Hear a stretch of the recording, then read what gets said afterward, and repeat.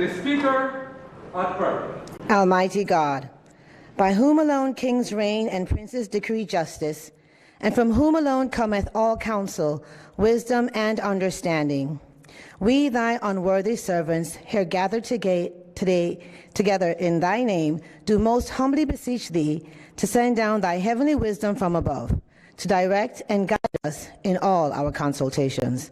And grant that, we having thy fair always before our eyes, and laying aside all private interests, prejudices, and partial affections, the result of all our counsel may be to the glory of thy blessed name, the maintenance of true religion and justice, the safety, honor, and happiness of the Queen, the public weal, peace and tranquility of the island, and the uniting and knitting together of the hearts of all persons and estates within the same, in true Christian love and charity, one towards another, through Jesus Christ our Lord. Amen.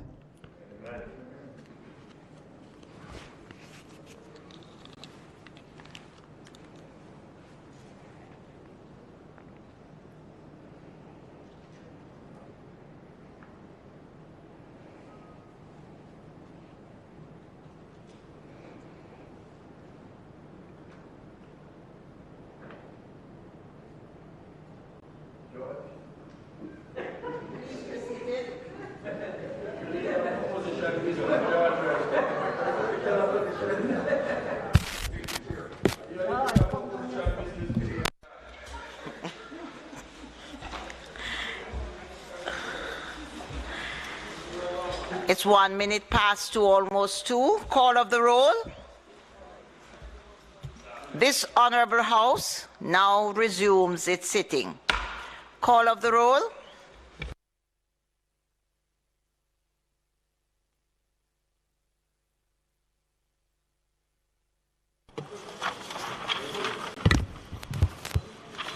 Mr. Holness. Here. Mr. Bartlett. Mrs. Holness. Dr. Clark, Dr. Chang, Mr. Montague, Mr. Shaw, Mr. Samuda, Ms. Grange, Mrs. Williams, Mrs. Malawu-Fort, Dr. Tufton, Mr. McKenzie, Mr. Chuck, Mr. Vaz, Mr. Warmington, Mr. Charles, Mr. Green, Mr. Morgan, Mr. Hutchinson, Mr. Terry Long, Ms. Smith, Dr. Dunn, Mrs. Cuthbert Flynn, Mr. Mean,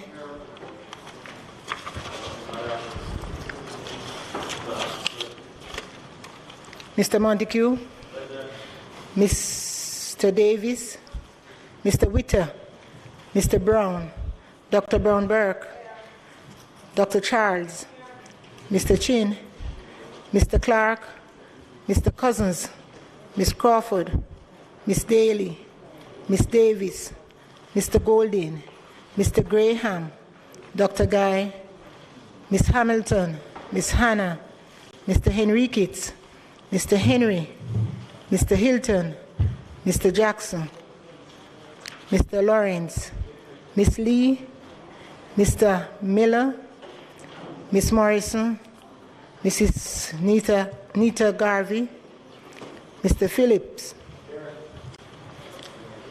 Mr. Paulwell, Dr. Phillips, Mr. Robertson, Mr. Robinson, Mr. Sibbles, Mr. Slowly, Mrs. Vaz, Dr. Wheatley, Mr. Williams, Mr. Wilson, Mr. Wright, Dr. Clark, Mr. Morgan, Mr. Hilton. Statements by ministers. Madam Speaker, in keeping with the stated intention for us to begin this Honorable House promptly at 2 p.m. at every sitting, I am pleased to indicate to Jamaica that we are in line with that commitment to the country, and that will be the modus operandi from now on. And this Andrew Michael Holness administration and this Parliament under our leadership. Madam Speaker, the matter of statements by ministers today is intended that the Most Honourable Prime Minister will make a statement, that the Honourable Dr. Horace Chang, Minister of National Security, will also make a statement, as well as the Honourable Pernell Charles Jr., the Minister of Agriculture and Fisheries. So may it please you, Madam Speaker, to invite the Most Honourable Prime Minister to make his statement at this time. Thank you very much, Prime Minister.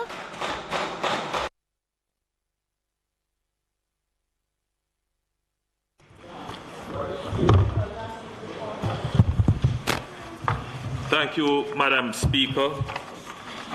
And we know that we are doing quite well since the beginning of the year in starting promptly on time. Madam Speaker, the throughput of the Parliament can be much more than it is if we were properly utilizing our time. And the best way to utilize our time is to start on time.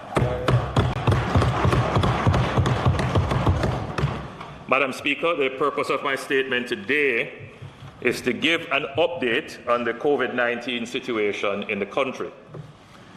Based on the latest report from this morning, Jamaica recorded 754 new cases of COVID-19 yesterday. Our cumulative cases of COVID-19 are now 121,436. Recorded 2,609 deaths. Madam Speaker, persons who have died from COVID, either directly as a result or for some other reasons, but had COVID as well. Madam Speaker, the numbers are coming closer to home. I believe that now most Jamaicans would know someone or is close to a family that would have had a member die as a result of COVID. I express my sincere condolences to all those who have lost loved ones in this pandemic. The graph that is now being displayed, the first graph now being displayed, shows the daily number of confirmed cases, which is the blue bar, or the blue bars that are there, as well as the 7-day average of new hospital admissions, which is the red line. Madam Speaker, while our daily case count remains very high, there are indications that it may be starting to come down. The average number of confirmed cases for the last 7 days was 921 per day. For the immediate preceding 7 days, it was 1,402 per day. So, Madam Speaker, we have seen a decline of 34%. And you're beginning to see from the graph displayed the downturn in new cases, both daily and the 7-day average. Madam Speaker, if we look closely at the red line, it is also starting to show a decline, which is positive, and also the rate of hospitalization as a proportion of persons infected is much lower than in our third wave. The second graph, which should shortly be displayed, the second graph now being displayed, shows the test positivity rate by week. You can see from the white line that the weekly positivity rate in our fourth wave exceeded the peak in our third wave. while the positivity rate remains extremely high at 48%, we're starting to see the line turn downwards, which is an encouraging sign. The daily positivity, based on the results reported this morning, was 46%. The third graph being displayed shows the number of confirmed and suspected cases of cases admitted to hospital, which is the white line. You can see the white line has slightly exceeded our COVID-19 bed capacity, which is signified there by the black line. While it is too early to arrive at any conclusions, it is encouraging that the hospitalizations are showing a slight downward turn like the other indicators. Madam Speaker, the next graph on screen shows the number of COVID-19 patients in hospitals requiring the use of high-flow nasal oxygen. So far, the number remains very low compared to our third wave. Madam Speaker, while the number of new cases remains extremely high, we are starting to see some encouraging signs, with a number of the indicators starting to show a downward turn. Madam Speaker, we now have the results from our own genome sequencer. Finally, the member from St. Mary Central would be very happy. A collaborative effort coming out of the budget process, sent me a note, and I said, this is a good idea, and immediately placed it into action. It took, I agree with you, it has taken, it is not a, I understand what the member is saying, it's not a political criticism, it's just the nature of the bureaucracy of government. It has to go through procurement, and it is compounded by the disruption in supply chains. So it did take long, but we're finally here. We have now built a capacity that will help us to manage the pandemic as we seek to transition out of the pandemic. So of the 43 samples sequenced, Madam Speaker, 40 or 93% were confirmed to be the Omicron variant. So it is clear that that is the dominant strain now in Jamaica. Oh, sorry, of 43 samples sequenced, 40 or 93% were confirmed to be the Omicron variant. The samples were taken between December 21 and 24. Madam Speaker, all the indications were that we were experiencing an Omicron wave, but we now have definitive confirmation of this. While the data suggests that the Omicron may result in less severe illness than Delta, especially in terms of the need for high-flow nasal oxygen, this is no time to be complacent or to let our guard down. Persons who are unvaccinated remain at high risk, particularly the elderly and those who are immunocompromised or have comorbidities. The population must therefore continue to exercise a high degree of caution.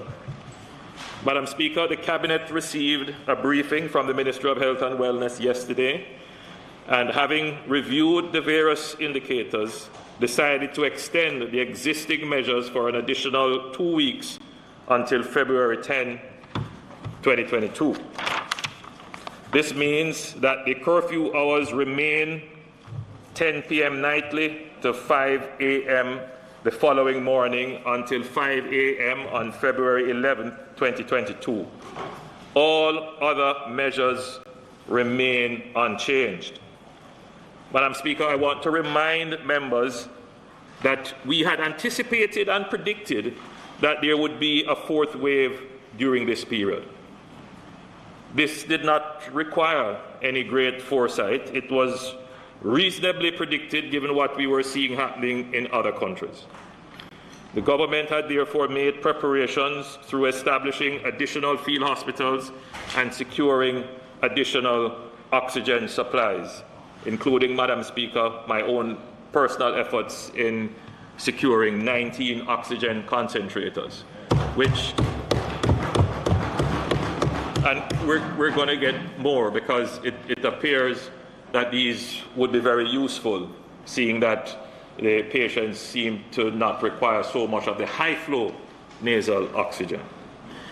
I hear the narrative, Madam Speaker, that the government has given up and abandoned COVID-19 management measures. That is absolutely not the case. All the measures, the curfew, the restrictions on gatherings, the requirements to wear masks, particularly indoors, to maintain physical distance, all remain in place. We have not, however, further tightened measures, as we know that would have had significant adverse impact on our economy and the livelihoods of Jamaicans who are already struggling with high prices, struggling with cuts in income, struggling with crime and violence in their community. So, Madam Speaker, from as far back as November 2021, last year, in this House, I indicated that we would commence a gradual, controlled process of getting our economy back to full productive capacity and to give Jamaicans the opportunity to earn their livelihoods while protecting their lives. The measures that we have in place essentially serve as guardrails.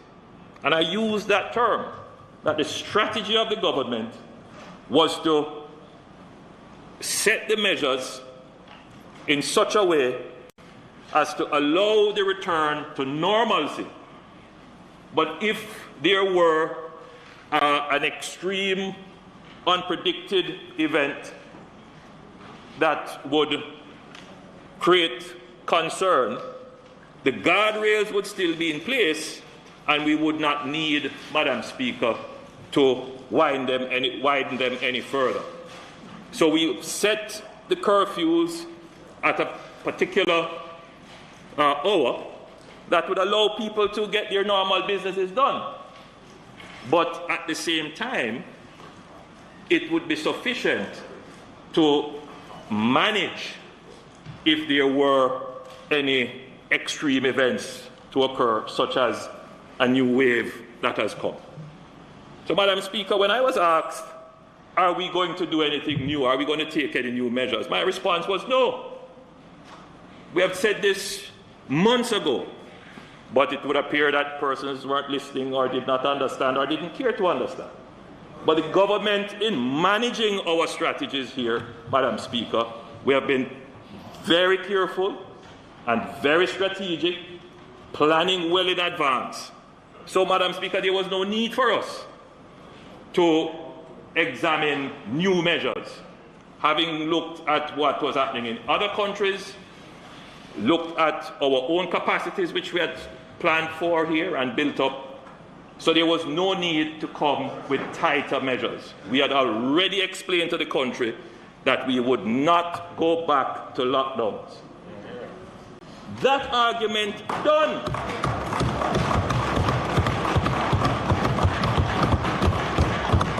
There seems to be those who want us to go back to that. We're not going back to that. We want to give the business people, the small enterprises, the average Jamaican, we want to give them certainty that we can emerge out of this pandemic. The pandemic has created a great deal of uncertainty in our lives. I know the trepidation that many people feel when I rise to speak in Parliament. Lord, I'm going to lock down the country again. We have to come out of that mode now. And therefore, we are clear. The measures that are in place, they are set at a particular point where they will allow the controlled return to normalcy, but they are still there to protect us if there were to be an extreme or unpredicted event. And we will continue, as we have declared here, until the 10th of February. We'll watch up until that point, maintaining these measures. And then we will, at that point, make a determination. It could be that we keep the current measures in place, or we may loosen them a little bit. Let's see how those graphs evolve. But, Madam Speaker, let it be clear that the Jamaican society, the Jamaican economy, and the Jamaican people must start to cast their eyes forward out of the pandemic.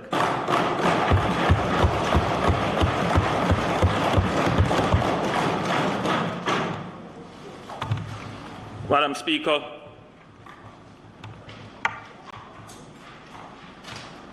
I was also asked, so what are the strategies then? And our strategy has been very clear. From the very first question asked in mid-2021 regarding mandates and vaccines, the government said we are not going to pursue a policy of compulsory vaccination. That was said, and we were very clear about that. The government also said, I led that conversation, that before we can discuss anything about a vaccine mandate in the form of test or vaccinate or test, that there would have to be a very strong public education campaign to address the high level of misinformation and mistrust, doubt and skepticism about vaccines, that we couldn't go ahead of how the public felt about vaccines. You will recall that the Ministry of Health had put forward a significant budget to treat with this. Of course, other circumstances arose and we had to change the use of that budget. But the government's policy is very clear on vaccination. We encourage every Jamaican to get vaccinated. We strongly recommend vaccination. And for persons who are in critical government services, health, security, and critical services, we require you to get vaccinated. And we have also created an incentivized system.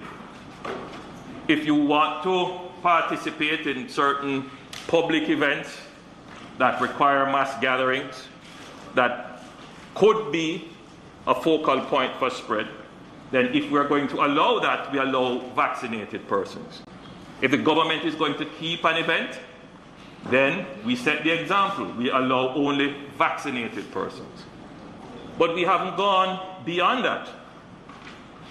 We are also examining how we can put in place a proper system of testing, but for that to be done, we have to ensure that tests are available, not just tests in labs, but tests at home. So we have to first of all ensure that we make the market for such tests, and that is ongoing, and it will become a part and feature of life going forward until we have herd immunity in the world and in this country.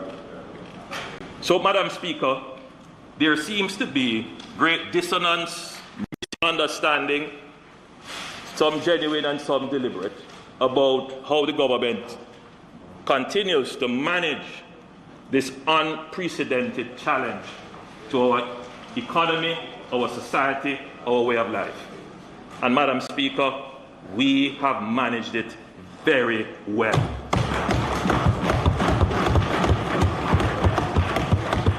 Madam Speaker, there never was a time in Jamaica during the pandemic when there was any worry about the government's pay bill.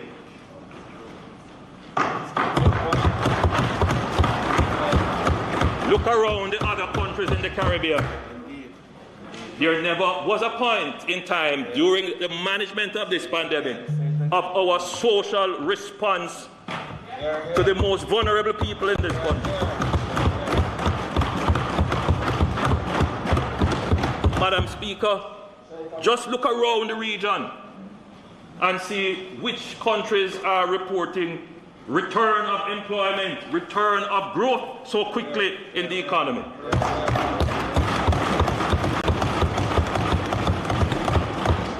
So let us done the fool arguments.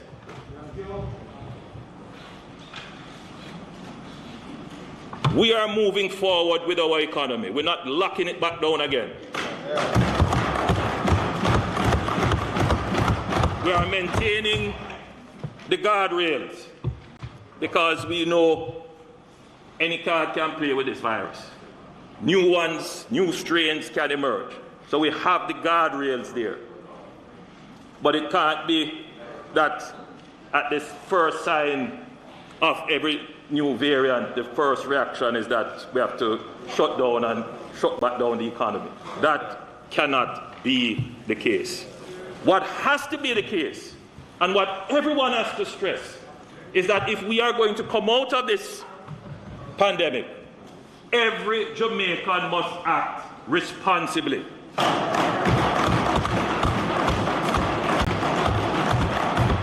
And somehow in this discussion, Madam Speaker, there are those who would seek to take away responsibility from the citizen. The government has a limit to what it can do, and our limit is binding based upon our resources. So there comes a point where citizens' responsibility for themselves must be encouraged, must be promoted, and we support them in that. So, Madam Speaker, you have an option. Get vaccinated. Yes. More than 95% of the persons in hospitals are unvaccinated. And if you don't want to take the vaccine, your business. I am not coming to hold you down to take any vaccine. But please, wear your mask. Sanitize, social distance, avoid crowds. Build up your immunity. But don't turn around and look at the government, curse the government if we lock down, and curse the government if we ask you to take the vaccine. Where is the solution, therefore? And then curse the government if we don't have no care package to give you. That's the reality we face, and I have to just be very frank with my Jamaican family, because nuance don't always work. Nuance don't always work. So we are in a situation now where if we continue with this pandemic in the way in which we continued before, the economic return that we are seeing could be stymied. No government, no matter how rich they are, can afford the social care program that we have extended over the last 2 years.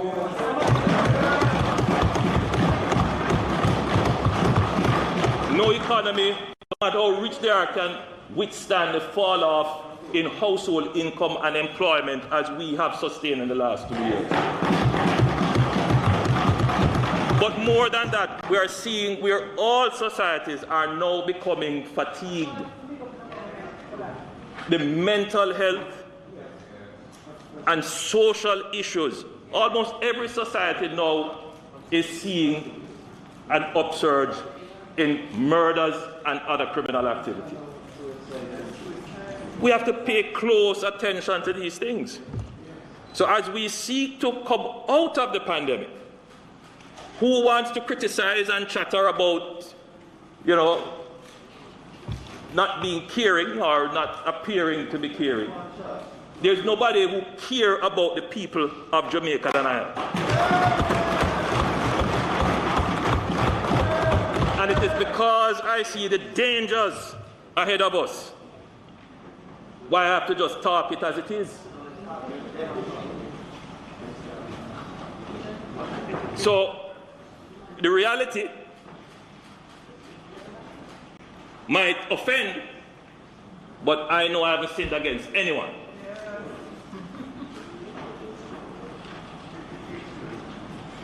Get vaccinated. If you don't want to get vaccinated, follow the rules set out for your own protection. There is no government in the world that can provide a hospital bed for every single citizen. Not one. Bear in mind our economic situation and the resources we can provide, and act accordingly. You want to go back to party and keep big dance every weekend and every night of the week? You want to return to normalcy on the road till 5 a.m.? Well then, we all have to act responsibly. Other countries have started to return to normalcy, They have started to take down the requirements for entry, the requirements for going into nightclubs and social gatherings, because they have reached a high level of vaccination. We are not yet at that point. We are still hovering in the 22% region. Now, if it is that our people decide that they're not going to take the vaccine, then we must still maintain some public health controls. But those public health controls cannot be to the detriment of the recovery of the economy.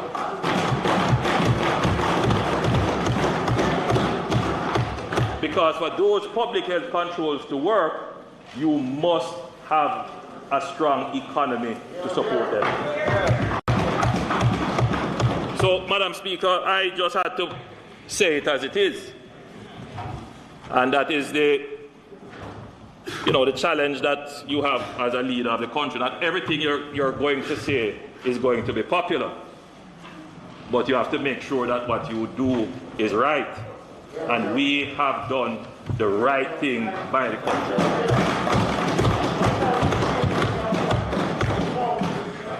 So, Madam Speaker, we're observing the data on COVID, the infections, the hospitalizations, the vaccination very keenly. At this point, it's very early to say that we're coming out of the peak, but we do see signs of such. We can come out of this present spike very quickly if people just do what is required of them under the DRMA. Everybody knows what are the public health actions that they need to take. Everybody knows. So just simply do that and get vaccinated. The government has not given up on the vaccination program. We will come with another public health vaccination campaign. We recognize it is going to take time to convince Jamaicans. Unfortunately, many of them have consumed the nonsense that is being circulated all around social media. It's quite unfortunate. And many have died. I am personally aware of cases where The father is an elderly man. The son, because of his beliefs, would not take his father to get vaccinated. His father contracted the disease and died. There are many cases like that. Many cases like that. Now, I can't make any pronouncement on the guardian, the son's decision. That's his private decision. Right? So I don't make any pronouncement on it. But those actions have social consequences. They create the demand for hospital beds that deprive other people who have other treatments that they need. I have to make a pronouncement on that.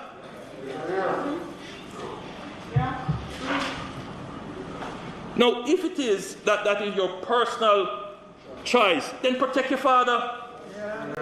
Protect yourself.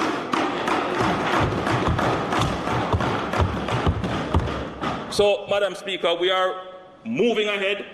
We are in the endemic phase of the pandemic. This thing is going to be with us, and we are transitioning out of it. We are moving on as a country.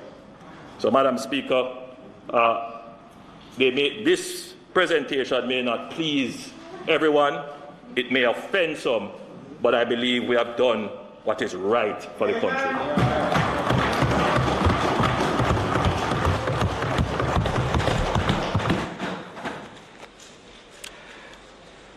Madam Speaker, Prime Minister,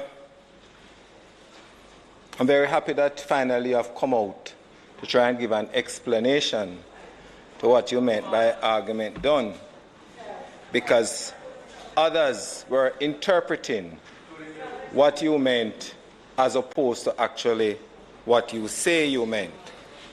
Now, we recognize that vaccination, as you have indicated, is one of the key ways forward, Prime Minister, in trying to get out of this pandemic.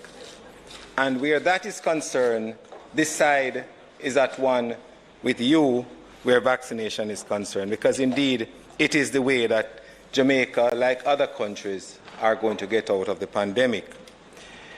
I'm very happy, Prime Minister, that the genomic sequencing machine is up and running. And I want to thank you for the collaboration that you mentioned, and the fact that finally, as a country, we can officially say that it is Omicron which is causing this significant fourth wave. What I'd be interested to know, however, Prime Minister, is based on what the Ministry of Health said, the last set of samples that were sent abroad were sent towards the end of November to the first week in December, and up to that particular point in time, Omicron had not been detected in Jamaica. I'd be interested to know what is the status for those that fell within that 3-week period between the first week in December to when the actual samples, as you have indicated now, were tested, the 21st to the 23rd. Secondly, Prime Minister, or thirdly, you spoke, and I would like if you could go back to the chart where you showed the 7-day average for hospitalizations in the country. And you indicated that on average, the weekly average was that the numbers were going down. Slight dip, you're right. But I want you to look at the very numbers that are published by the Ministry of Health and Wellness. And if you look at the last 7-day average, it is 547 in the hospitals. The previous 7 days, it was 400 average, and prior to that, 236. So I cannot understand why your graph and your narrative is suggesting that the numbers are actually, in terms of hospitalizations, are actually going down. And I'm quoting the Ministry of Health is saying. I understand the numbers, in terms of the absolute numbers, might be decreasing. And I do agree with you that, yes, it is early days yet to say whether it is actually a general direction in terms of the numbers that are going down, because the CMO did indicate that even though we are seeing these numbers, we might be reaching the peak, but it might plateau for a period of time. So I want you to reconcile that in terms of the numbers there.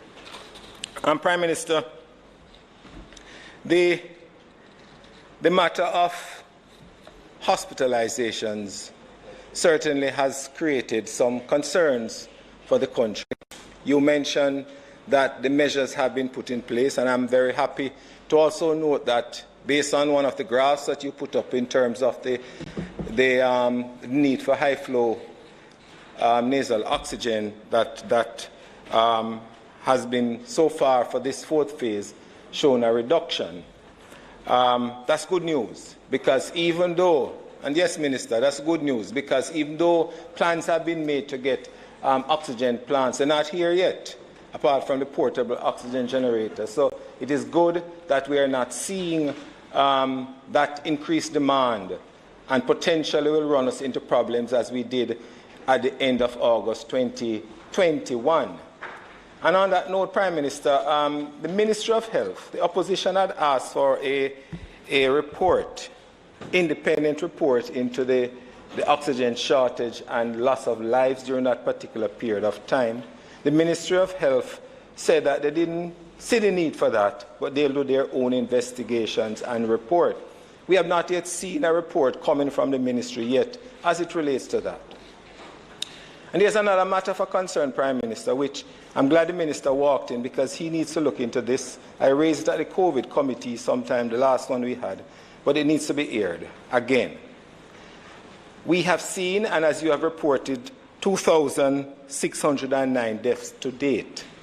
We have over 350 deaths under investigation. But what is curious, Prime Minister, is that we are seeing, based on the numbers that the Ministry of Health is reporting, that there are some numbers of deaths coming back. And I think the early part of this month, I don't have the data right in front of me, but it can be sourced by looking at the Ministry of Health's daily COVID summaries, that there are deaths that are reported from as far back as January last year, which were never captured under deaths under investigation. So basically, we are seeing now that there is the possibility, probability, that there are many persons who have died and their deaths have not been diagnosed as COVID, but now we are seeing them coming. It's not cases that were under investigation previously, but we are seeing cases that are now being captured. So I want to know, Prime Minister, and probably you would have to have the technocrats look at this. Is it taking almost a year for a definitive diagnosis to be made on a particular death? There were 2 instances I can recall where deaths are reported from last year, but which were never captured under those under investigation. So it is something that we need to do. And it brings me back to the point that was raised early in the whole discussions in 2020, when I mentioned, Prime Minister, about what was termed the Russian roulette by the newspapers. And we really need to have a very investigative assessment as to the number of persons, one, who have really died from COVID, have the regional health authorities and the respective hospitals give to the ministry and the ministry by extension to the country the actual number of persons who have died from COVID. And secondly, for us to find out what are those excess deaths that might have occurred in the country that have not been captured as COVID deaths. As it relates to the measures, Prime Minister, I think we on this side are in agreement with the measures, but the only challenge that we have is that, as has been expressed, our health workers, a significant amount of them are out because of COVID, putting additional pressure on a system which is already stressed. We have a lot of hospitalizations, and especially for, say, Bustamante Hospital for Children, with the measures that the Ministry of Health is taking now, and certainly we agree that emergencies have to be emergencies. But what is unfortunate about all of this, and if you look at the children, those that would normally go to those clinics that would need elective surgeries might end up in emergency because of the need to have those elective surgeries. And it is something right across the board, adults too. Those who are diabetics, hypertensives might turn up at emergencies with strokes or diabetic coma or some complication. My hope, Prime Minister, and I'm sure it's the hope of the entire country, is that we get out of this phase as quickly as possible so that we can start attending, country can start attending to those cases there. I'm happy, finally, Prime Minister, to note that you indicate that there's a new program and a new vaccination drive that is going to come on. Because as I've said, and many have agreed, although not publicly, that the message that is going out there is not really relevant anymore. We need new messaging. We need a new message. We need a new program to get to the vaccination persons to be vaccinated. And might I suggest, Prime Minister, that in this new phase that is going out, we get some real serious scientists out there, the nurses, the doctors, the persons who understand, have an honest discussion with the people at the community level and those in the other communities to say the pros and cons of vaccine and why it is necessary to take it. And I think you will have a greater buy-in when that occurs. For too long, some of them, not many of them, some of them, right? Get those who have taken it then. Get those who are on board to go and convince people. You can't get a pastor to go tell people something else that is not about the church horace, right? So, yes, Prime Minister, we need to ensure that that is so. Because, as I've said, we are at one where vaccination is concerned. We are also concerned, Prime Minister, that the 4 to 12 years old, we have not made provisions yet in this country for them. We know that Pfizer has a vaccine that has been made. We know that other territories within the Caribbean have had access to it, and we would like to see what will happen to them. Because, you know, Prime Minister, when you spoke about the argument done, and I'll go back to it, because my comment was then, one of my comments was that, how can you speak about argument done and you don't make provisions for the 21% who are under the age of 12 that comprise the population? So the children vaccination, 5 to 12, is very important. And I want to urge you to urge the minister to see how quickly we can get those in the country so the children can get as well, so we ramp up the program. I'm also happy, Prime Minister, that my suggestion some time ago about the self-test kits, the antigen kits, are in the school now, but not all schools have them. And I would urge the efforts, collaboration between the Ministry of Health and the Ministry of Education to ensure that as many schools have those as possible so that they can start to screen if any respiratory illness present before calling the health people in. Thank you very much, Prime Minister. Sorry, let me just quickly respond to some of... In particular, thank you very much.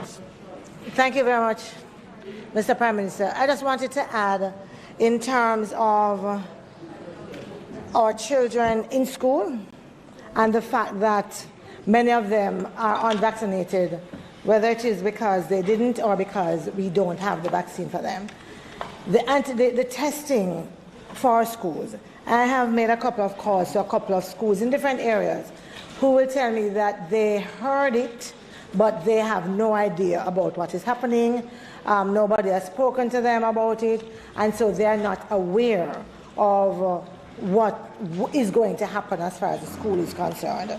I believe that that is important. I also believe, Minister, especially as you talk now about us having to live through this new normal and find ways of, making sure that life continues, that the resources that schools need to ensure that face-to-face is being done in a safe way, that those are there.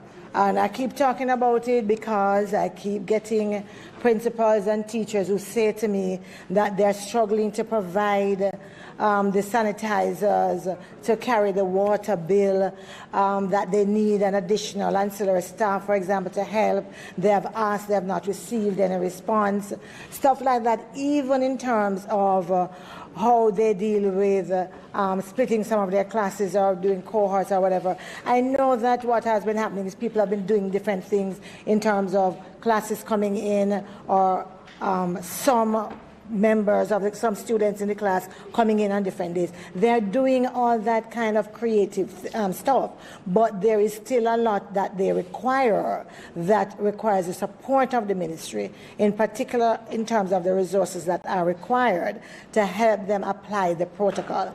I believe that because of where we are and what's happening in the health system, the last thing we want is that there is an absence or there is a lack that does not allow them to apply the protocols in the way that they should, that then leads to an increase in the student population of infection, and then you hear, oh, we have to close down because. So I'm very concerned about that, and I have been asked to place it on the table and on the record, and I'm doing so, Mr. Prime Minister, so that between you and the Minister of Education, we can make sure that those issues are resolved.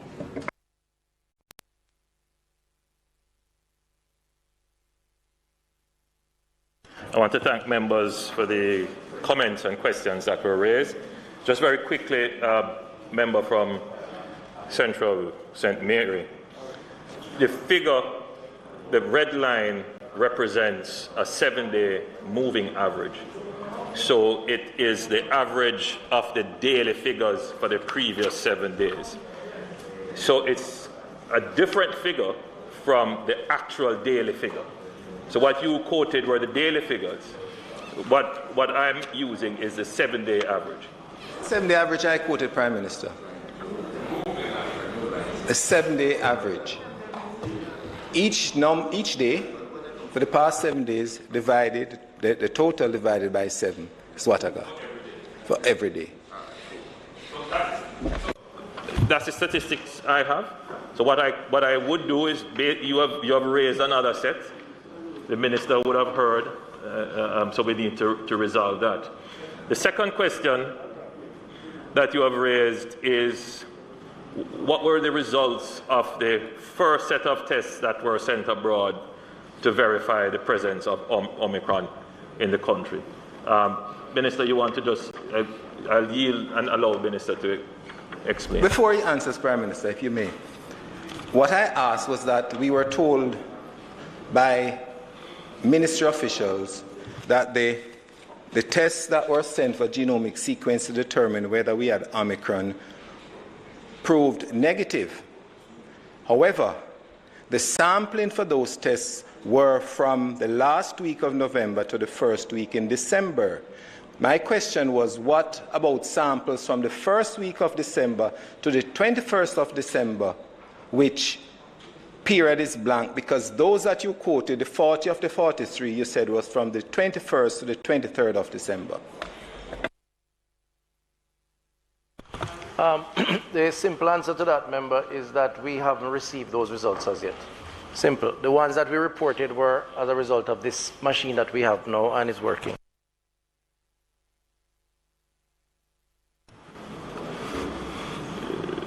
Regarding the issue raised by the member from South West St. Andrew, the Minister of Education has informed me that the ministry has provisions in place, including sanitation grants to support schools.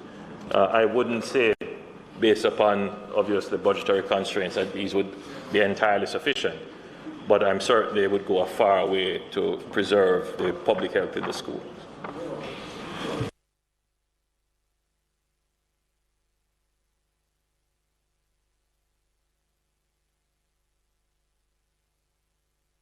Madam Speaker, I'd invite you to ask the Minister of National Security to make his statement at this time. Dr. Chan?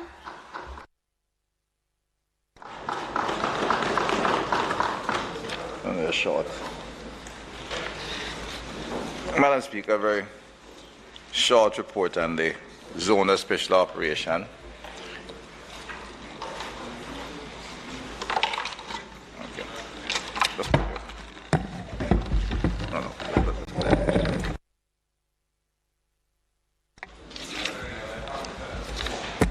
Copies.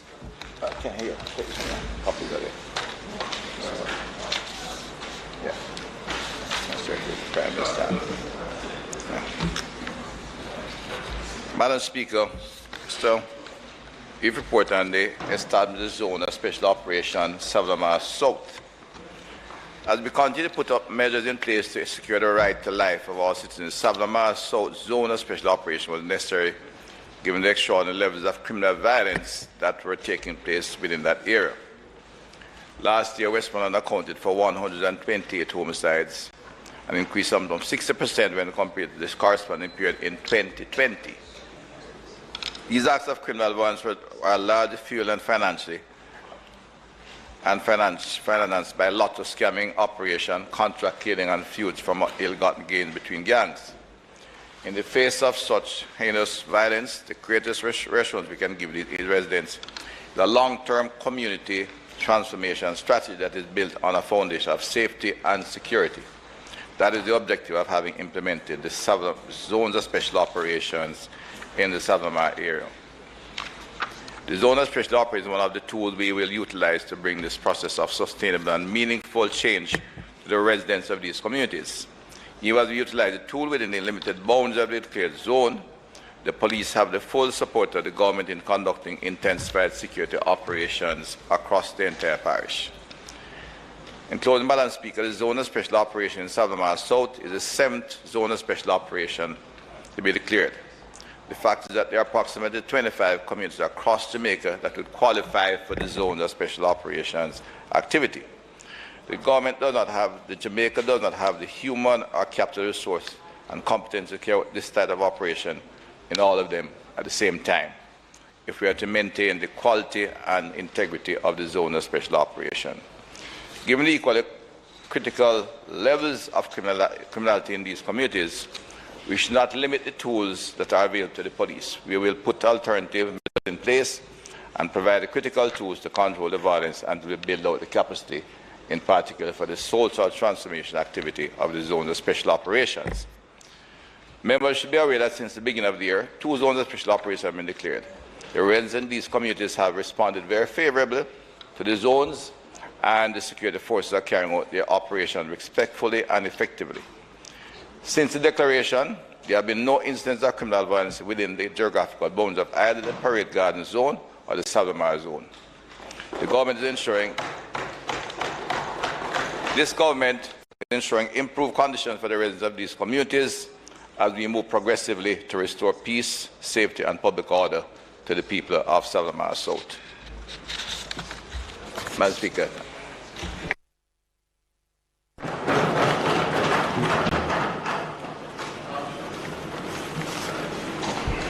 Madam Speaker, we are very pleased to hear the positive outcome of the decision to declare zones of special operations in these 2 communities, Parade Gardens and Savlamar.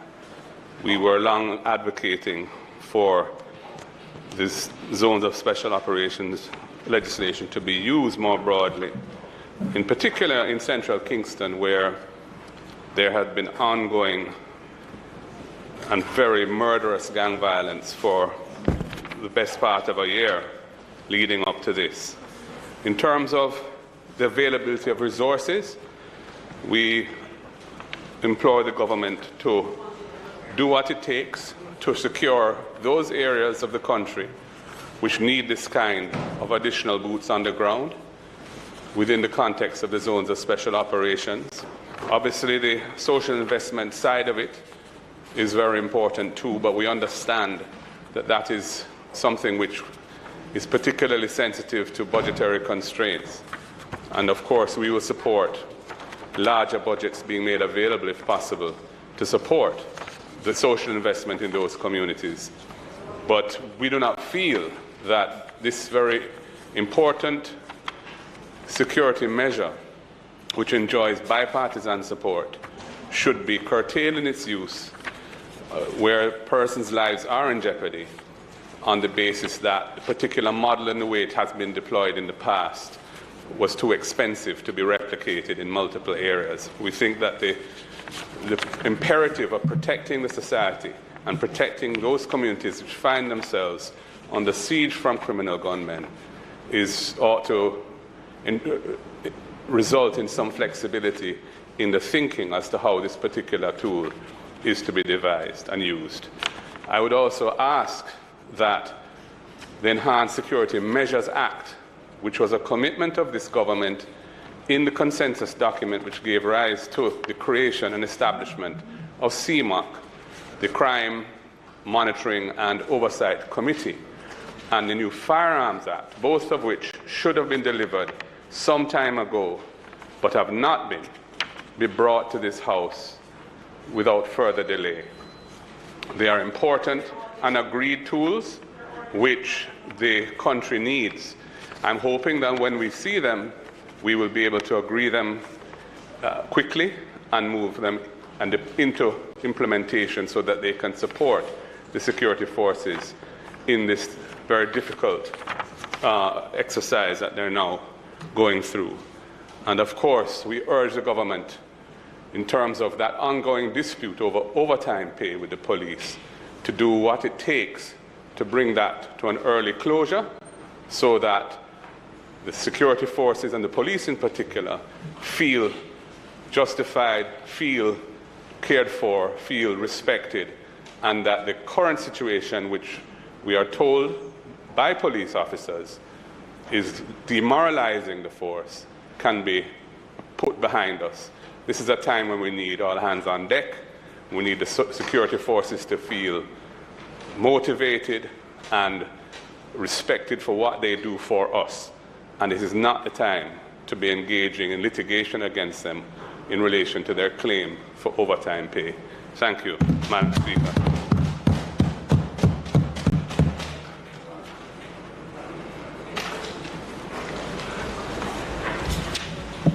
Madam Speaker, let me thank the member for element of support. But let me just comment briefly on two things. One,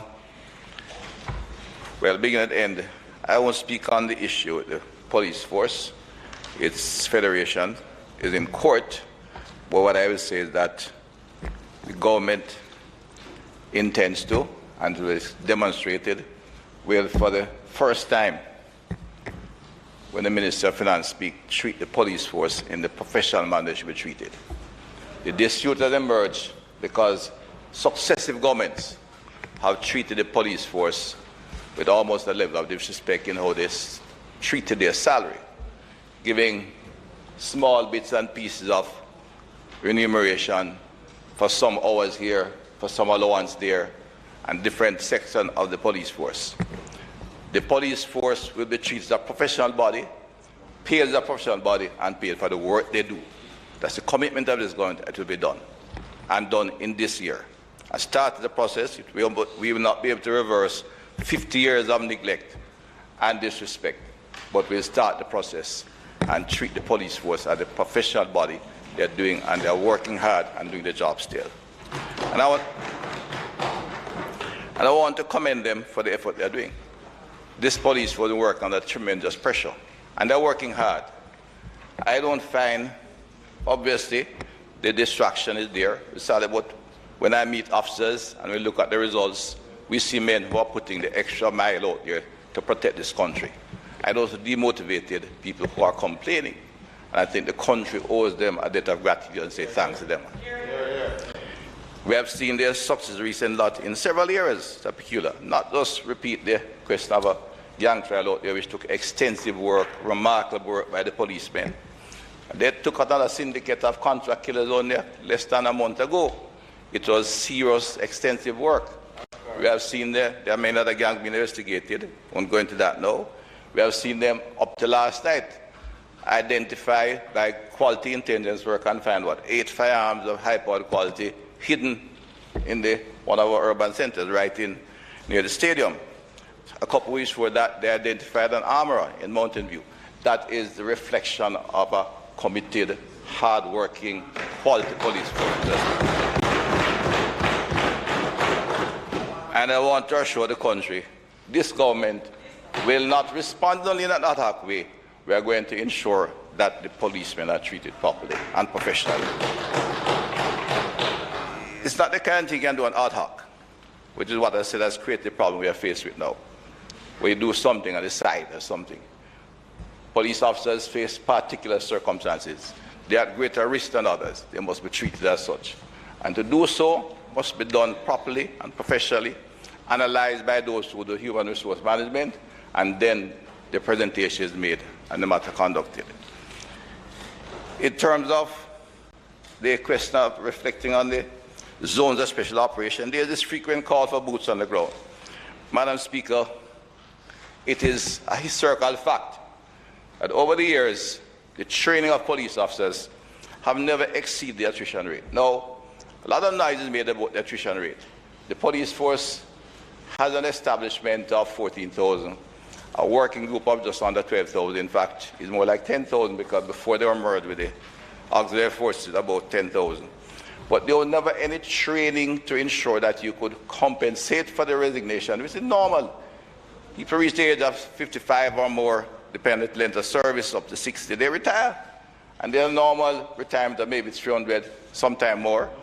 In addition to that, we face reality, and I have no problem with that, that young males in Jamaica, young men in particular, but young Jamaicans generally, will, from humble background, will join the police force, seeking to not only get a steady job, but to improve their CV. They use the time that they're in government to get to work and study, to go to school and study, and many have so done and acquired quality degrees, work for the police for some time, and then they move into the private sector. Absolutely nothing is wrong with that. We would like to keep all of them, but no profession, institutional body of over 10,000 can recruit and keep all the people they recruit. Certainly not in the government service at any point in time. So while that's happening, of course, what the government must do is to provide the resources, physically and human resources, to train more officers to ensure that we can add to what we have. And for the first time, the government is in the process of expanding the police force. During the course of this year, despite of the challenge from COVID, we will complete the training of 1250 by March, the end of the financial year.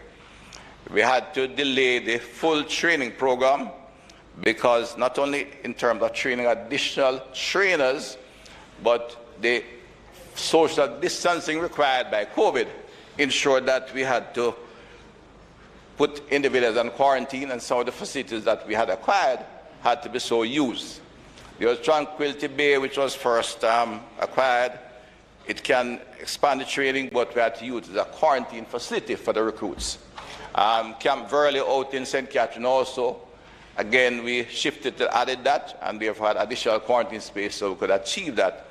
This year, coming financial year, we'll make 1,500 at least because we have the recruits, and therefore we'll be able to, in fact, have a net gain to the police force of 1,000 for the year 2021 to 2022, to be more net gain of about 900, and we expect to keep doing that until we get to the required number, or at least the establishment number of 14,000 plus police officers. And in providing that body with requisite additional tools in terms of infrastructure and supporting transportation, communication, tele-equipment, we know we'll have significant impact on crime and violence in the community. You'll have more men to staff the specialized areas, from investigation and intelligence into straight geographical policing, where the community safety and safety branch can be operated. So the objective is to, in fact, provide, by our investment, the size and quality police force to deal with the challenge we have out there. The concept of clear, hold, and build is critical to have the effective social transformation as the government brings on national programs beyond the zones and beyond the 100 communities, such as indicated by the education report, the Violence Prevention Commission coming up, that will have national programs seeking to impact on the quality of life of our humble people, especially as it speaks to their opportunities in training, education, and behavior change when it comes down to violence, which is now undermining much of the social fabric of society. So the government is sensitive and aware to these things, Madam Speaker. They did not come overnight, and it's going to take time, but we are on the right direction. We are moving to invest in our society and provide the people with the kind of police force that will serve and protect, to provide the police force with the kind of infrastructure that will ensure they can do their job as we proceed. Clearly, we need the legislative framework. We are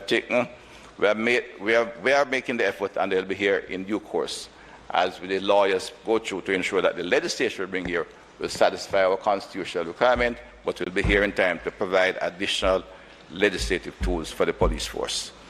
Thank you, Madam Speaker.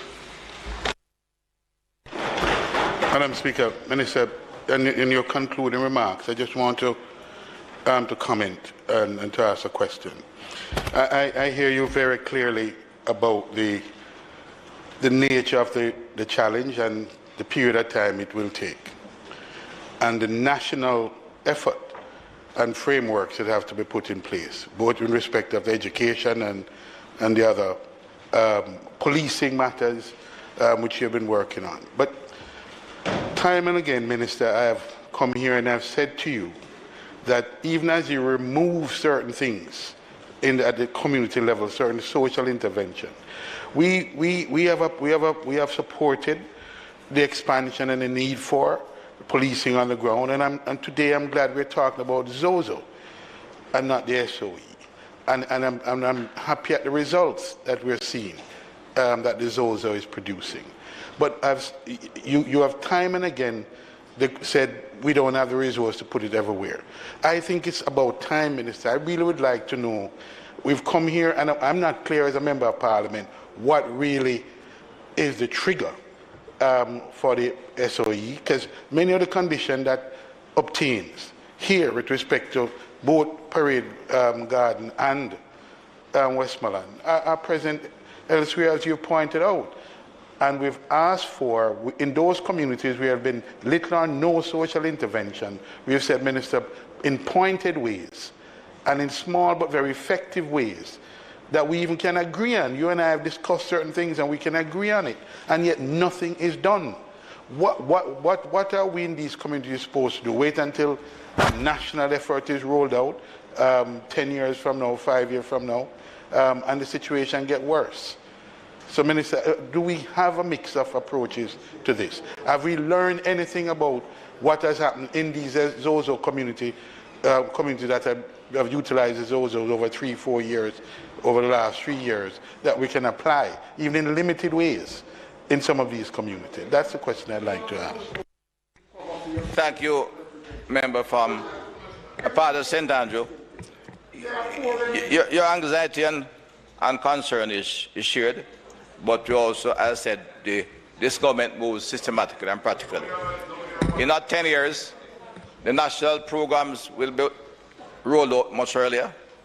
The Minister of Finance have to go to the challenges, and when it's rolled out meaningfully. The communities that are identified by the Planning Institute as the most volatile communities in Jamaica, we are working at getting them as fast as possible. It's not just the financial resources, because while the Minister has been hit by COVID and the economy has had some significant impact, without putting pressure on the Minister or lobbying him, he has been able to identify resources in critical areas in a manner that I think still marvels some of us when one look at what happened, the care packages and so forth. Huge amounts of money have been spent there to bring relief to thousands of Jamaicans. I think, in fact, some 157,000 alone for basic care packages. Another, I remember the titling, another 57,000, 50,000 small business. And the Minister can give me the detail, and I get that. But there are two challenges on the human resource side with zones. The effective clear takes a large number of security personnel.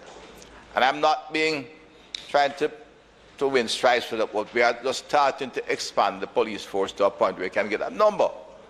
We have to have the numbers to guarantee the safety. If we don't, we lose the impact and the purpose of the zone.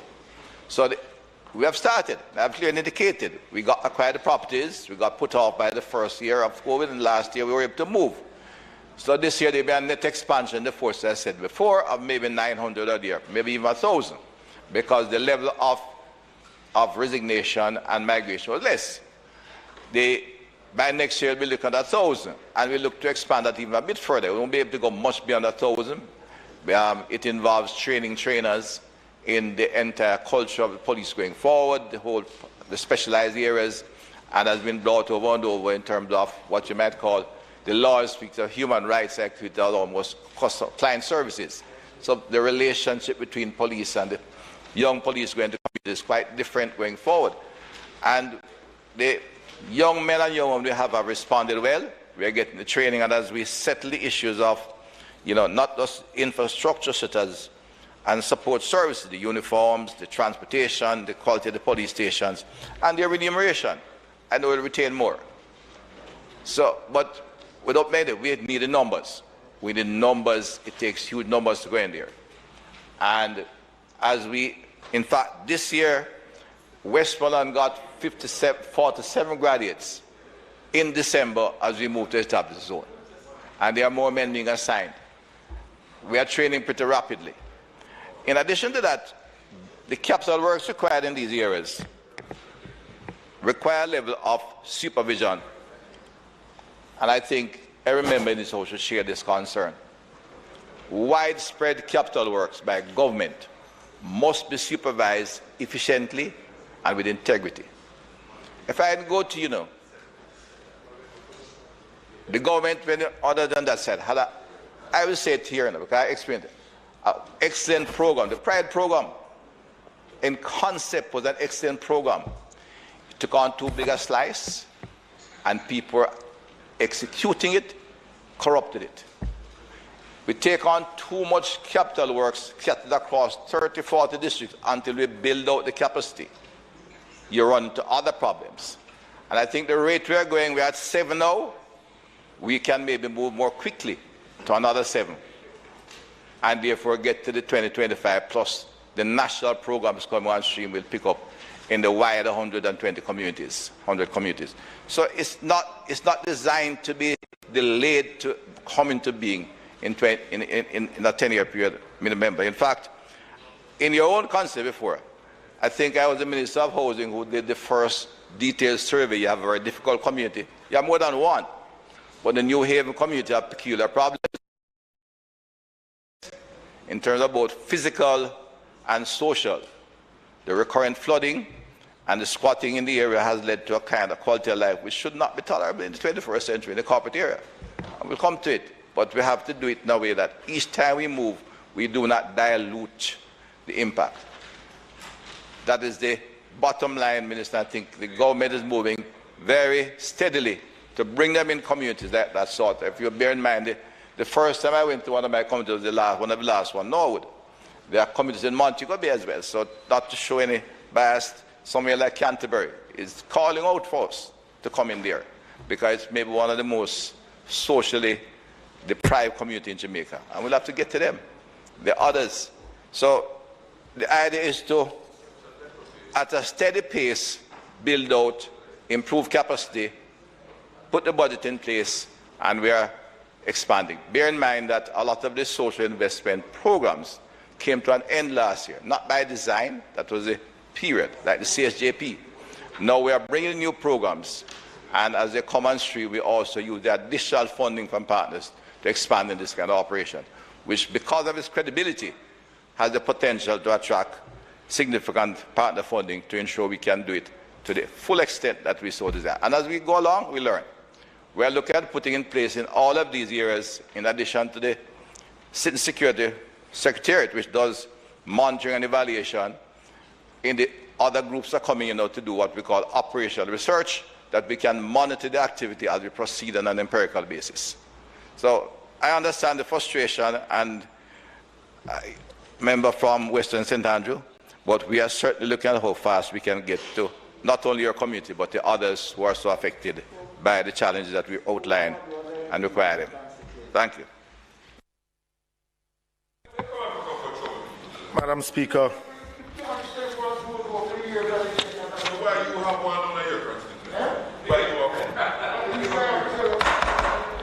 I think another debate is about to start, Madam Speaker. The member is on his feet. Madam Speaker, through you to the Minister. Minister, you know, we grew up hearing basically if you keep on doing things the same way and expecting a different result, either we are madmen or women.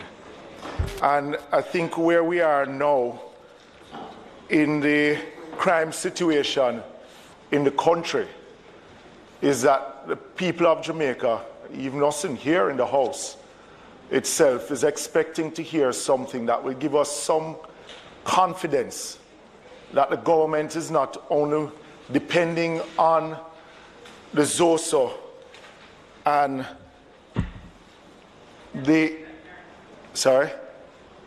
on the ZOSO to deal with the issue of crime. And why I raise the issue is because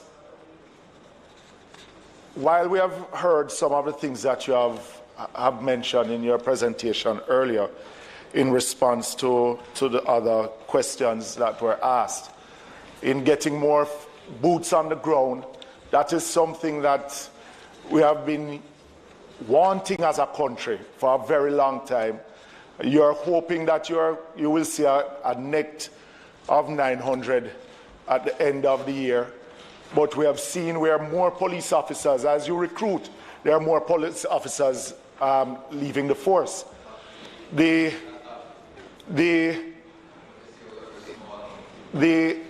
issue of enforcement of the laws is one thing, because we are seeing more and more, Minister, where the enforcement of just law and order is something that people yearn to see. I mean, we are in some serious times now. I know persons may say, boy, we are being too hard on them. But if we have no enforcement of laws, then the whole place is just going to break down into chaos. But the point I want to ask you, Minister, because the zone of special operations, which is something that we do support, but when you tabled the reports a few weeks ago, I was looking at the reports and those past reports, and I'm trying to figure out how is it that we judge the success of these zones of special operations. And why I ask that question, Minister, is that once you call a zone in a particular area, the report itself speaks about the infrastructural improvements that should be made in these communities.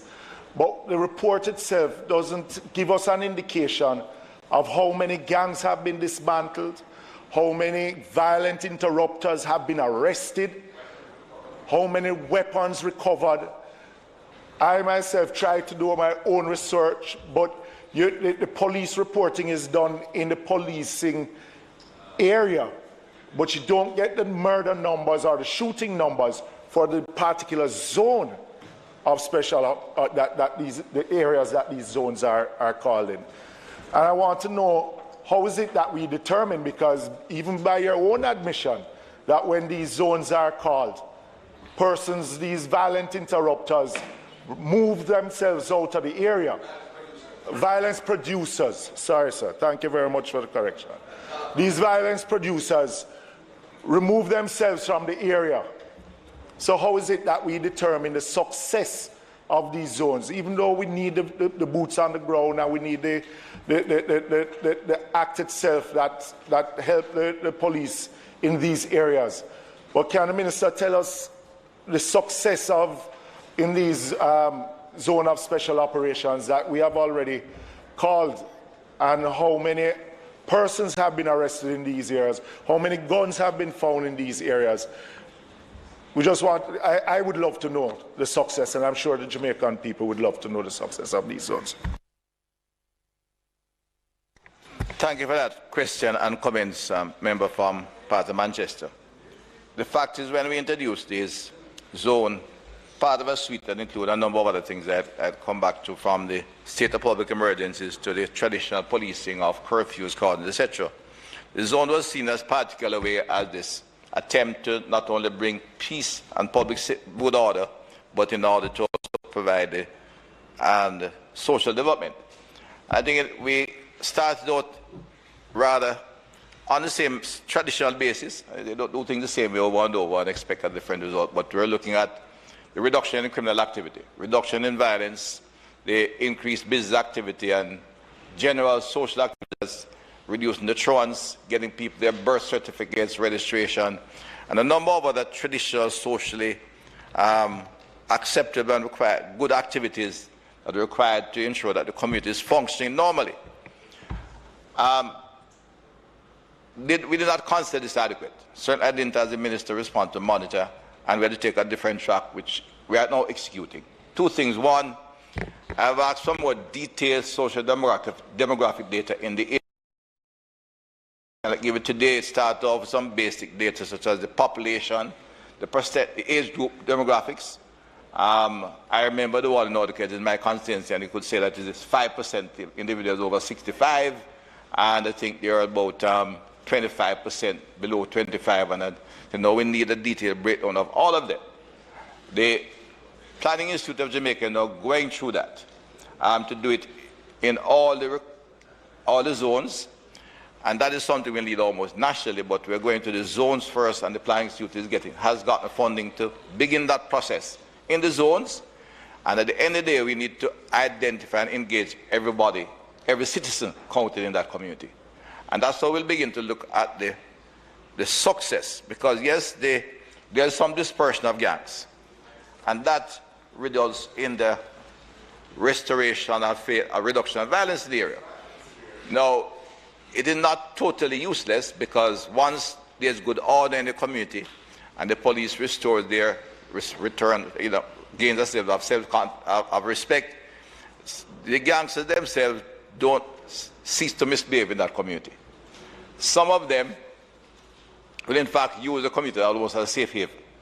But by virtue of a better relationship and linkage with the community, police identify them fairly quickly when they return. As we have seen, I think I'd say in Mount Salem, that's what I'm getting from the police. In addition to that, when gangsters leave the area, they basically become more easily identified. Criminals coming out of an area where they normally feel safe, and then they go into other communities, oftentimes near to where they have had previous residents, like the rural areas they're from. We catch a number of them there. Secondly, they tend also, after a while, like the Mount Salem is now running 4 years, when they leave that community, if they cannot return there and continue their normal business, they try to get involved in other areas of turf, and you end up with a conflict which can result, again, in further violence, but also easier to catch them because they're settled. So there are some pluses, but it has to be more systematic, and that's why I'm looking at, I've established that the basis for evaluation must now get as a baseline all the required data, how many of the young people are at risk to join gangs, how many may be in gangs because they move out quickly, and we engage all of those who are in there that we can identify, the truants, the ones who are 15 to 25 with unemployable skills, and begin to engage them. That data, I said, will be provided and is being done by the Planning Institute as they work with the relevant agencies to put all of that data. We have some data as we collate what's involved in the Social Development Commission, Ministry of Education, and Public Health Authority, not personal data, but data on people's status, such as malnutrition, question of truants going to school. So there are data we are working with, but I want to get that more systematic. The Community Secretariat and the PLJ Community Secretariats have come together and put together a data format that will give us what is required, and be able to measure on an operational basis our success or failure. The question of the gangs dispersed, in the clear hold phase, you can almost, all the violence producers, the critical ones, move out. So you have that success. The critical violence producers tend to move out at the early stage, because the police know them. The few who have no charges to be laid against them may hang around, but they can't operate. So to that extent, you may say have full success, but they will return unless there is a position to deal with. Plus, so the continued expansion and of the activities, and as I said, the deployment of the police in other areas as we expand the numbers and give them the resources to do so, will apprehend more and more of them. Intelligence-driven operation is what is critical now, and finding them to apprehend them works. It is many who have left Mount Salem have not returned. And if you have returned, in fact, having been apprehended quickly or approached quickly, a number have been arrested, and therefore there are less and less of them returning. So there's impact, but as I said, the collaboration between the efforts in the zone, external to that in terms of their intelligence and deployment is crucial, and it will work if you continue that way, because you're finding a method that allow them to rise above the safe, so to get on the radar so we can pick them off. And that's what we're doing.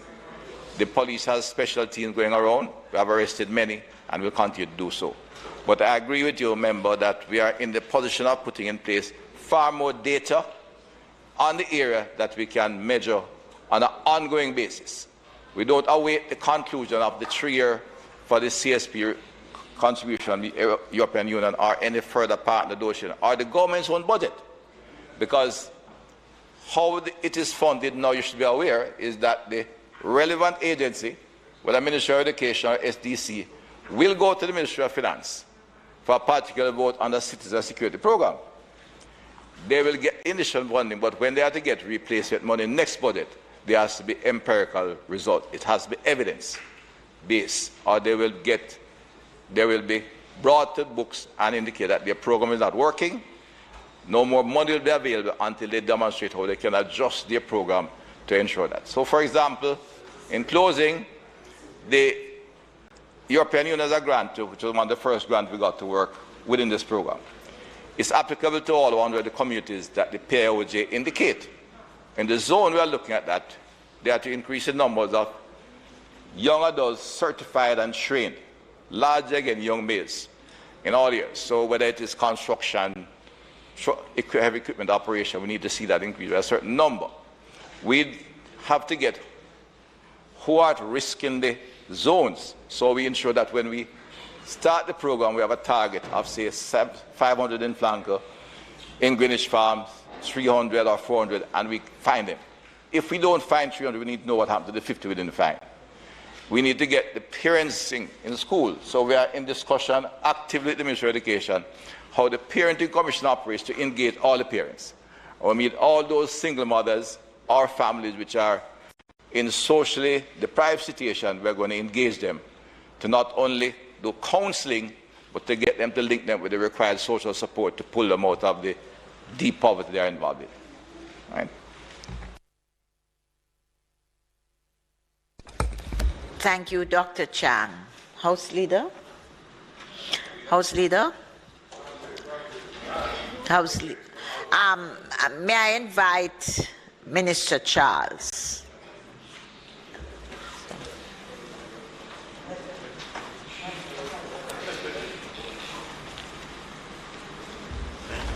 It is the report of the capital is not from them, it's from the Integrity Commission. Thank you.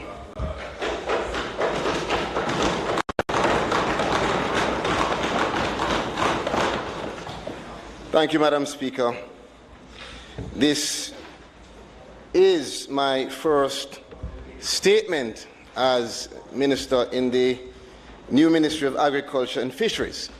And so I want to use the opportunity on behalf of myself and my esteemed and experienced Minister of State, Minister Witter, just to express gratitude to our Prime Minister and to our colleagues who have been so kind in sharing with us the best practices and giving us the recommendations, as well as everyone, all the farmers, small and large, fisher folk, all of the persons on social media, everyone that has been excited and interested to engage and share along this journey. And we will be steadfast, Madam Speaker, in continuing the good work of those before us that have led to us having a local poultry production that has grown exponentially in Jamaica over the past 3 decades.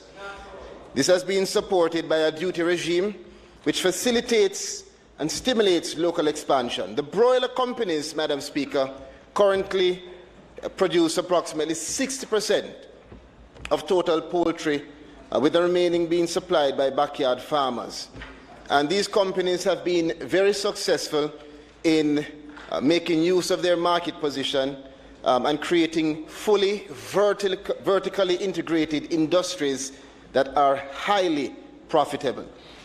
Notwithstanding, the global pandemic has left no one without impact. And the ministry, in that regard, has been vigorous in continuing and in constantly keeping in dialogue with these companies with a view to navigating these challenging times and ultimately to mitigate the negative impact of price increases for raw material inputs. Madam Speaker, colleagues, the agriculture sector has not been spared the negative impacts of COVID-19, with the pervasive logistics challenges within the global trade for commodities that have resulted in severe supply chain bottlenecks and delays. These supply chain bottlenecks and disruptions are coupled with labor shortages, increased costs for transportation, increased costs for packaging materials, for grains, for feed, and of course, baby chicks. This is a reality that we face, and any member of parliament in rural Jamaica will be able to tell you that they understand the concerns of small farmers and those householders that have been facing enormous delay. It is important then for us to note that roughly 75% of the eggs used to provide baby chicks for the industry are imported, with Jamaica Broilers being the only broiler company with a local hatchery, and they are only able to produce approximately 40% of their own fertile egg needs. What this means is that we have a situation that has resulted in individual and contract farmers finding it increasingly challenging to source baby chicks for both broiler and layer operations. So, Madam Speaker, the aforementioned challenges then have given rise, as we know, to unprecedented increases in prices locally for animal protein, especially poultry products, with the price of locally produced chicken meat increasing by approximately 17% over the last 12 months, moving from an average of 530 per kilogram to just under 620 per kilogram currently. Madam Speaker, it is instructive then to mention that chicken meat is one of the most versatile and affordable proteins, especially for the most vulnerable in our society. And therefore, any increase in the prices paid for the inputs that go into the productive process will invariably be passed on to consumers. That means every Jamaican household is impacted. This situation is further compounded, Madam Speaker, by the fact that there has been a decrease in the import of chicken back, a critical source of affordable protein, especially for the persons who have limited disposable income. And this shortage of supply has resulted in the price for chicken back now competing with the whole chicken. Madam Speaker, the reality, everything is competing. The reality is that in most countries, the demand for raw material inputs, food, and finished goods has surged ahead of the available supply. Additionally, importers have reported that the transshipment charges for freight have risen in excess of 300%, in some cases moving from 3,000 US to 11,000 US. Madam Speaker, this also has impacted the price and availability of substitute products such as turkey necks, chicken feet, chicken necks, and offal. I had to call Mr. Green to see what offal was. That's the internal organs of the animal used as food. I'm learning, Minister Witter. Other fluctuations indicating the rising cost, the rising cost of fuel have contributed, Madam Speaker, significantly to to the erosion of many Jamaicans' purchasing power relative to where we were 3 years ago. This is our reality. This is what we are confronting. But let me assure our farmers and consumers that the Ministry of Agriculture and Fisheries takes this situation seriously, and we have been in dialogue with the relevant stakeholders in the poultry industry with a view towards implementing strategies to reduce the level of increase that is passed on to consumers. We are aware that these issues, if not addressed, could lead to further increases for poultry products, and as a result, the Ministry is exploring several practical solutions within the short to medium term to mitigate further increases and to work with all stakeholders to continue to ensure the sustainability of our food supply. Madam Speaker, our responsibility to the Jamaican consumers requires us to take steps, if necessary, to ensure the availability of affordable and nutritious protein, and we will not hesitate to act expeditiously to put measures in place. Let that be a warning. Madam Speaker,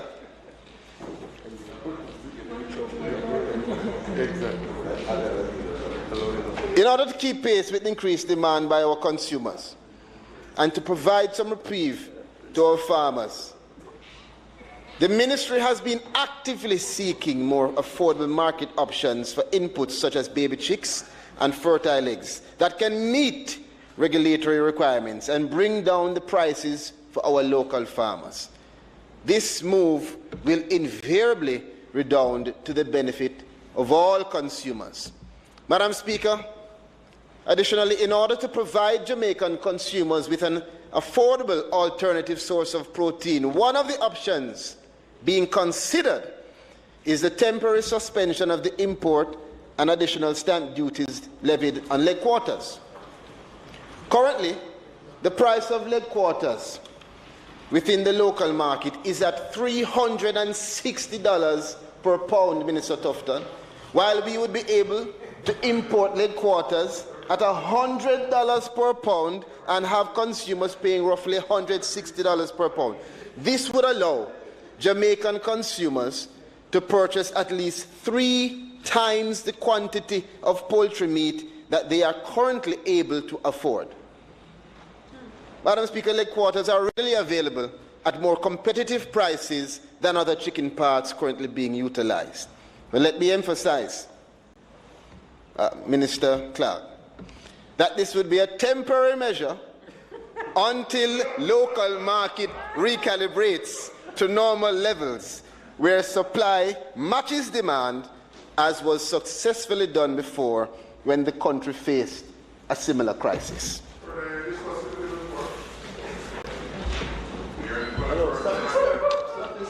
Madam Speaker, the world is feeling the impact of the pandemic, including our Jamaican households, and so we have a responsibility as a government to do everything that is necessary to ease that burden.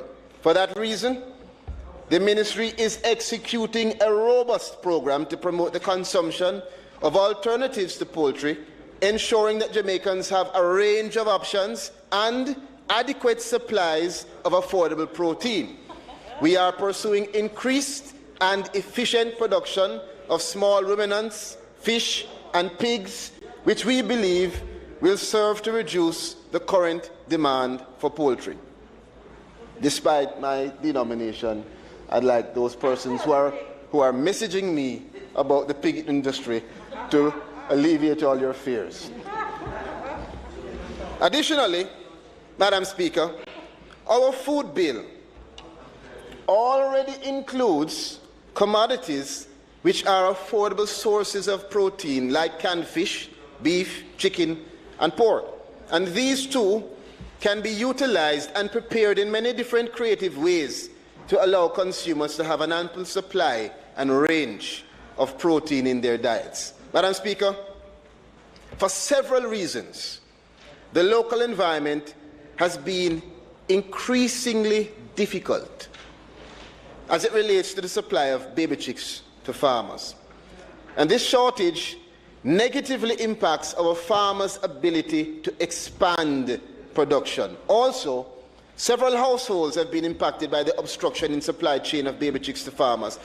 And the bottom line, Madam Speaker, is that this is a vexing issue, particularly for the small chicken farmers and the householders who, during this pandemic, have seen this production opportunity as a means to supplement their families' income and diet. The ministry then will do all it can to create the environment where competition drives the market to redound positively, to the benefit then of our farmers and by extension to the benefit of the sector. Madam Speaker, every challenge creates an opportunity, and today I'm sending a message to all interested parties that we will be facilitating the entry of investors willing to take up the business opportunity to supply the local market with baby chicks. Likewise, the ministry will be examining mechanisms and incentives to make the sector more attractive for investors to invest in the local processing and growing of birds. Madam Speaker, if anything else, the pandemic has taught us the importance of self-sufficiency and the need to develop ways to be sustainable. And so, as we seek to identify sources of low-cost feed for our poultry farmers, we have also mandated our Research and Development Division that I sat down with today to carry out investigations in conjunction with private stakeholders to identify opportunities and to develop formula for feeds that will possibly be cheaper and utilize our local raw materials as alternatives, supplements, or replacements. Critical to achieving the aforementioned is for the research to enable the identification of ways for us to utilize our local assets, to identify supply from other jurisdictions, to discuss then with regional and international partners, where can we get the best quality at the most affordable cost? And, Madam Speaker, investing in the long term in Jamaica's potential to develop its own products that will not only assist us, but open export opportunities regionally and internationally. Finally, in order to ramp up production locally, the ministry will also seek to encourage competition within the poultry sector, Madam Speaker, by incentivizing the investment in the local processing facilities for new entrants. Now more than ever, I believe all colleagues, Minister Witter, can agree. Food security is of critical importance, particularly given the complications of global shipping brought about by COVID-19. We expect that the current phenomenon can and may very well reoccur in the future. And therefore, steps will be taken to ensure that Jamaica is prepared, to be ready as it relates to our food security should there be a repeat. We have heard the complaints of our farmers regarding the increased prices in fertilizers and the inability to secure baby chicks, among other things.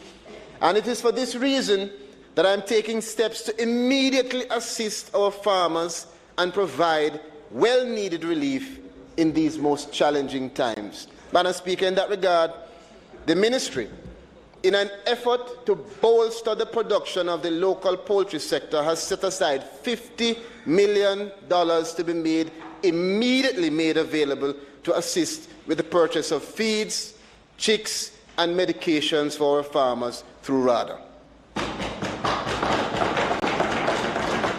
This is critical, Madam Speaker, as they continue to ensure our food security.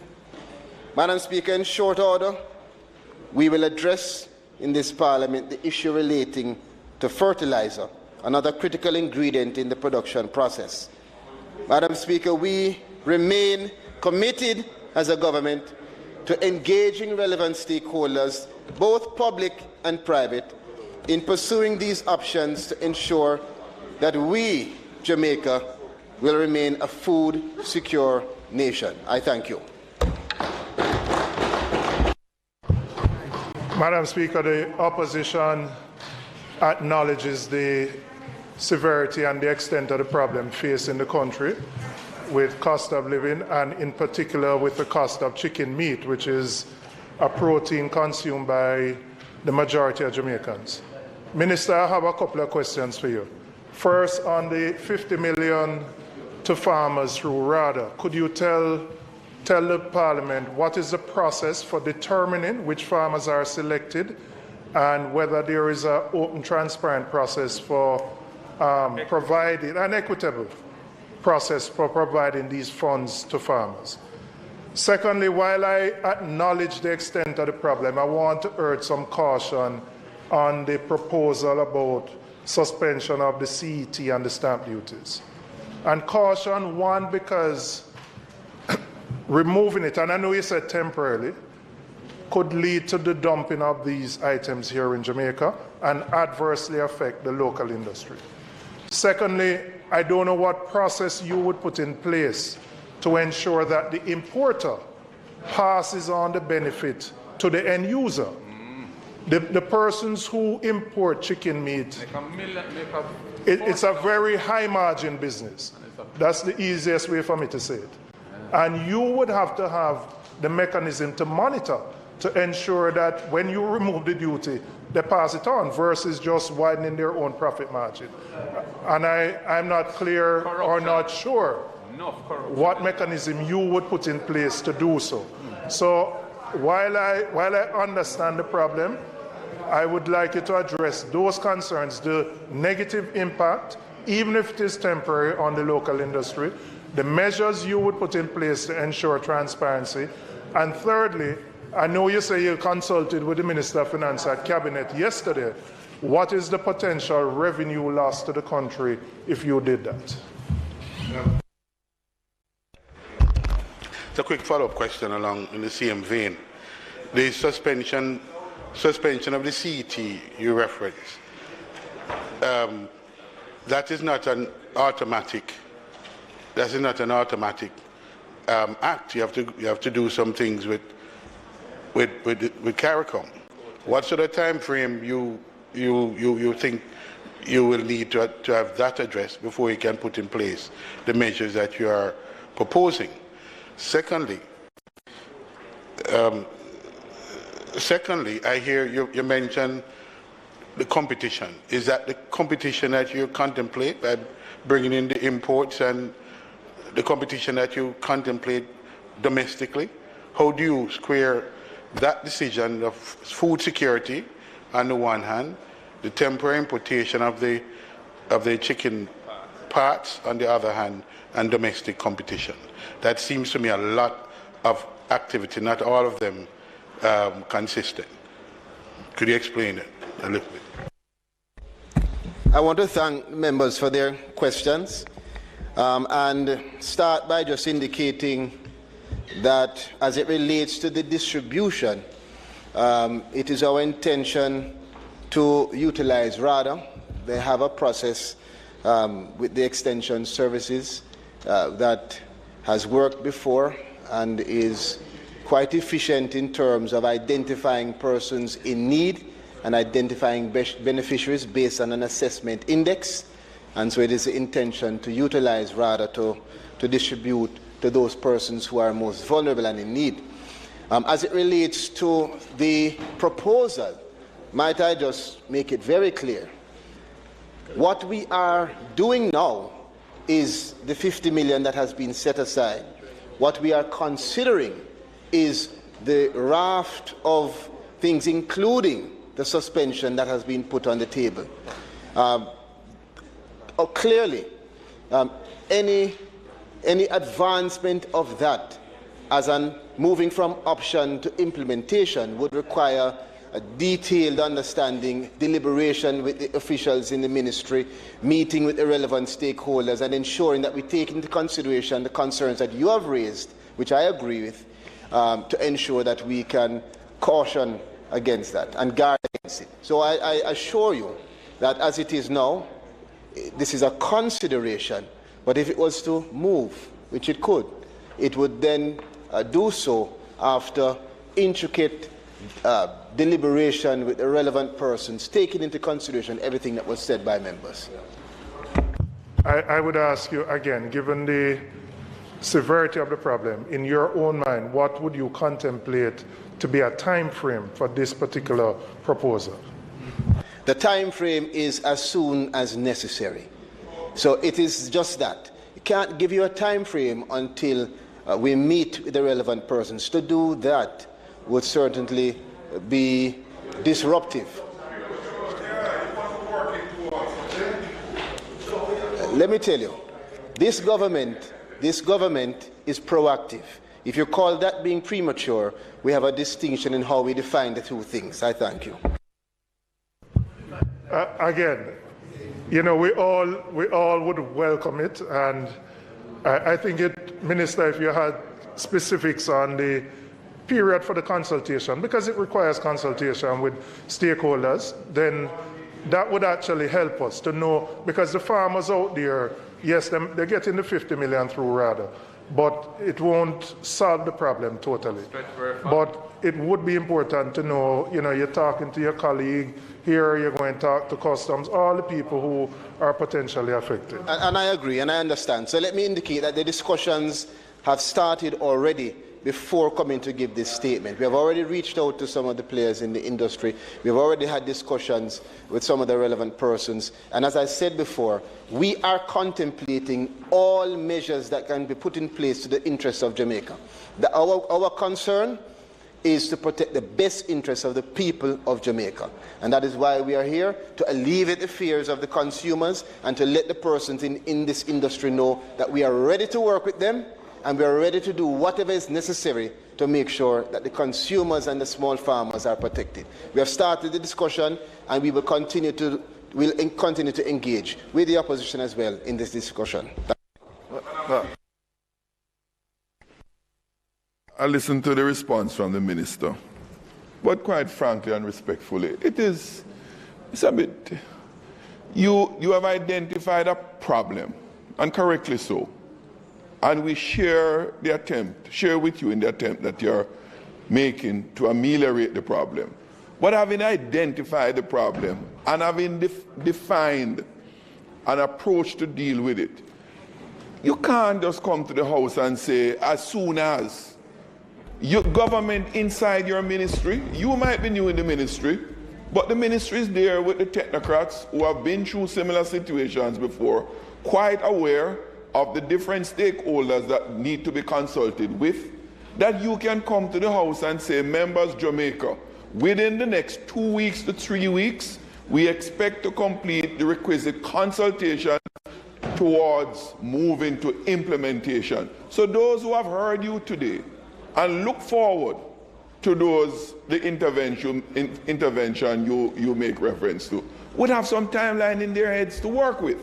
It's not just stringing them along to say something will come, but you don't know when. I want to thank you for your comments. I'm certain that you know that the words that you used are not mine.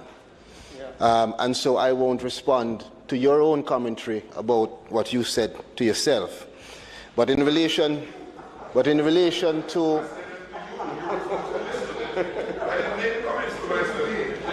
you made a comment to me using your own words, which were not reflective of mine.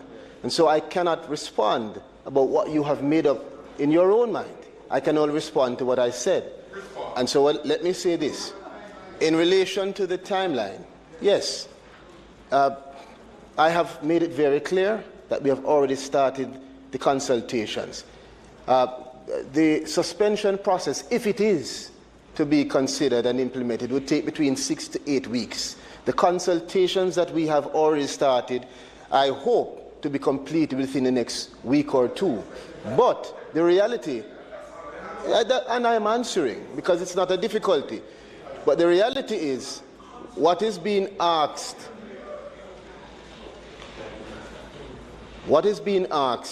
of me in specifics I cannot give you a specific timeline. So the estimate that I can give you is what I said a while ago. It may take longer. So the prudent thing to do is to say to you that we will do whatever is necessary to protect the interests of the people of Jamaica. And we will be in conversation with the opposition shadow spokesperson as well to ensure that this is a discussion that is not one that's seen in any way other than being a national discussion on a national issue. So I thank you for your commentary, and I hope that that satisfies what you are trying to probe. Indeed, without the convoluted comments, it does give a specific timeline, which is all that was being asked for. Madam Speaker, Minister, from your presentation, what I glean is that we've developed a local poultry industry over past 3 or so decades successfully, supported by a duty regime that facilitates local expansion. 60% of the total poultry production is with the broiler companies, and we know we have 2 dominant broiler companies in particular, and the others are backyard farmers. That because of supply chain and other problems, other prices internationally, local chicken meat has gone up by 17%. And the proposed response to that, to help consumers, is to remove or reduce the duty protection that the local industry enjoys so that the chicken parts, leg quarters, can be imported from overseas at a price which we don't know how will be passed through to consumers ultimately. And that's a very dicey business right there, because that's hard to monitor, and it could be a gold mine for those who get those import permits. I was going to suggest that you consider, rather than asking the Minister of Finance to give up revenue by dropping the duties, if you can quantify what estimates you anticipate you would need to import, and therefore how much revenue you're asking him to forego. It may be better to help the local industry, which doesn't seem to have a production problem, it's a pricing problem, by using those resources to support some kind of subsidy for a temporary period that they would guarantee would reach consumers. And they have leverage in the marketplace locally as the main source of poultry.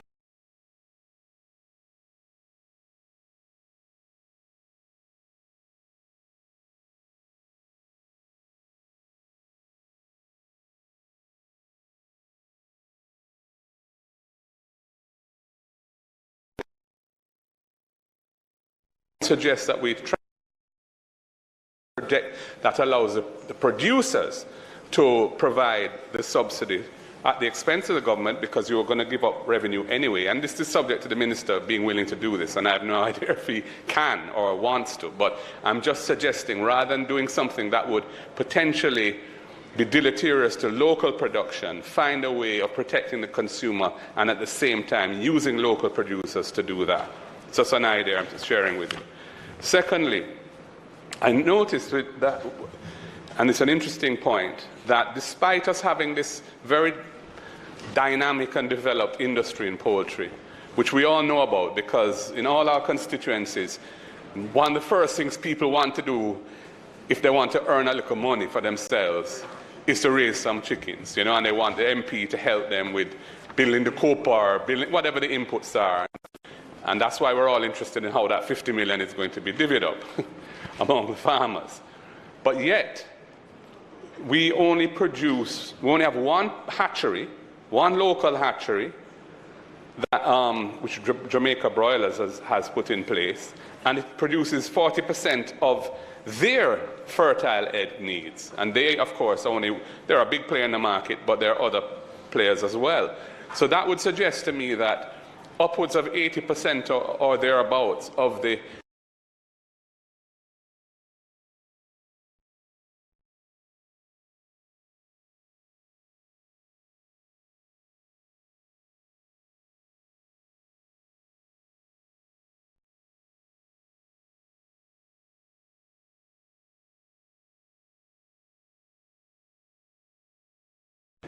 can surely come some responsibilities. And I would say that food security locally in their industry is one of the things that they ought to be encouraged. And you have significant leverage because of the duty protection that they have to quickly and rapidly scale up that local production of baby chicks. Because I cannot see why, and there may be good reasons, but on the face of it, I cannot see why only 20% or thereabouts of the baby chick needs of Jamaica's producers are produced locally. And I know that certainly my constituents often have to wait very long periods of time to get an order filled for baby chicks that they want to raise, and I'm sure other MPs may have experienced that. So this is something I would really encourage you to negotiate with them at this time when the consumer is bawling and they know it, because they've just increased prices by 17% over the last 12 months, Minister. I think you need to come back again to the House when you have a bit more clarity on the way forward. I appreciate that you wanted to respond, because obviously this is something which has just been announced a couple of days ago and everybody's up in arms about it. But quite frankly, at this stage, there are a lot of questions that you can't answer, which I understand. And you've indicated how you propose to proceed, so I'm asking that when you have more clarity, you come back to us and shed further light on this very important issue at that time. Thank you, Madam Speaker.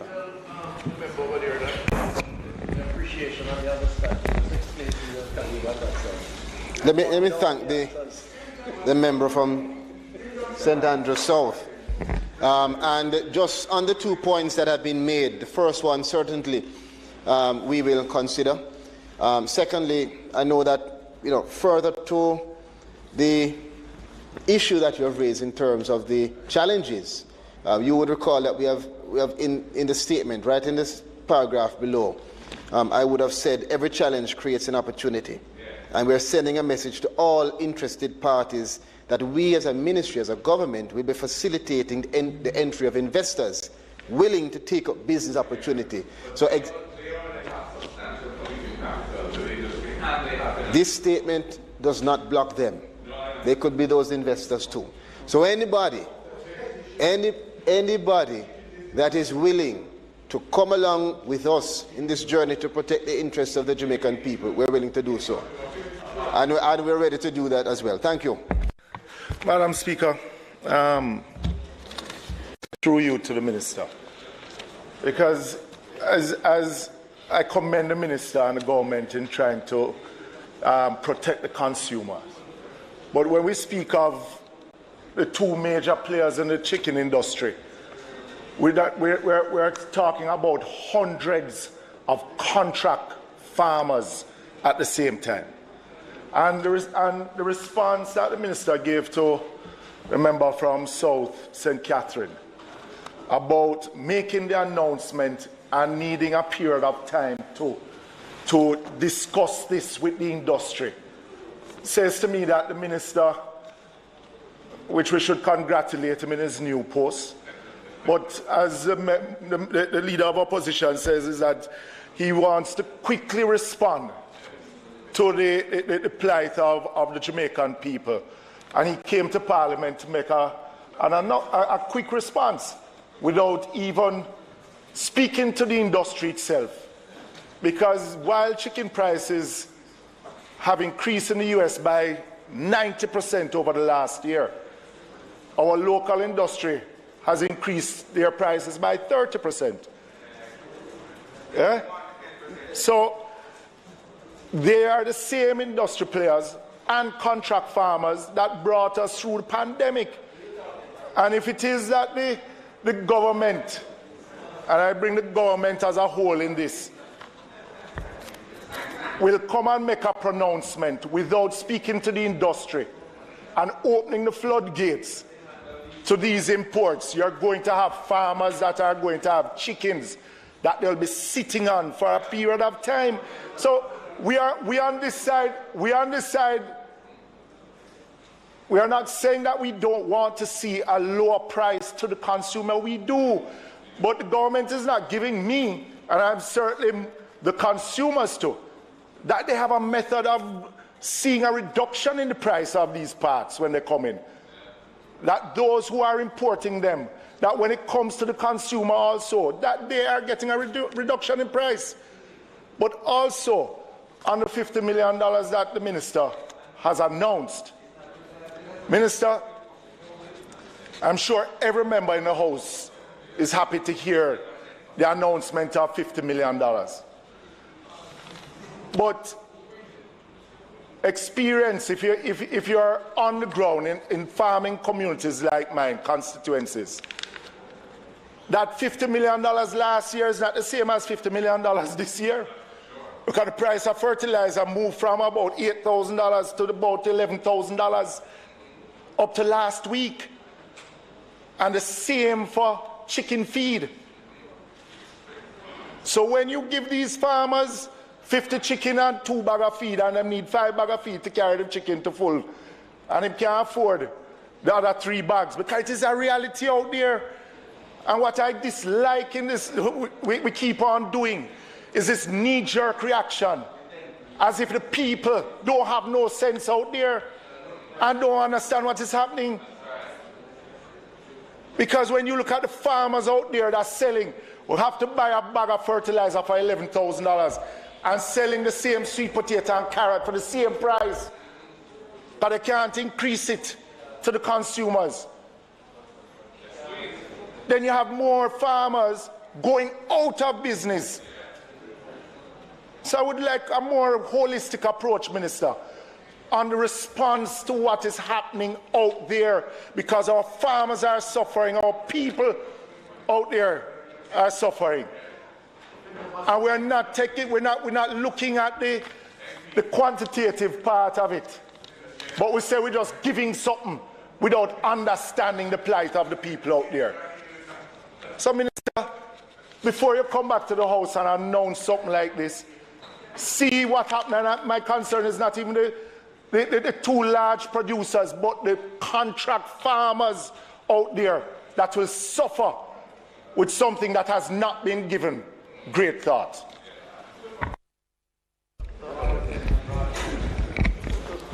Madam Speaker, this being the final comment, I am assuming, it becomes increasingly difficult to respond to questions that are inaccurate representations of what I said.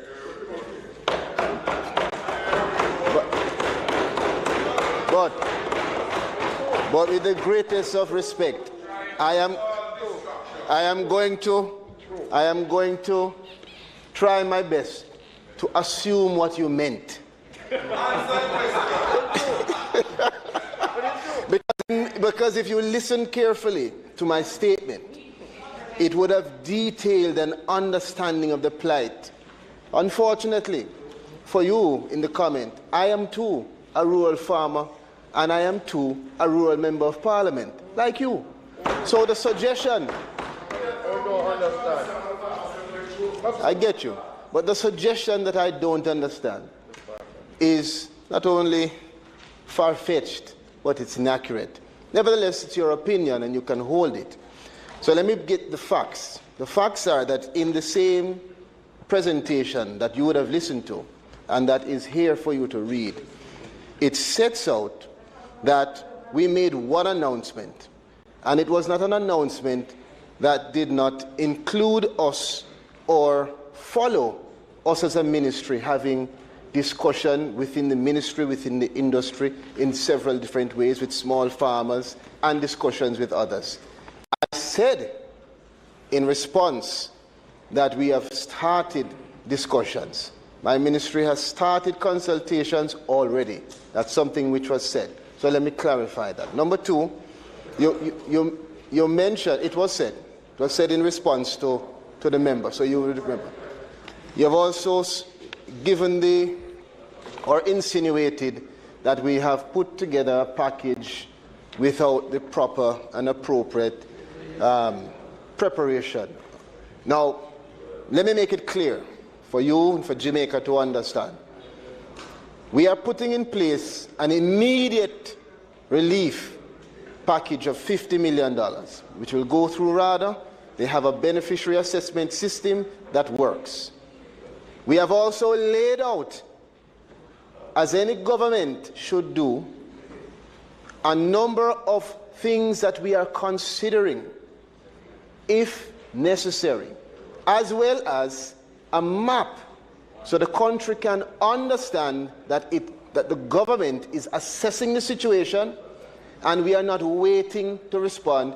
We are telling you that we are assessing it, what we are assessing and where we are projecting, so that there can be certainty in the market and certainty and confidence in the small farmers that the government is doing what is necessary.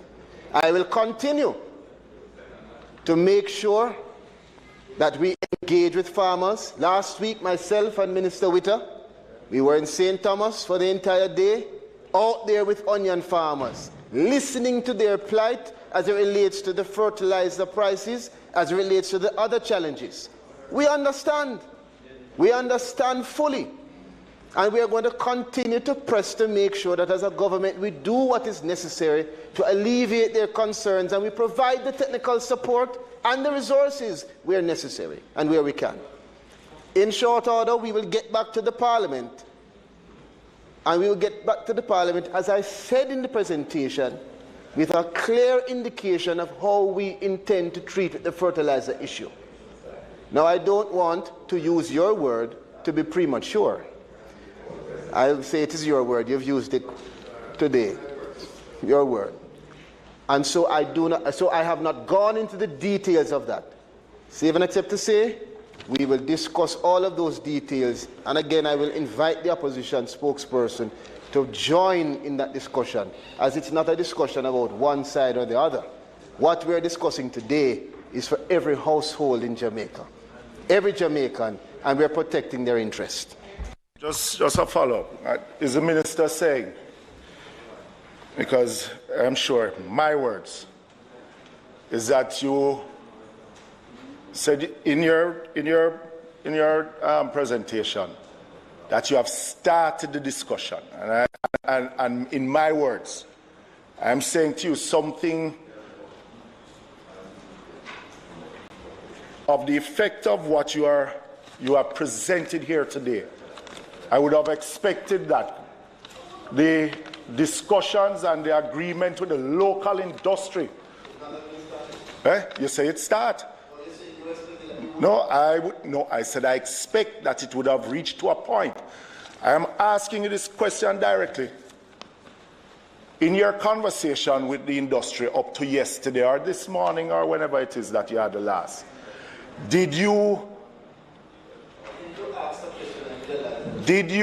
I'm just asking, is that a yes or no?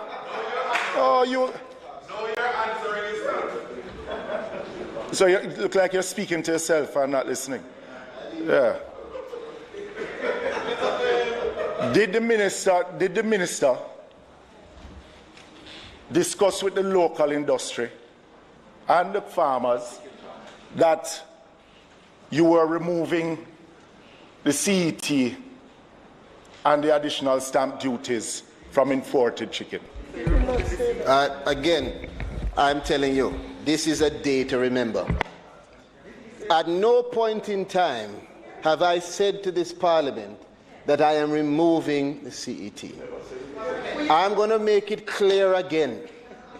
The one thing that we have said as a government that we are doing now for the farmers is putting in place a $50 million package of relief right now.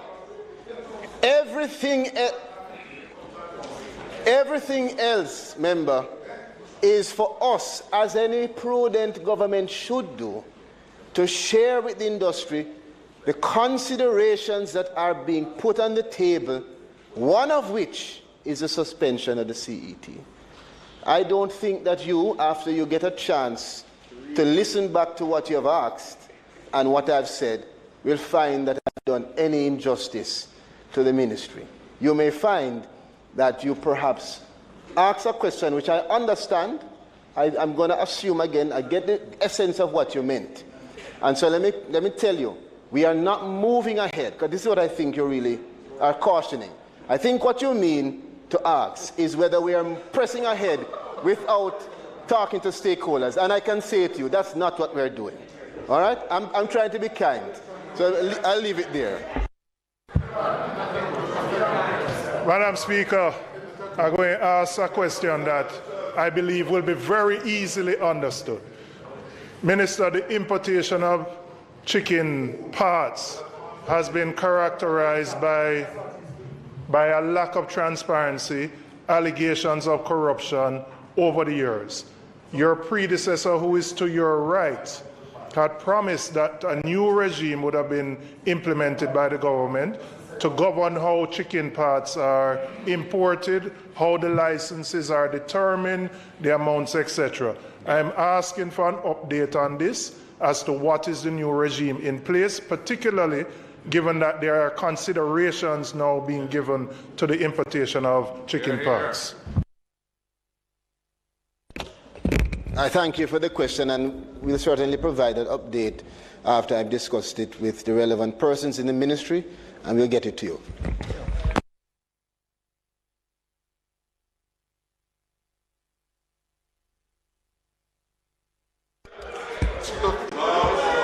Members, announcements.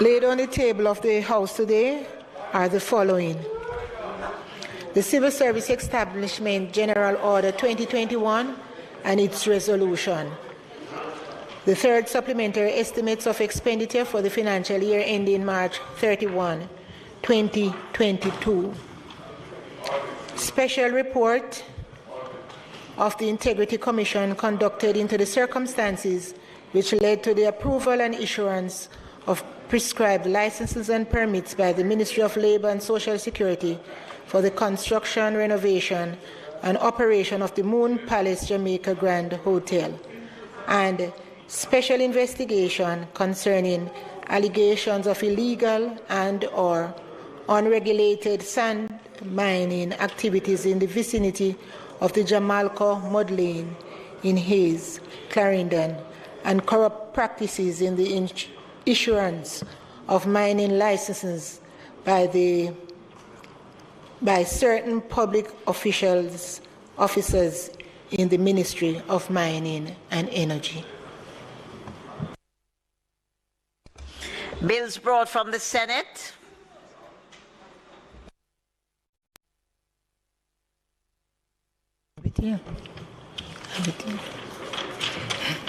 The following is a message from the President of the Senate.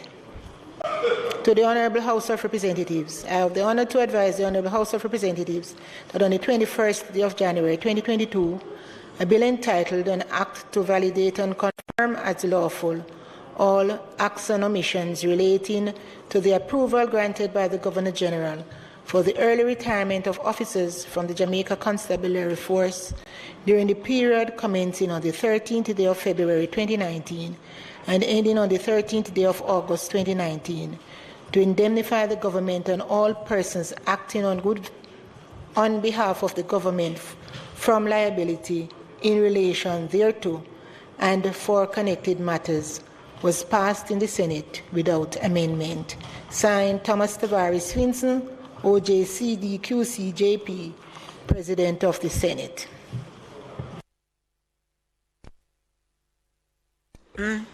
Papers, reports from committees, notices of motions given orally. Madam Speaker, I beg to give notice that at the next meeting of the House I will move, whereas subsection 1(g)(i) of section 41 of the Constitution of Jamaica requires a member of this Honorable House of Representatives to vacate his seat if any firm in which he is a partner or any company of which he is a director or manager becomes a party to any contract with the Government of Jamaica for or on account of the public service, or if he continues becomes a partner in a firm or a director or manager of a company which is a party to any such contract. And whereas the Member of Parliament for Clarendon Central is chairman of LMH Publishing Limited, which is engaged in the book publishing and distribution industry. LMH Retail Limited, a retail concessionaire, and LMH Distributors Limited, trading as the Book Nest, a supplier of books, stationery, and school supplies. And whereas the aforementioned entities may from time to time enter into contracts with the government of Jamaica and its affiliate agencies, and whereas the member has disclosed his interest in these entities, be it resolved that this motion be referred to the Ethics Committee of the House of Representatives for the consideration and report. Madam Speaker, I further beg to give notice that at a later stage today, I will move for the suspension of the standing orders to enable me to take this motion. Madam Speaker, I beg to give notice that at the next meeting of the House, I will move to introduce and to have read a first time a bill shortly entitled The Representation of the People, Postponement of Elections to the Municipal Corporations and City Municipality Act 2022. Madam Speaker, I further beg to give notice that at a later stage today, I will move for the suspension of the standing orders to enable me to introduce the bill and have it read for a first time, to give notice of and to take the second reading and to take it through all its concluding stages. Mr. Clerk. Madam Speaker, I beg to give notice at the next meeting of the House, I will move the Civil Service Establishment Act, the Civil Service Establishment General Order 2021 Resolution.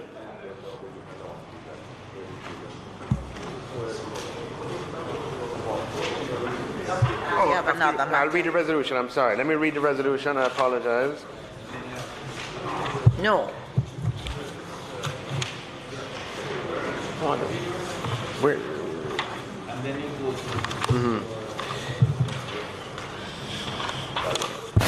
The Civil Service Establishment Act, the Civil Service Establishment General Order 2021 Resolution.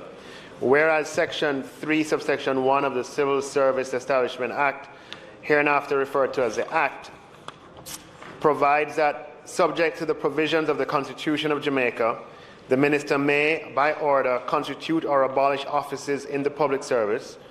And whereas Section 3, subsection 2 of the Act provides that an order made under Section 3 of the Act may from time to time determine the numbers of any office specified thereunder, B, determine the emoluments to be attached to any office, and C, make such incidental, consequential, and supplemental provisions as the Minister thinks necessary or expedient to give full effect to the order. And whereas Section 3, subsection 3 of the Act provides that an order under Section 3 of the Act may provide that it shall have effect from such date not earlier than the first day of February 1976, as may be specified therein. And whereas Section 3, subsection 4 of the Act provides that an order made under Section 3 of the Act shall be subject to affirmative resolution of the House of Representatives. And whereas on the 9th day of December 2021, the Minister made the Civil Service Establishment General Order 2021, now therefore be it resolved by this Honourable House as follows. 1. This resolution may be cited as a Civil Service Establishment General Order 2021 Resolution. 2. The Civil Service Establishment General Order 2021 Resolution, which is laid on the table of the House on the 25th day of January 2022, is hereby affirmed. Madam Speaker, I also beg to give notice that at the next meeting of the House, I'll move the following motion. Be it resolved that the third supplementary estimates of expenditure for the financial year ending March 31st, 2022, which was laid on the table of the House on the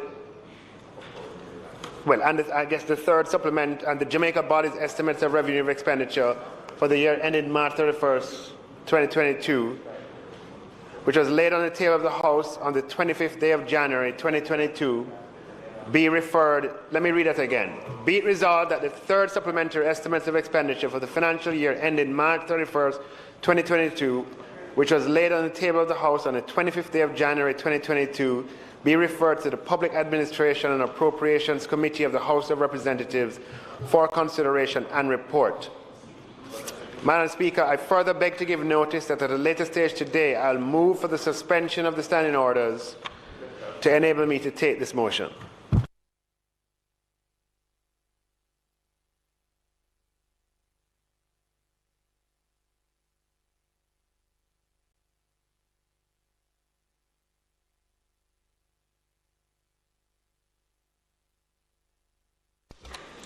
Questions and answers to questions? Madam Speaker. Madam Speaker, the time being after 3:15. 3:15, yeah? The time being after 3:15, I beg to move that the time be extended to allow for members to answer questions. Members, the question is that it is now 4:31, which is after 3:15, that the time be extended to allow for the item questions and answers to questions. Those in favor? Those against? Those against? The ayes have it.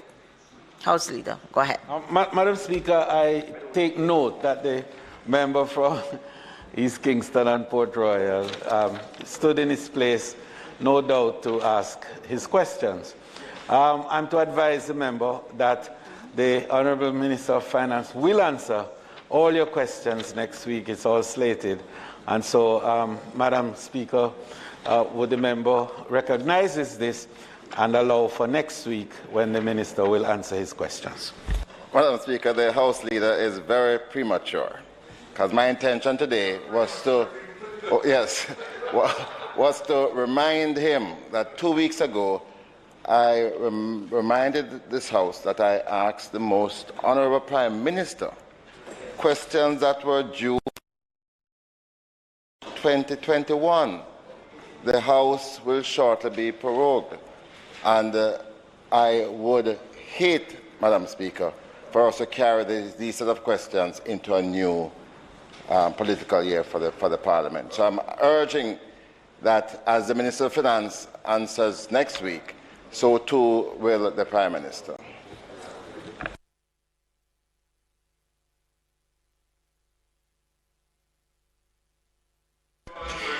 Motions that may be made at the commencement of public business requiring notice. Motions relating to sittings of the House. Motions for leave to introduce bills. Presentation of bills without leave of the House first obtained. Public business. Madam Speaker, on the matter of public business, there are the motions that I gave notice to earlier will be asked for approval, and then the Minister of Local Government will take the bill in his name, followed by the Minister of Finance dealing with the matters relating to the Civil Service Establishment Order, as well as the supplementary estimates. The member is saying that he would defer to next week to deal with the Civil Service Establishment Order, while the supplementary estimates would be taken this week. And then, Madam Speaker, it is intended to allow for the continuation of the debate on the report of the Joint Select Committee appointed to consider the report of the motions for the proposal that the city municipality of Portmore becomes the 15th parish of Jamaica. And finally, the report of the Joint Select Committee appointed to review the Law Reform Zones of Special Operations, Special Security and Community Development Measure Act 2017. May it please you, Madam Speaker. So, Madam Speaker, I now move for the suspension of the standing orders to enable me to take the motion in relation to referring the member to the Ethics Committee, notice of which I gave earlier, be received. May it please. Members, the question is that standing orders be suspended to enable the House Leader and Minister to take the motion, notice of which was given earlier. Those in favour? Those against? The ayes have it. House Leader. Madam Speaker, I now beg to move that the motion be approved.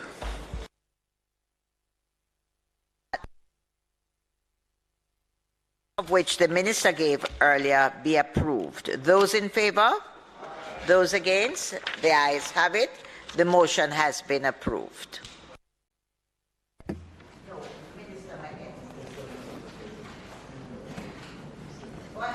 Madam Speaker, I now move for the suspension of the standing orders to enable me to introduce and have read a first time a bill shortly entitled the Representation of the People, Postponement of Elections to the Municipal Corporations and City Municipality Act 22, to give notice of and to take second reading and to take it through all its concluding stages.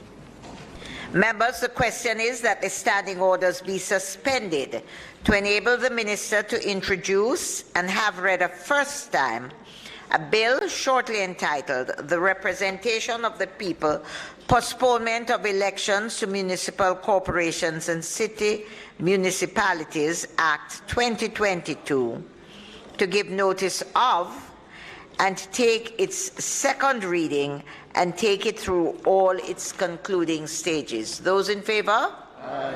Those against? The ayes have it. Madam Clerk.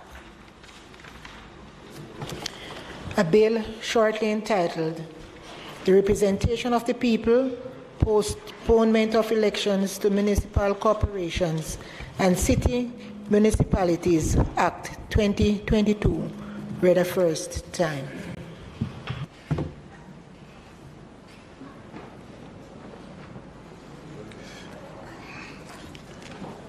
Madam Speaker, I beg to give notice of the second reading of the bill. At which point you can start your debate, Minister. Thank you, Madam Speaker. Madam Speaker, just over 14 months ago, on the 24th of November 2020, this Honourable House passed an amendment act to temporarily modify the Representation of the People's Act in order to postpone the holding of the general elections for members to serve on the respective councils of municipalities, corporation, and a general election for the mayor of Portmore City Municipality. As the country is aware, this became necessary because of the public health emergency posed by COVID-19, as well as the need for recovery from the extensive rains in that year. Madam Speaker, the Amendment Act therefore created a special extension period for the holding of local government elections to the last day, which is February 27, 2022. Unfortunately, Madam Speaker, the reality today is that the pandemic continued to severely test every aspect of national life. And despite the latest signs of a slowing down, it is important that we maintain and to recognize that the dangers still exist, Madam Speaker. A comparative analysis will reveal that in 2020, Madam Speaker, there are more Jamaicans now in hospitals than in 2020.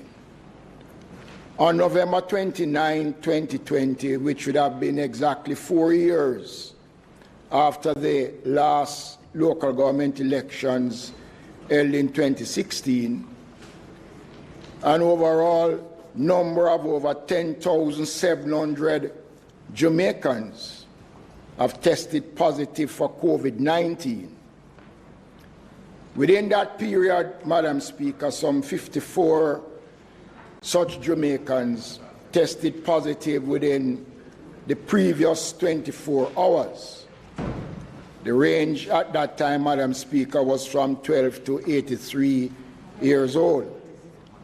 70 Jamaicans were in hospital, 11 moderately ill, 9 critical, and 773 persons caught the virus through local transmission at the time when community spread was just emerging in the country. Madam Speaker, the unwelcome picture today is significantly worse this year than it was in 2020. So as of January 23rd, the overall number of Jamaicans impacted by COVID-19 is over 120,000. And Madam Speaker, it is significant to note that since August 2021, over 1,117 people contracted the virus within a 24-hour period. And again, Madam Speaker, just for some information, the age is from 7 days to 103 years old. Our bed capacity has been virtually wiped out, Madam Speaker, with over some 500 persons in our hospitals. But back in November, Madam Speaker,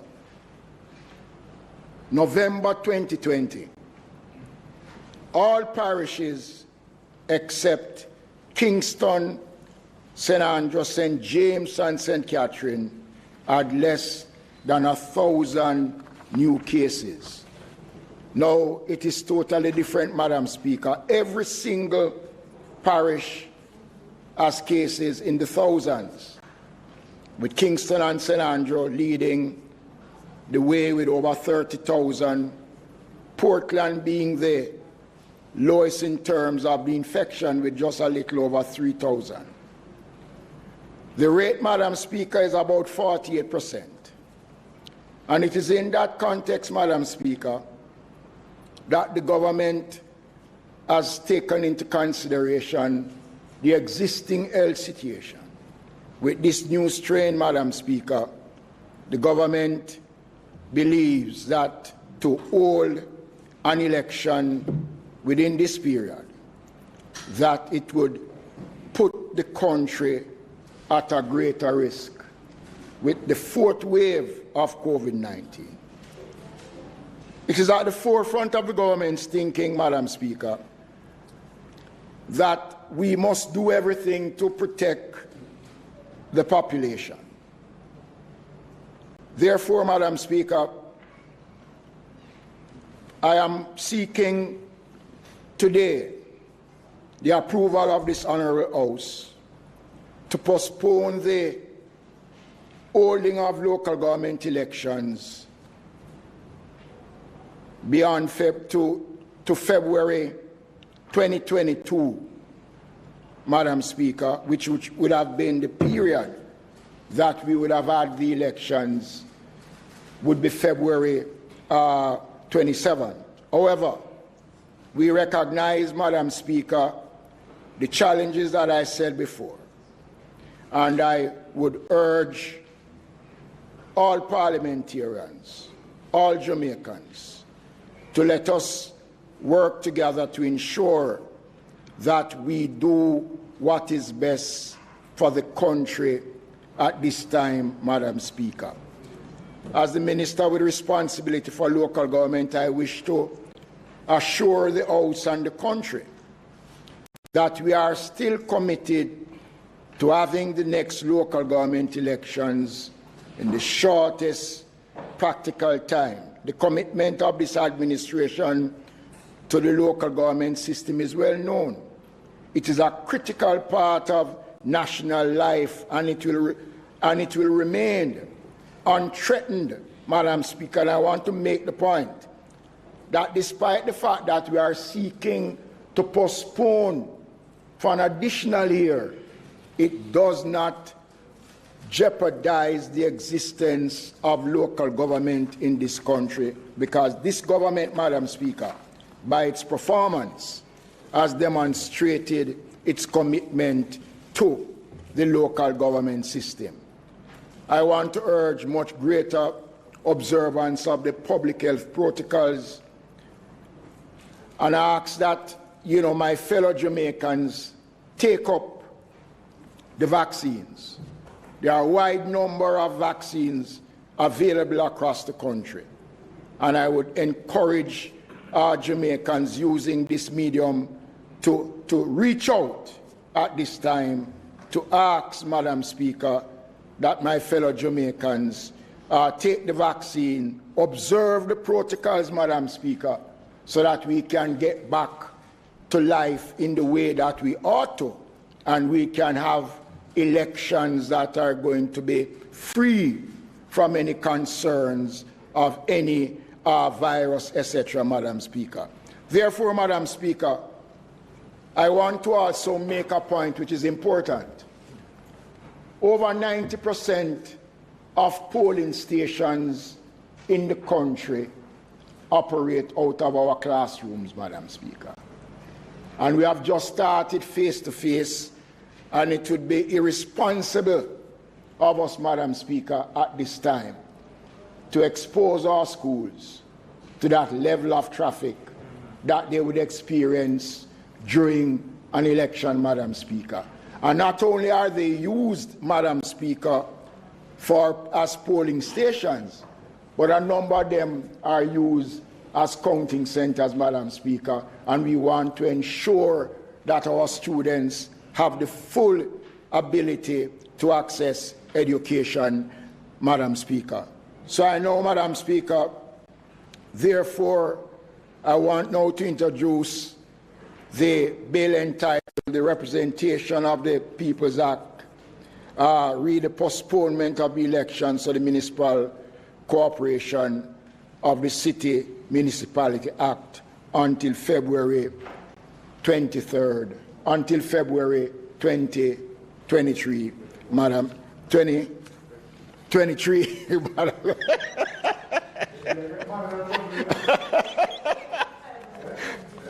Madam Speaker.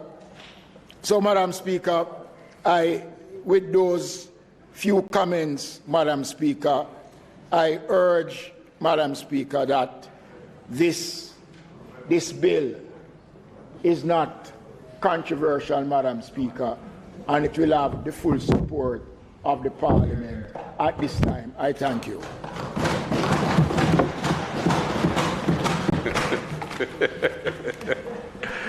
Minister, I like that ending. Madam Speaker,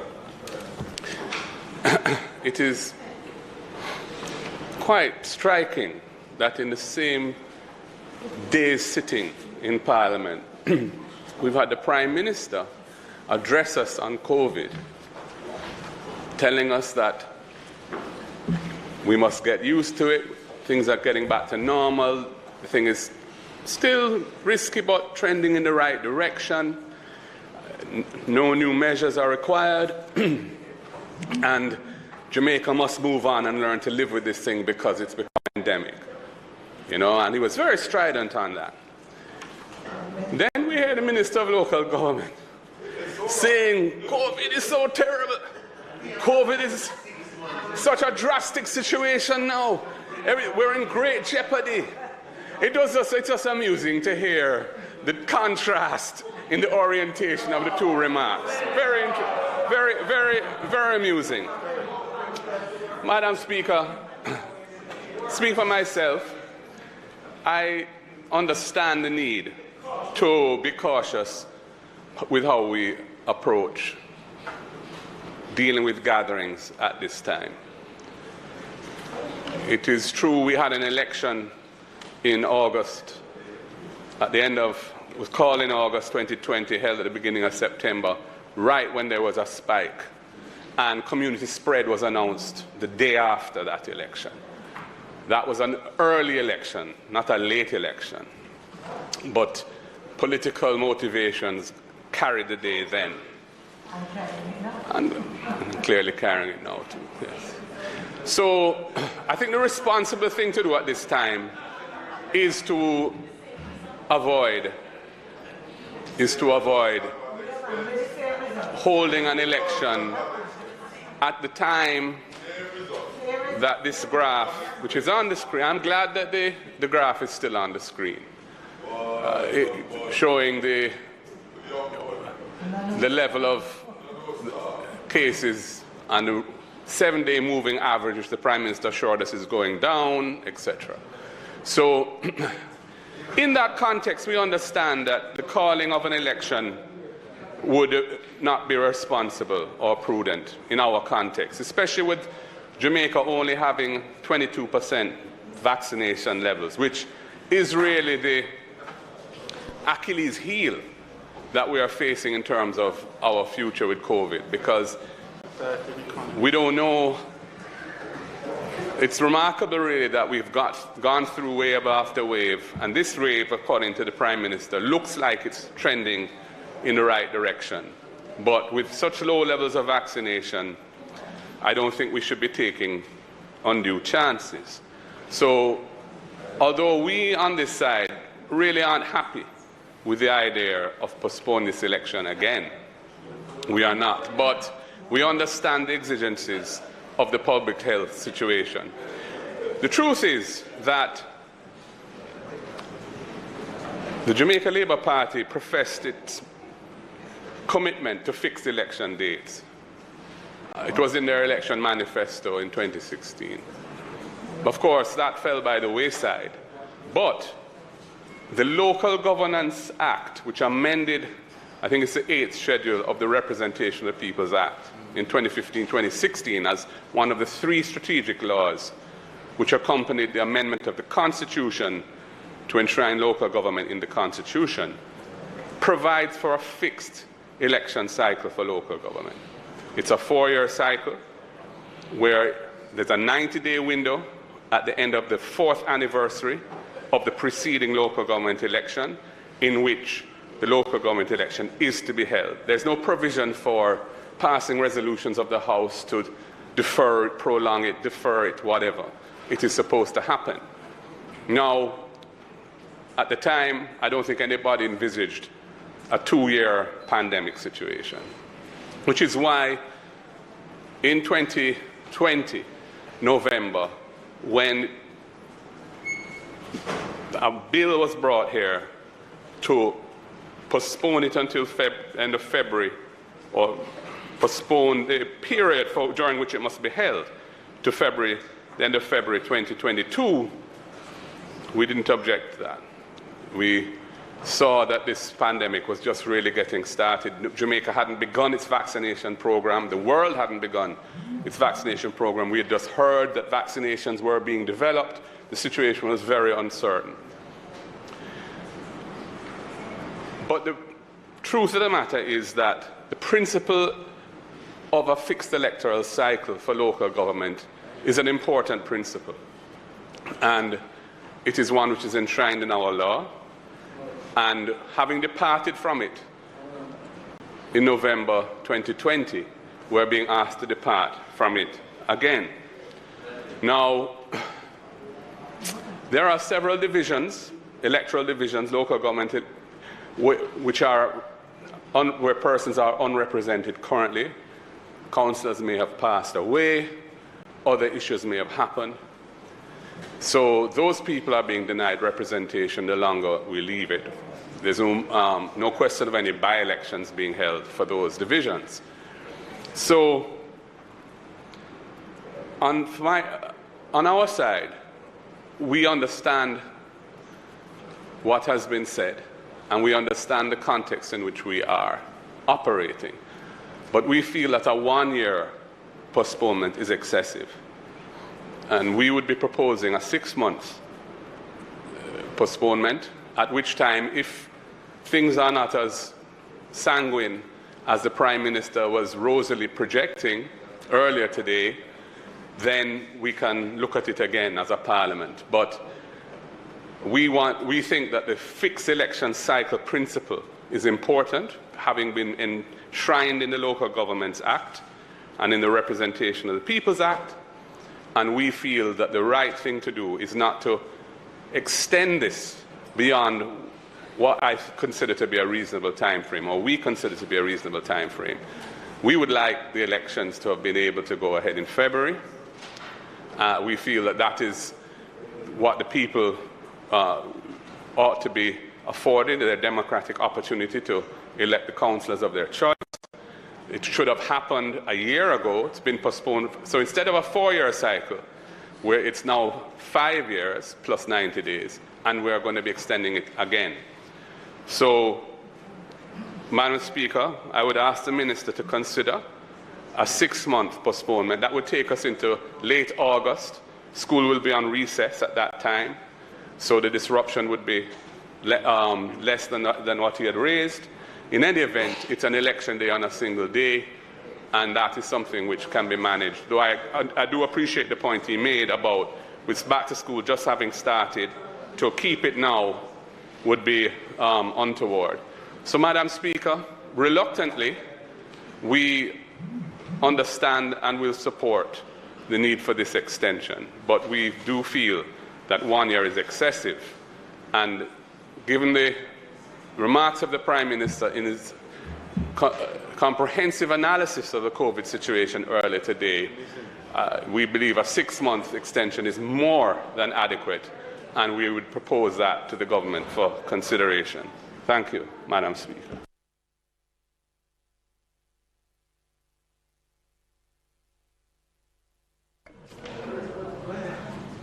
Yep. Thank you, Madam Speaker. Madam Speaker, I was tempted to remain seated and to say, I just said nothing else. However, given some of the comments I heard, when one mentioned that an election was held in 2020 at the heights of a spike, and that in fact, right as it was finished, the announcements were made, then we would have heard, yes man, same thing, same results. Which says to me very clearly that this is not simply about the COVID spike. Precisely, when I look at the Memorandum of Objects and Reasons and I see that the postponement is necessary due to 2 reasons. A, the impact of SARS-CoV-2, coronavirus COVID-19, on the Jamaican society and economy. B, the increased risk of exposure by the Jamaican electorate to SARS-CoV-2, coronavirus COVID-19. And I reflect on what the member of South St. Andrew just said about the clear, convincing arguments laid by the Prime Minister about this new normal in which we live and why it is important for us to get used to it and to live through it and to make sure we get to normal living. And then to hear this on the other hand, I'm not convinced. All of a sudden, I now have to take a second look and listen more carefully at the arguments being given. And that is why, back in 2020, many persons thought that the decision was politically motivated. And I must admit that I find myself there as well. Not sure exactly what the political motive is, but not sure exactly what the political motive is. But what I do know, hold on, what I do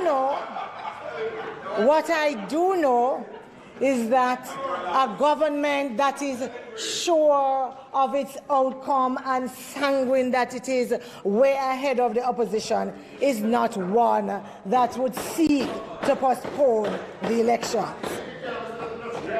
I do. I say that with the smile I always wear. I say that with the smile I always wear. And I say that from the purest of heart that I always carry. I say to you, Madam Speaker, that the strategic laws really and truly, and the minister would agree, that one of the things when we entrenched the laws was to take away the whims and fancy with which government in the past had set dates for the local government election. That was why it was done. I remember the last time that we came here for a postponement, and person said 1 whole year, and I remember very clearly the words of the minister. It is up to, so you need not worry. But here we are again. Here we are again. The 28th of February 2023 is what is being proposed. And I say to myself, if indeed COVID is the reason why we are postponing it, does the minister know more than the doctors and scientists know? Can the minister predict the next spike and what will happen over the next 12 months? Because if the minister cannot predict that, certainly in the last year there were opportunities for the elections to be held.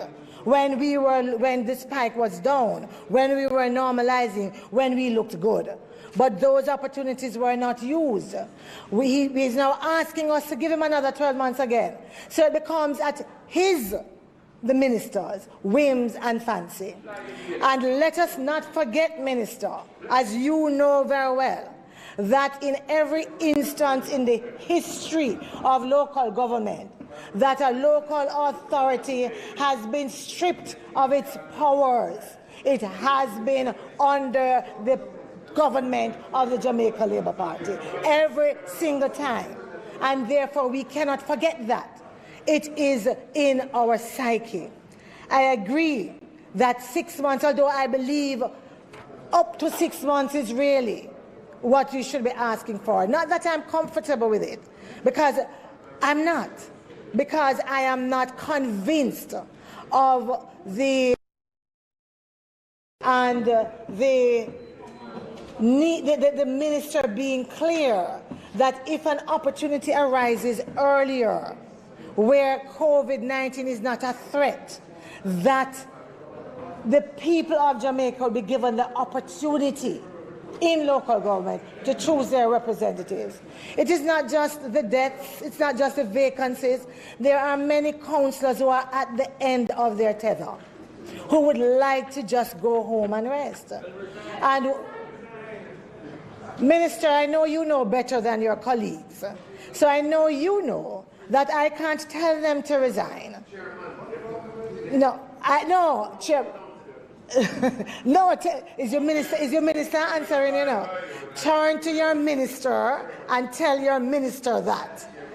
We can't tell these members to resign. We would ask them that up until the last day to give the level of representation that's required. But they too are human beings. They too have been expecting that they would have gone to the polls and they would have relinquished the position. It is not fair to the people that they are representing. And so I'm conscious of that as well. As I end, it is always the right time to do the right thing. And I believe that the political motivations should be in the background, and that what should lead us is the health of our people of that election. I am reluctantly agreeing because I'm not convinced, not because of you, Minister, but also because of your colleagues and their sotto-voce comments and their laughter at the expense of the people of Jamaica. I'm not convinced of the sincerity, but I am convinced of that tale that is told by our doctors about where we are with our hospital. So I know that there's a little room there through which you're walking. Tread carefully, Minister. Tread carefully, because this era is one where democracy is backsliding across the world. Let Jamaica not be one of those countries where democracy is also backsliding. Madam Speaker, I want to thank the leader of the opposition and the chairman of the PNP, member from Southwest St. Andrew. But Madam Speaker, I want to remind the opposition of a song. And I want them to listen to the words of the song. Minister, just allow them. There's a popular song that says, memories don't leave like PNP do.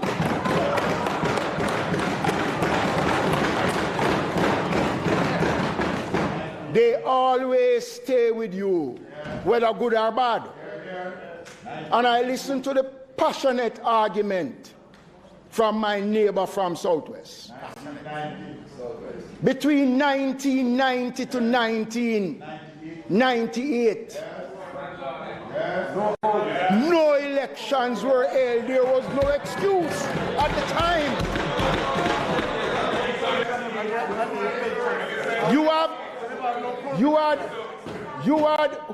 Hold on. You started it. Madam Speaker, there was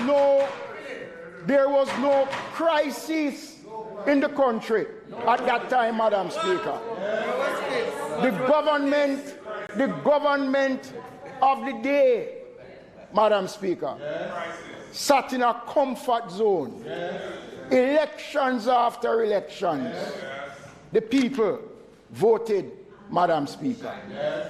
So this argument about us not allowing, Madam Speaker, is baseless. Has no merit, Madam Speaker. So let me dispense that. Memories don't leave like PNP do. They always remain with you.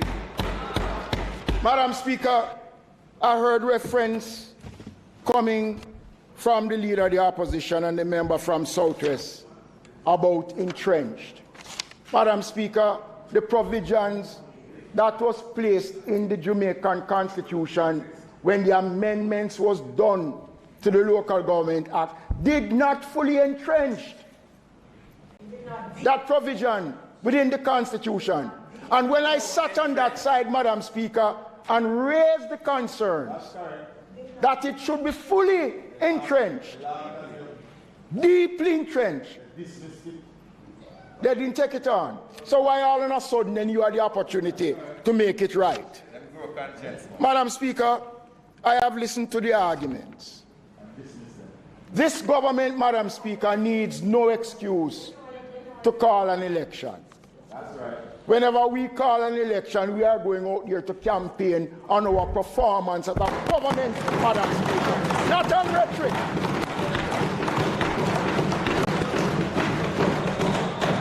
And we consider, Madam Speaker, the importance. You would like us to fly the gate. You would like it. Madam Speaker. Madam Speaker.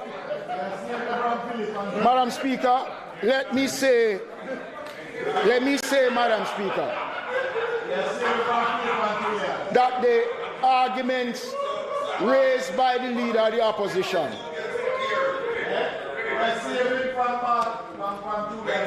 the arguments raised by the leader of the opposition about the numbers, Madam Speaker, not because, Madam Speaker, there seems to be a leveling off. We have to be a responsible government, Madam Speaker. We have to be responsible. And the most honorable Prime Minister from last year indicated, Madam Speaker, and I heard the leader of the opposition spoke about, I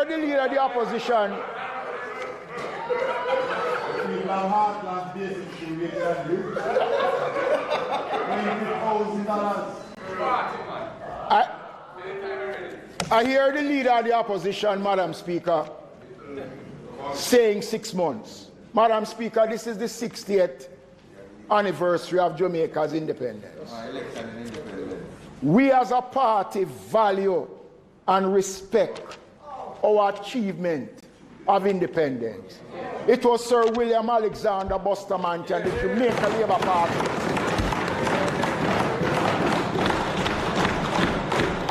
that championed the cause for Jamaica's independence.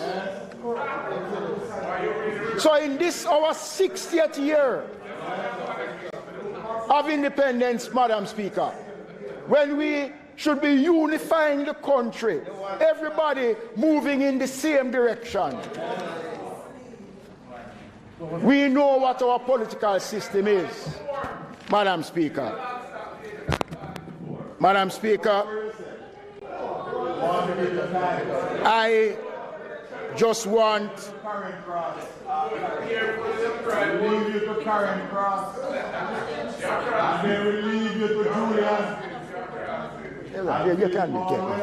So, Madam Speaker,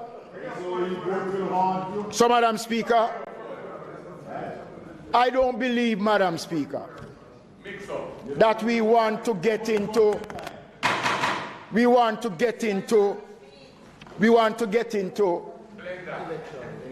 an election mode in the celebration of our 60th year of independence.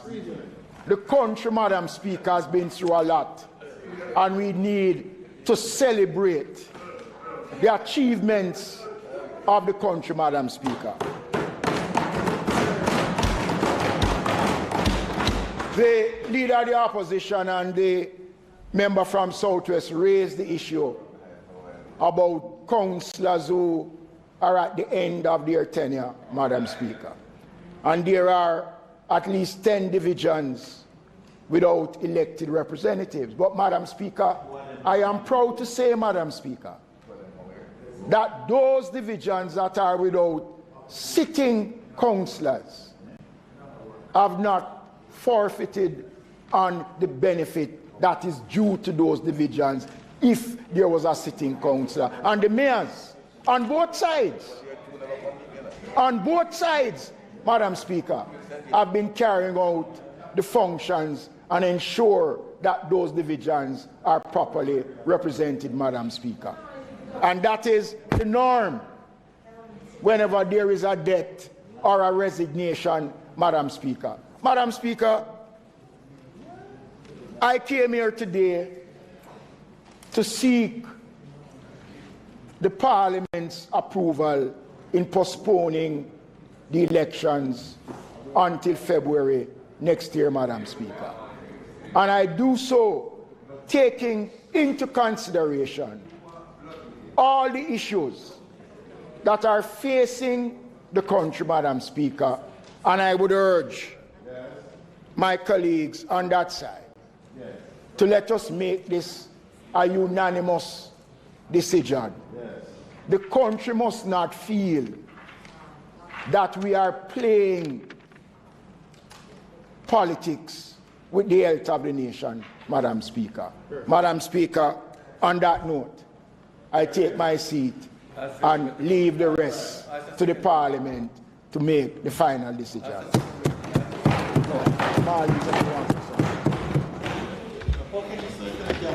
Madam Speaker, permit me unusually to just say something. It's not... It's after that. I just wish to correct something. It's after. No? It's fine? Yes. I'm so sorry, member. The minister closed the debate. Madam Speaker, I now ask for the second reading of the bill, Madam Speaker. The question is that the bill be read a second time. Those in favor? Aye. Those against? The ayes have it. A bill entitled An Act to Temporarily Modify the Representation of the People Act in order to postpone the holding of a general election of members to serve on the respective councils of municipal corporations and a general election of the mayors of the city municipalities read a second time. No. The House will now resolve itself into a committee of the whole House to consider the bill clause by clause.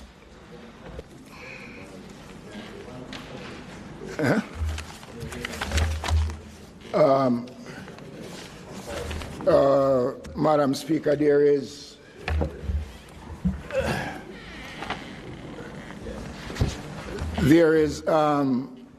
one amendment correction, Madam Speaker, in clause 1 in the, I think it's the first page, the marginal note. It should insert next after the words short title the words and comments. Members, I put clause 1. Commencement, I'm sorry, commencement.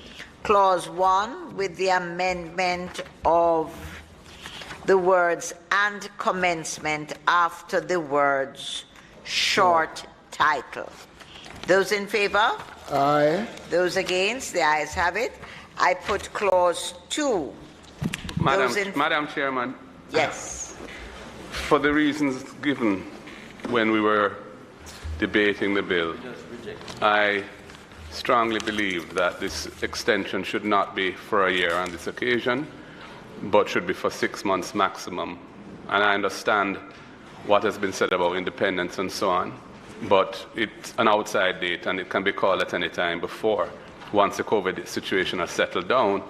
And it should be called as soon as the COVID situation has settled down, because the reality is that we're already over a year late in the electoral cycle. So I want to propose an amendment to subsection 1 of section 2, clause 1 of clause 2, and that is in the quoted amendment to paragraph 4.7 of the 8th schedule of the Act, and the definition of relevant period. Relevant period means a period from the 28th of February 2022 to the 28th day of August 2022. So the amendment would be to change February to August, and the year where on the second place where it arises in the provision, and to change 2023 to 2022 at the end of that. The words in quotes. So I would ask that you put the amendment, Madam Speaker. Members, you have heard Chairman. The member from St. James. Very well. Chairman, just to say that the effect of what the member is asking for is really provided for, because it says that on the second limb, the day on which a general election is held, pursuant to paragraph 412 of the ROPA, whichever is earlier, and then expire. So although the point is that the period should be less than the outer period, the fact is that the law does provide for an earlier date. And if that earlier date, if the election is held on that earlier date, then this law would expire. Madam Chairman, I fully understand that point, but of course the long stop date, the date that provides the end of the available period is tremendously important, because as we've seen in the first amendment, the entire period has been utilized and the election has not been called. So there are two amendments actually I need to propose. The amendment that I spoke to first, and also in subsection 2, the very same amendment in 2A, which would be to change the 28th of February 2023 to the 28th of August 2022. So it would, the same amendment would arise in both subsection 1 and subsection 2A. And yes, it can be called before, but the point really is it can also, if we extend it for a year, it may not arise for a whole year, even when COVID is no longer a governing factor in how we operate. So that is why we feel it is appropriate to fix it at 6 months as an outside date now. If the situation remains so dire that we can't have an election within that period, the government can seek to amend it again. Madam Speaker, it is a fair comment to make that if it isn't broken, don't fix it. Traditionally, this is how we have operated, to provide the flexibility. And especially in this situation, as outlined by the Minister, when we are in a pandemic, the extent of which in time we cannot determine, and no one has been able to, that it does provide the space. But within that period of time, it has been known that elections can be called. We're in a democracy. And the kind of parliamentary democracy that we subscribe to allow us to call elections within a given period based on the Constitution. So it is not necessary, Madam Speaker, in our view, to change what the Minister has prescribed in the bill in order to facilitate an action which can be taken anyway. So whether it is 6 months, it could go to a year, or it is 3 months, it could go to 6 or whatever, depending on the circumstances and situation that obtain. It is therefore our view, Madam Speaker, that the time allotted is reasonable and right in the context of the ability of the Minister and indeed the democracy that we enjoy to facilitate elections within that period. And it is therefore not, in our view, necessary to change what has been put in the bill. Madam Speaker, I thank the Leader of Government Business for that submission. He said if they ain't broke, they don't fix it. The truth is that the system was broken for the very reasons that were given in the Minister's closing remarks in the debate, that we had periods in which there was extended periods when no local government elections were held for political expediency reasons. And it is why, And quite frankly, it is why the system was changed. It was a deliberate decision to change to a fixed election date, so we wouldn't have these willy-nilly extensions of time and protracted election cycles for local government representation. 1 second, please. So the 6 months or 1 year makes a significant difference, because if it's a year, the government of the day can decide based on their own calculations whether or not to call it within that year, regardless of COVID. And we're saying, with the principle being a fixed election cycle, we should not extend it beyond what is reasonable to take into account the fact that COVID is still with us, though it does appear that we'll be getting past it. So I wanted to put the amendments, please, Madam Chair. Madam Chair, I hear the member, Madam Chair. Just before we do all of this, I'm not quite following what the amendment is, so I would like for you to let me have the amendment in writing. What is the amendment in writing? I'm not... The date, 28th day of February 2023, appears twice in Clause 2 of the bill. The date, 28th of February 2023. Do you have the bill there before you, ma'am? Yes. You see Clause 2? It would help if you Yes. have a look at it. A minute. Let me get close. All right. So you'll see in subsection 1 of clause 2, there are some words in quotes, beginning with, which is the amendment to paragraph 7 of the ROPA 8th schedule, paragraph 4.7. And you'll see that the second date there says 28th of February 2023. 20th of, yes. Yes. And the proposed amendment is to change that to 28th of day of August 2022. That's the first amendment that is being proposed. Madam Chair. Let me just take the speaker through what is being proposed, please, Minister, and then you can, rebut. And then in subsection 2 of the clause, 2A, you see the same reference to 28th day of February 2023. It is to make the same change to 28th day of August 2022. Those are the two amendments, Madam Chair. Madam Chair, I am the original bill as presented, Madam Chair, is what I am asking the committee to consider. And, if needs be, Madam, we put the proposal to a vote, Madam Speaker. You don't support that amendment. Members, we have heard the views of both sides. I'm now going to ask the members to consider what is it that we are agreed on as the committee. We put it to a vote. Those in favor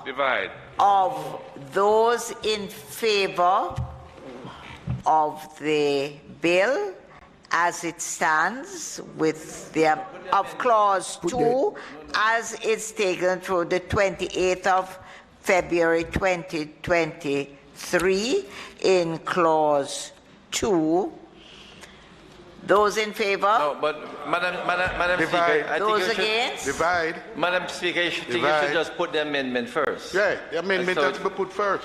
Put the amendment first so it can be voted. Yes, and then the bill is amended, if it's amended. It's not amended because we are voting on whether or not it ought to be amended. That's right, Madam Chair. So just put the amendment so we can vote on it. Right. Put the proposed amendment goes first. And that is put first. And if a decision is made, then you decide. Members, we whether it's have amended or not. discussed the amendment in relation to this. I now put it to you.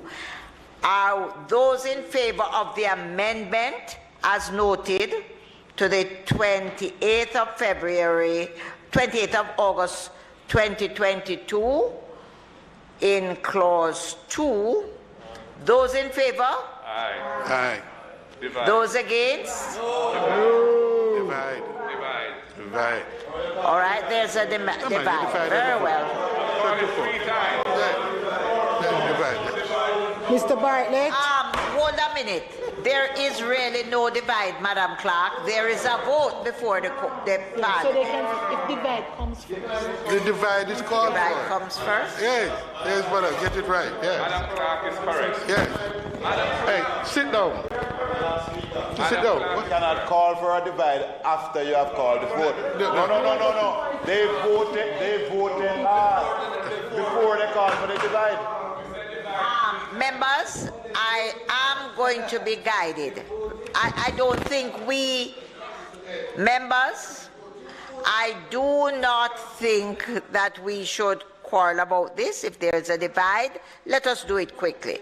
There's a notation on the record. Let us, member, I'm going to ask you. It is almost 5:30. There's a lot left to be done.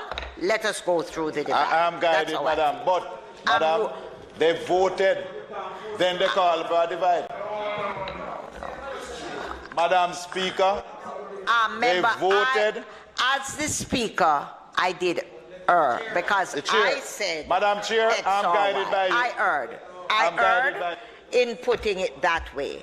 There is a divide, and therefore let us not waste time.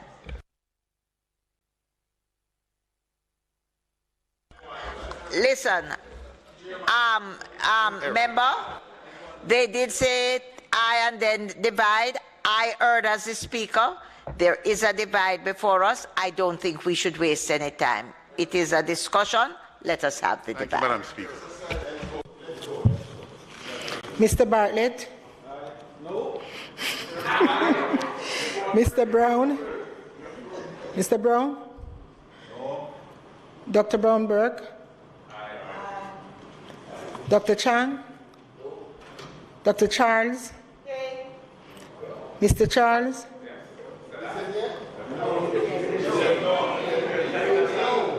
Mr. Brown?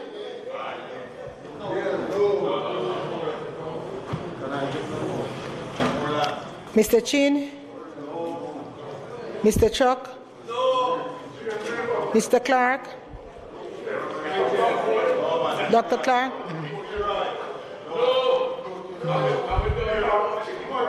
Mr. Cousins?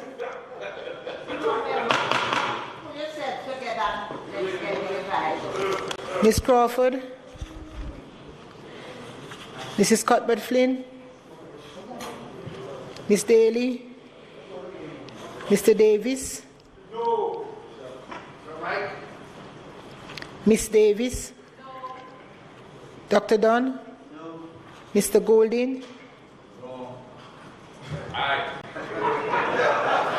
Mr. Graham? I will see if someone's voting for me, ma'am. Ms. Grange? Mr. Green? No. Dr. Guy? Ms. Hannah? Ms. Hamilton? Mr. Henry Kitts? Mr. Henry? Mr. Henry? Mr. Holness? Mrs. Holness? Mr. Hutchinson? Mr. Hutchinson? Okay. Mr. Hilton? Mr. Jackson? Mr. Lawrence? Miss Lee? Mrs. Malahoo Ford? Mr. Main? Mr. McKenzie? Mr. Miller? Miss Morrison? Mr. Montague? Mr. Morgan? Mrs. Nita Garvey? Mr. Paulwell?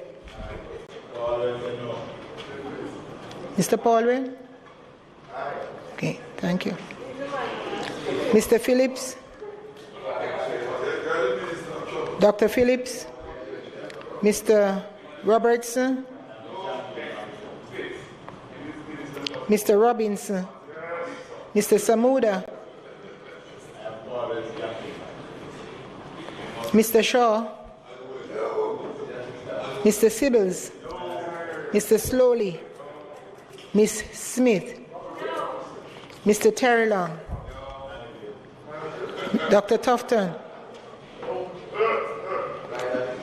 Mrs. Vaz? Mr. Vaz? Mr. Warmington? Dr. Wheatley?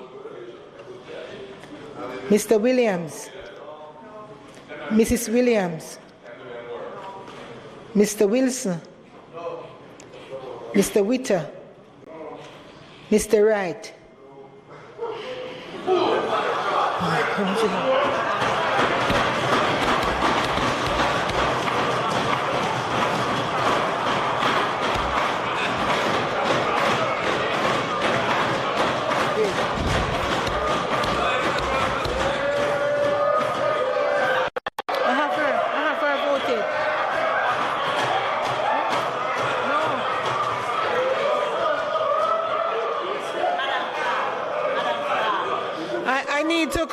I need to say Dr. Charles again. I didn't hear what you said. No, okay. And your name? Yes, Mr. Charles.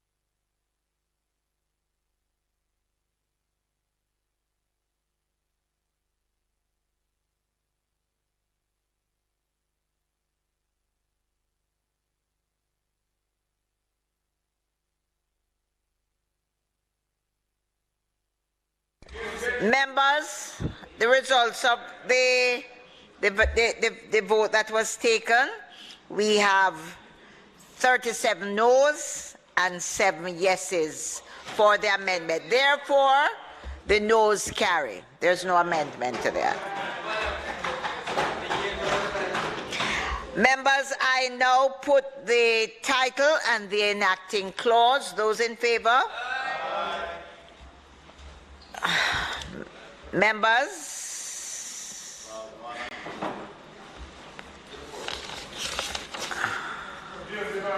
I do, the question is that I do report the bill as having passed committee stage with 1 amendment. Those in favor? Those against? The House is now, the House has now resumed its sitting, so I report that the bill as having been passed with 1 amendment. Minister? Madam Speaker, I now ask that the bill be read a 3rd time with the amendments. That the bill be read a 3rd time. Those in favor? Those against? The ayes have it. A bill entitled An Act to Temporarily Modify the Representation of the People Act in order to postpone the holding of a general election of members to serve on the respective councils of municipal corporations and a general election of mayors of city municipalities read a 3rd time and passed.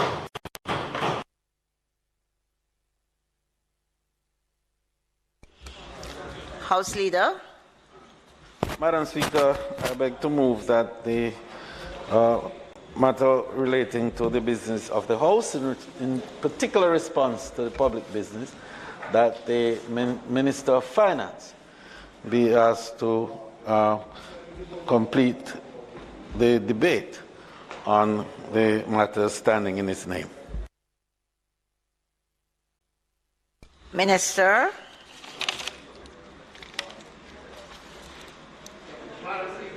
Madam Speaker, I now move for the suspension of the standing orders to enable me to take the motion, notice of which I gave earlier. Those in favor? Aye. Those against? The ayes have it. Madam Speaker, I now move, be it resolved that the 3rd supplementary estimates of expenditure for the financial year ending March 31st, 2022, which were laid on the table of the House on the 25th day of January 2022, be referred to the Public Administration and Appropriations Committee of the House of Representatives for consideration and report. The question is that the 3rd supplementary estimates of expenditure for the financial year ending March 31st, 2022, for the which were laid on the table of the House on the 25th day of January 2022, be referred to the Public Administration and Appropriations Committee of the House of Representatives for consideration and report. Those in favor? Those against? The ayes have it. Madam Speaker, just before I signal the date in which the PAAC meet, as is customary, I just want to explain why we have tabled this 3rd supplementary.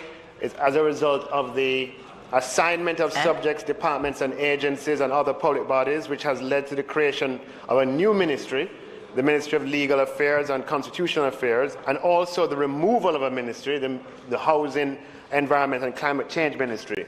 The Financial Administration and Audit Act financial instructions require, it's a requirement, a legal requirement, that a supplementary budget be prepared to address the budgetary allocations in respect of the changed entities during the course of a fiscal year.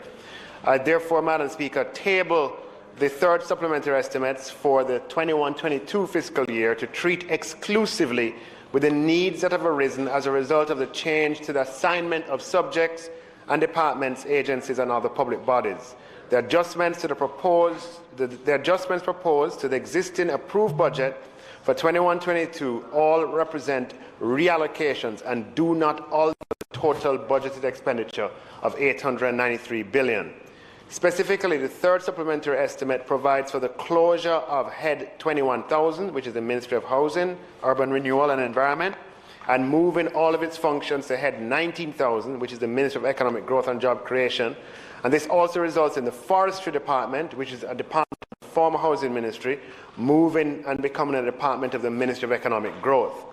The supplementary also provides for the establishment of Head 27,000, which is the new Ministry of Legal and Constitutional Affairs, which will incorporate the Law Revision Secretariat from the Ministry of Justice's Central Ministry, as well as the Legal Reform Unit and the Office of the Parliamentary Council, which are former departments of the Ministry of Justice, and to transfer the Records and Information Management and Information Regulators services from Head 41,000 for the Ministry of Education and Youth, formerly Ministry of Education, Youth and Information, to Head 15,000, Office of the Prime Minister. Madam Speaker, the chairman of the PAC has informed me that the PAC will meet tomorrow, January 26th, for consideration of the third supplementary estimates. Thank you. Madam Speaker, it's not the debate, but I must say it's a very untidy arrangement to be back here 2 weeks after passing the second supplementary estimates to now have to deal with a third. And I think it requires, I know prime ministers have the prerogative to make changes to cabinets, but we must incorporate better planning so that we don't use because it takes a lot of time, the Parliament's time. The PAAC is going to have to convene. We're going to have to come back and debate it again. So for me, really, 2 weeks after passing the second one, I believe it is an indication of what I would call bad planning. Madam Speaker, that comment is a comment that is not aware of parliamentary history. Just in 2016, the government then, which was the party that makes up the opposition, called a general election 6 weeks before the end of the fiscal year. Well, you know, the financial instructions in the Financial Audit and Administration Act require that you need a supplementary budget if new ministries are created. One government has these set of ministries, another has other ministries. And those who were here at the time will recall that because of that, we had to have a supplementary budget a week after a new government came in and 4 or 5 weeks before the end of the fiscal year. The situation here is no different. Jamaica is a mature democracy with rules and regulations and laws, and funds cannot be spent unless they are approved by Parliament. It is the Prime Minister's prerogative to reorganize his government at any time, and all Prime Ministers of Jamaica have been afforded that since 1962. The consequence of that is that the Parliament meets to apportion funds to newly created ministries and to reallocate from ministries that have been removed. There's nothing untidy about it. This is the nature of how Jamaica's business has been conducted for the last several decades. So the member is basing his comment based on feeling and an opportunistical statement, Madam Speaker. This is purely normal operating procedure and has happened many times before, and during the long period that side occupied government benches, this was a customary practice. It is required by no less a law than the Financial Administration and Audit Act, the financial instructions of them. Madam Speaker, I'm not questioning the need for a third supplementary estimate. I'm saying we were here 2 weeks ago with the second. 2 weeks ago, that is the issue. I'm not questioning the Prime Minister's prerogative to name new ministers and ministries. That's not the point. I am saying, having done this exercise 2 weeks ago, I'm saying better planning should have been part of the process, so these changes could have been made. That is the issue. Your point. No, Madam Speaker, there is no issue. The supplementary estimates were tabled on the same day that the Prime Minister reorganized his government. Both processes are independent of each other. The supplementary estimates are printed days before it is tabled. The preparation of supplementary estimates involves the Ministry of Finance working with ministries, departments, and agencies across government to receive their request for funds, and that work starts from, or certainly in this case, started from December. And the date it so happened that the date that they were tabled coincided with the date that the Prime Minister reorganized his government. And, you know, no opposition member is going to shackle the Prime Minister from organizing his government whenever he wants to. Okay? So, his comments are completely out, Madam Speaker. This is what the laws of Jamaica require, and this is what we will proceed to do. It is completely unnecessary to make those comments. Completely unnecessary. But he has made comments which I take objection to. I am not sure who is shackling the Prime Minister. Who is shackling the Prime Minister? I have heard. But you have allowed him to continue talking, though. Member, I have allowed your views, and I have allowed, and that is it. I am moving on. I am not questioning that it's a legal requirement. Nobody's questioning that. That's not what I have questioned. So you are answering something I haven't questioned. I am going to ask you to take your seat, please. So, House Leader? Yes, Madam Speaker, thank you very much. Just on a point here, I just say that, you know, members of the House do appreciate that permission is given and latitude is provided from time to time for members to respond and respond. But it ought to be recalled that a member does not have the latitude to get up at every moment unless he's asking questions in relation to a statement made by a minister in the appropriate sort.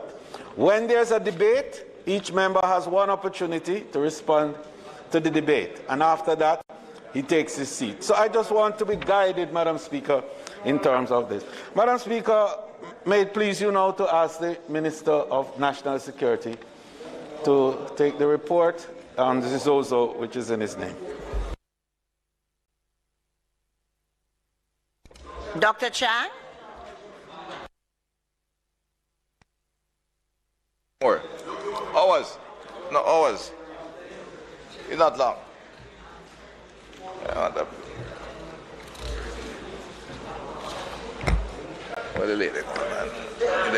Madam Speaker, I am pleased to present the report of a joint select. I need to.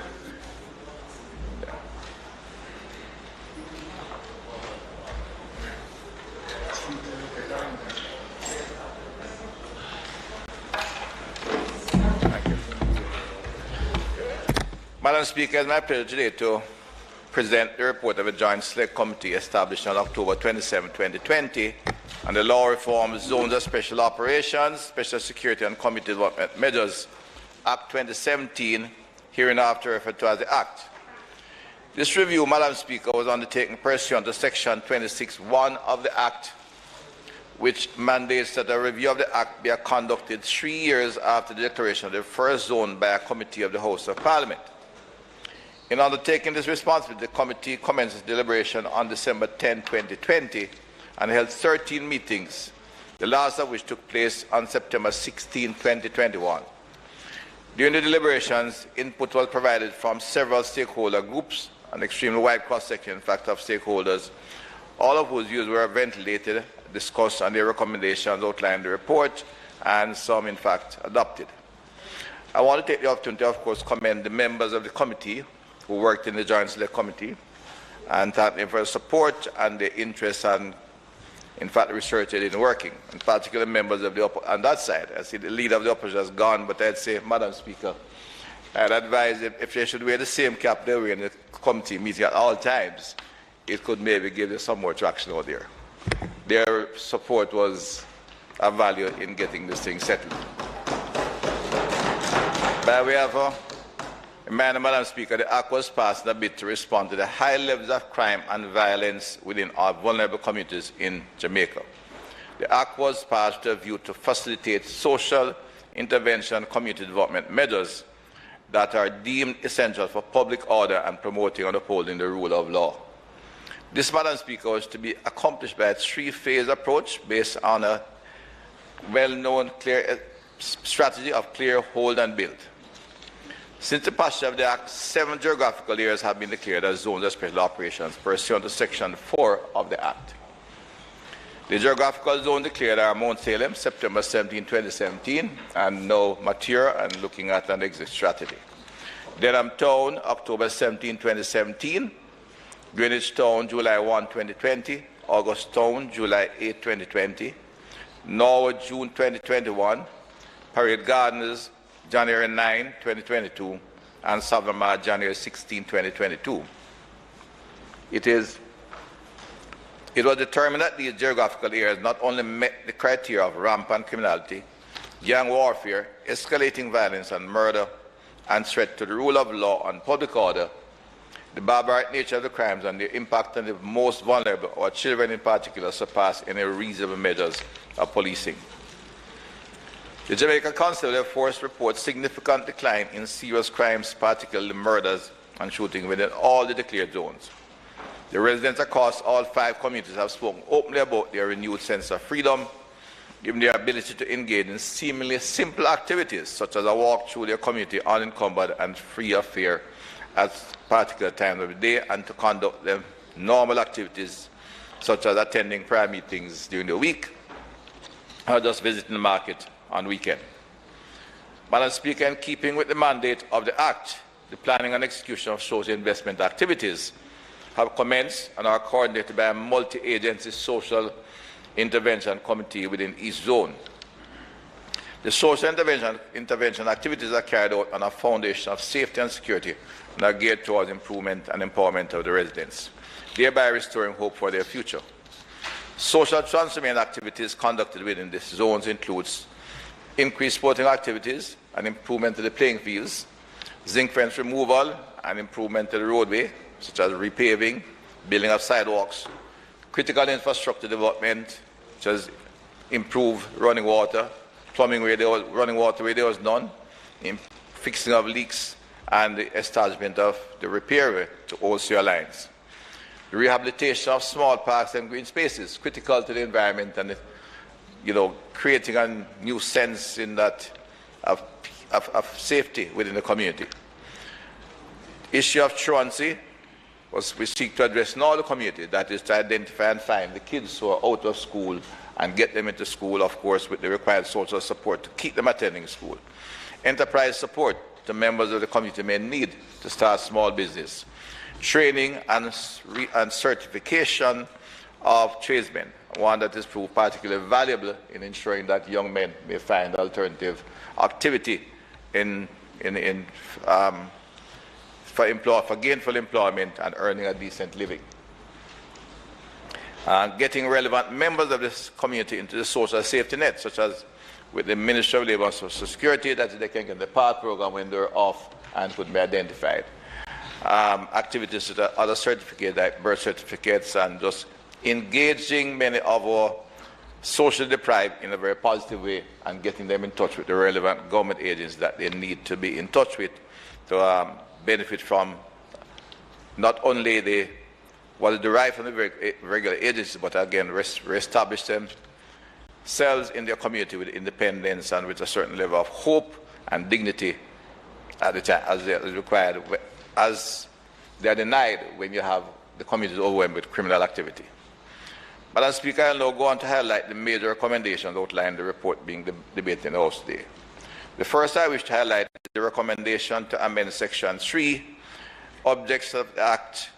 In this regard, Section 3B for the language to be more inclusionary and more citizen-centered, and agreed it should be referred to the protection, citizen-centered, sorry. And it will read, and agreed it should be referred to the protection of the fundamental rights and freedoms of persons residing, working, doing business, and raising families in the zone. The insertion of the word raise families were immediately after the word reside was therefore recommended. This is crucial, Madam Speaker, because the entire social structure in many of these communities is disrupted by the activity of gangs who capture the communities and, in fact, oppress the citizens there and remove from them many of the privileges that we speak of as normal activities within these communities. Madam Speaker, it is being proposed that Section 4 be amended to increase the initial period in which a zone can be enforced from a period not exceeding 60 days to a period not exceeding 180 days. That is important, Madam Speaker, in terms of the reporting process for those who are involved. We now have 7 zones. We could increase that, increase in numbers, and it will reduce the amount of essentially bureaucratic work being done and allow for time to monitor the effectiveness of the execution of the program that we are pursuing. And for the increase of the further period of zones can be extended from a period of not exceeding 60 days to a period not exceeding 120 days. This amendment is in response to the operational needs expressed by our security forces, as well as providing sufficient time for the objectives of the Act to be achieved, given the wide scope of activities involved. The timeline, as I said, Madam Speaker, is not only to reduce the level of bureaucratic work involved and note-taking, but to ensure that you can evaluate the execution of the critical programs and give some realistic idea of the outcomes, and if necessary to make to transfer anything in execution, the time is there to evaluate and pivot on the particular issue. Members are asked to note the recommendation to amend Section 9 for an increase in the time period required for the Joint Command for the Commissioner of Police or the Chief of Defence Staff to report to the National Security Council from every 10 days to every 30 days. This recommendation is in support of the proposed amendment to Section 4 by providing for a consequential increase in the time period to report to the National Security Council.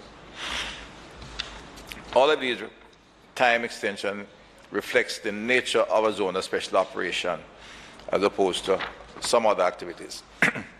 The Joint Select Committee recommend that the expansion of the power conferred on the Prime Minister and Council as provided for in Section 10 by making allowance for the Prime Minister and Council to suspend the operation in a zone without the recommendation of the Commissioner of Police and the Chief of Defence Staff where necessary. Mr. Speaker, it is to be understood that this proposed expansion of power will not go beyond what was originally intended by the Act, but rather will allow a zone to be suspended for reasons that may not be within the purview of the Commissioner of Police and Chief of Defence Staff. Madam Speaker, Mr. Speaker, the JSC recommends on the amendment to Section 12 of the Act to make it an offence for breaching a curfew where declared and the imposition of a penalty for the offence to be included. Consequential to this, it is further being recommended that the Commissioner of Police and the Chief of Defence Staff or their designates be not below the rank of Assistant Commissioner of Police and Lieutenant Colonel, respectively, be empowered to establish a curfew instead of the Joint Command.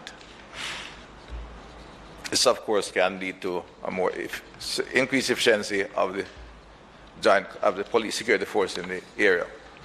In addition, for operational efficiency, it is being proposed that another schedule be introduced in the Act to outline the form of the notice and the possible method of publication of the notice, Madam Speaker. These amendments are being proposed to facilitate operational efficiency as the security forces are experiencing issues relating to the operational issues except the powers conferred by the Act. The Joint Select Committee is further recommending an amendment to Section 16 to give the option to extend the pre-charge detention period similar to what is afforded under the Bail Act.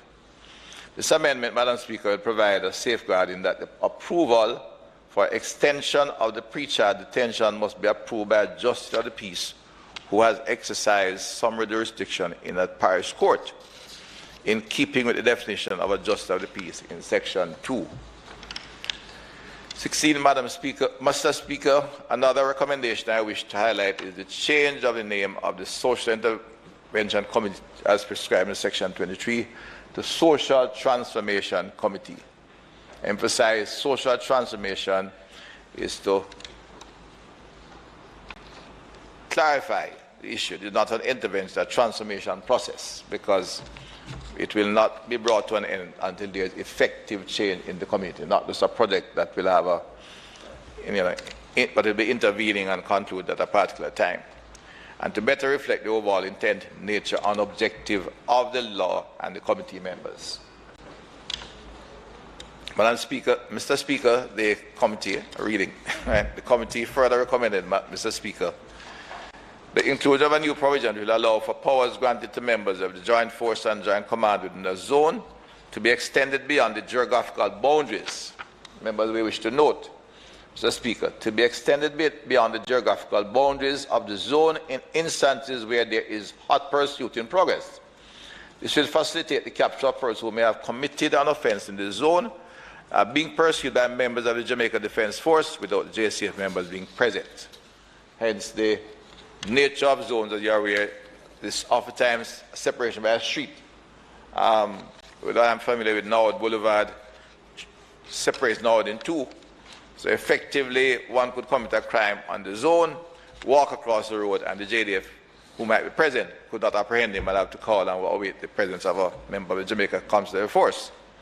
This amendment is seeking to amend that, to correct that error and ensure that that kind of mischief will be corrected. The last recommendation I wish to highlight, Mr. Speaker, is for the creation of a new offence for threatening or assaulting and obstructing or hindering a member of the joint force and the imposition of a penalty of offences. It was expressed that the Act does not acknowledge instances in which members of the joint force are being prevented from exercising the powers conferred upon them in the Act. It is my belief that the addition of these offences are essential to the conduct of internal security operations within the zone. Mr. Speaker, this report outlining the recommendation of the committee will be sent to the Cabinet for approval once the Senate debates and approve the recommendation. The intent to bring to this Honourable House a bill to amend the law reform zones of special operation, Special Security and Community Development Measures Act 2017 soon thereafter. Given the level of importance of the zone as a key tool in our national security response, this will be brought in very short order to the House. It also, as indicated, with those 7 zones in place, we need the additional times to ensure that a meaningful report is brought to the House. The monthly report, the short-term report, is not overwhelming to the members administering, in particular an organization like Jamaica Social Investment Fund, which coordinates activities, the Crime Prevention Unit, the Ministry of National Security, and of course the Office of the National Security Agency. So we expect to have this, once approved in the Senate, to have the requisite amendments brought to the House in short order. I welcome feedback from the members and comments from all members who are members of the Joint Select Committee, and thank the members of the House as I seek the support of all members for what are very useful amendments to one of the fine piece of legislation in the strike against criminal activity in the country.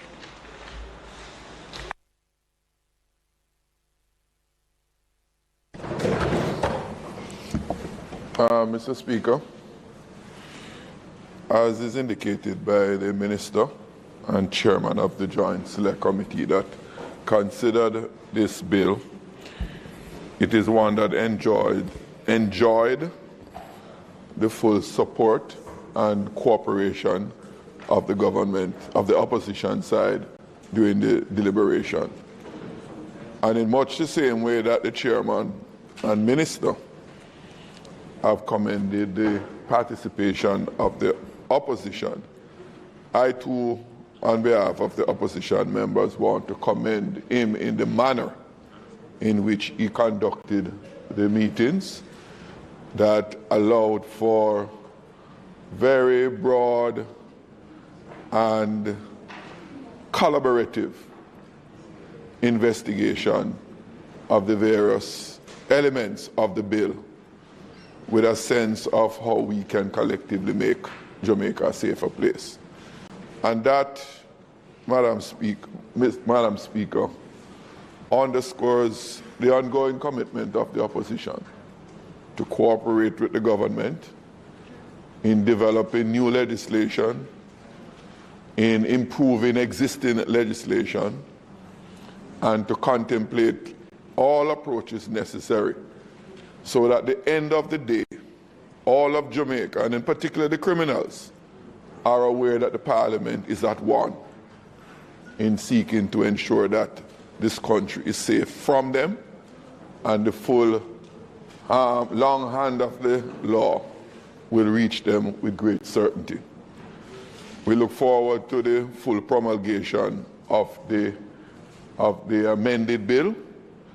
And I will say, Madam Speaker, should at any point along the journey that it is required to make further adjustments, because no bill is ever perfect. Amendments are meant to make good bills bad bills good, good bills better. And there's always room for improvement. The practices, the experiences is what teaches us, and out of those experiences, we can seek to improve on the legislative structure that is available in the fight to make Jamaica a safer place. Again, I underscore the commitment of the opposition towards the improvement of this bill before us. Thank you very much, Madam Speaker. I too want to join with my colleague in recognizing the important work that was done by this ZOZO committee, and also acknowledge the tremendous patience and good guidance offered by the Minister in all those deliberations.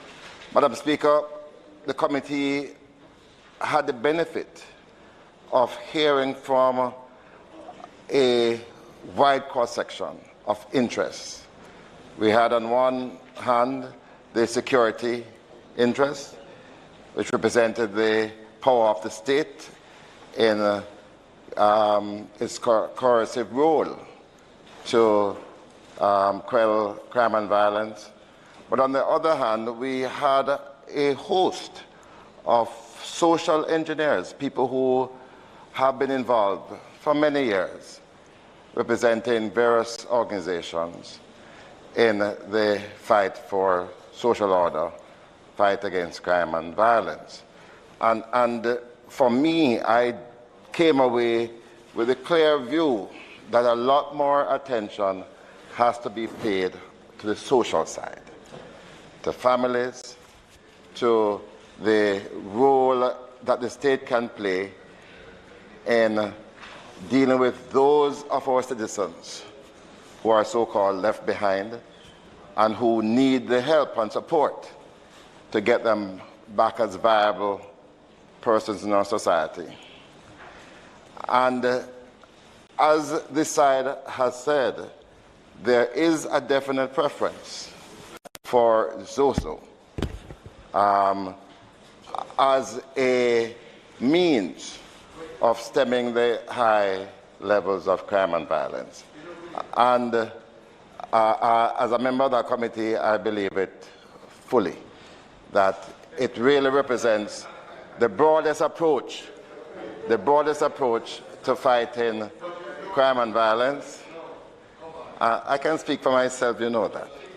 I did empathize with the minister, because for ZOZO to work, you need a tremendous amount of resources, for especially the social intervention side. And I did plead in the committee, and I now use this opportunity on his behalf to plead for greater resources to be provided to enable especially the social side of ZOZO to be far more effective, and for it to be able to be extended to far more communities. And of course, as a good member of Parliament, I want to raise my own place where I'm from as being deserving of having one of these facilities. And I think the minister is going to give me the nod because of that. Yes. So I really want to, again, commend the effort and to say that we fully support the report that is now tabled in this Parliament. Thank you very much, Madam Speaker. Thank you, Madam Speaker. I thank the member for their support. And it was not just support today, it was good quality support in the committee meetings. They attended, participated, and we had good dialogue on the interrogation of issues. But I reminded my member very, very quickly, I'd take to remind him again. I said the government is committed to putting resources in the zones, but there are two sides to the resources, and they must not be de-emphasized. One, we need the additional security personnel, and we can make deployments from time to time, but given the high level of criminality and violence throughout the country, one has to be careful how you concentrate forces in one area. And we are training. The training is very aggressive. The trainers begin to do some work. In fact, very early in their training school operation, there is a year process to go through. As indicated, we did 1,250 this year. We're going to 1,500 this year, and we're made even a bit more aggressive. But we don't have the resources, the space to do many more, and we also have to spend time to train the trainers who are going into the system. So this government, and the very first government, Madam Speaker, now you're back in the seat, have taken significant steps to bring the police force up to establishment level. It's a commitment to the government to so do it, because it's easy to say put more boots on the ground, but you know, boots are, this is an unfortunate term we use to apply to police officers. You know, we don't take them off the shelves like that. These are trained professionals, qualified professionals, and it takes time to train. It has levels of recruitment, and I think it's a term that I don't like to use because it's almost disrespectful. You know, we don't say, you know, put Sanders in the hospital. Our officers we need out there to execute a program like this have to be highly trained individuals, and in fact the young police has to be supported by have the mentoring of some of the senior officers out there. So we need additional men, and the government, as I said, this government is the only government to have taken practical steps to expand the police force. And other things I indicated, as the Minister of Finance comes through during this year, to look at how we can ensure not only the physical environment of the police officers dealt with, but we do agree, and it will be settled with negotiation, discussion, and research, that police officers must be better remunerated. And I said not by allowances and ad hoc additions to their salary, which when they retire, they suddenly realize they are in almost desperate poverty. So that you have to settle those issues, and we're going to settle them. I assure the nation, Madam Speaker, and now ask for the report to be adopted by the honourable members of the House. Madam Speaker, if it please. The question before the House is that the report as brought by the Minister be adopted. Those in favour? Aye. Those against? The ayes have it. The report is adopted. House Leader. Madam Speaker, it is now intended to continue the debate on the report of the Joint Select Committee appointed to consider the report on the motion for consideration of a proposal that the city municipality of Portmore becomes the 15th parish of Jamaica. I understand member from South St. Catherine is to make a presentation along with the member from Southeast St. Catherine. I'm going to use my position as a speaker to allow the senior member of parliament to go ahead. Member Jackson.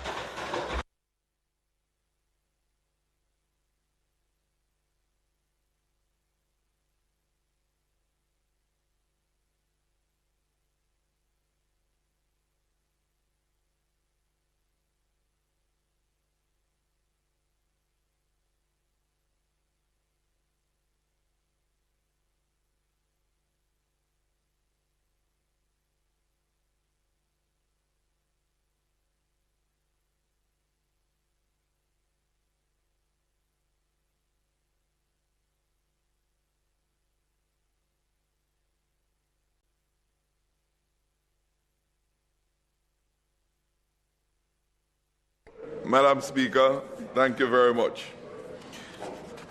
As the leader of government business has indicated, the motion before us is the report from the Joint Select Committee to consider the proposal for making Portmore a parish to become the 15th. The report has been tabled. I want to thank to the various agencies that appeared before the committee, the ministries of government that came, the community groups, individuals, and others, and indeed the staff of the Parliament who facilitated and guided that exercise. Madam Speaker, I don't clearly remember if you were in the chamber when the member from South Central, St. Catherine, who chaired the committee, completed his presentation. I walked over to him. As you know, he's from Portmore. And I said to him, you know, Andrew, I know you well, you know. And all that you said a while ago, I know you don't believe it, but you're duty bound to say what you said. And I make those comments, Madam Speaker, because the chairman is a trained scientist. And part of his training as a scientist is to take a very disciplined approach, examine the data, do the necessary observations, testing, etc., before you present a final position. I don't think that this exercise benefited from that. And I'll say why, Madam Speaker. It is important to appreciate, first of all, the background to the current Portmore municipality that we have. Well, before I touch on the background, I want to formally indicate to you, Madam Speaker, as the Speaker of this House, the procedures for dealing with matters placed before the committees of this House was breached. What happened is that the motion is tabled, the committee is established, and the committee goes to meet. For the first time ever in this House, committee meetings on this matter was convened during the summer break, when the Parliament was adjourned for the summer break. The committee convened during the break to deliberate on this matter. Well, you know, if the Parliament says that the Parliament is adjourned for members to go and do whatever they wish to do because the Parliament is not meeting, you can't do that on one hand and then conveniently you then ask the members to make themselves available nonetheless. And those situations will arise in cases of urgency. We all know that. You can break and urgencies arise and you have to come back. Secondly, Madam Speaker, the committee had submissions, as I indicated earlier, from a number of agencies and ministries. And the practice is that the committee gets the benefit of listening to the submissions that are made verbally, read the written presentations, we develop a matrix, and then we examine the totality of it. And based on the evidence from the presentations, we make recommendations to the committee. In the instant case, the committee moved to vote and decide on the decision that it is set out to do before it look on the recommendations in the matrix and consider them as a committee. Granted, each member might come to their own conclusion from the very beginning, even before any evidence is provided. But there's a procedure to make sure that the recommendations are grounded in the presentations. That was thrown through the window. And you know what is unfortunate, members, Speaker? Some members said that nothing wrong with that. And we hear the muttering even now. I did. Thank you. I did. Member, don't get distracted. You do your presentation to me. I'm thanking the member. I did, and the majority of members on the government side overruled, and that's what prevails. So on a matter of procedure, I just want to make that point, Madam Speaker. Back to the question of the background to the Portmore municipality. For some years now, residents in Portmore felt that they weren't being properly treated by the St. Catherine Parish Council. And it has been across political administration. Mayors come and mayors go, PNP, GLP mayors, and the complaint has been the same. I too had an unfortunate experience.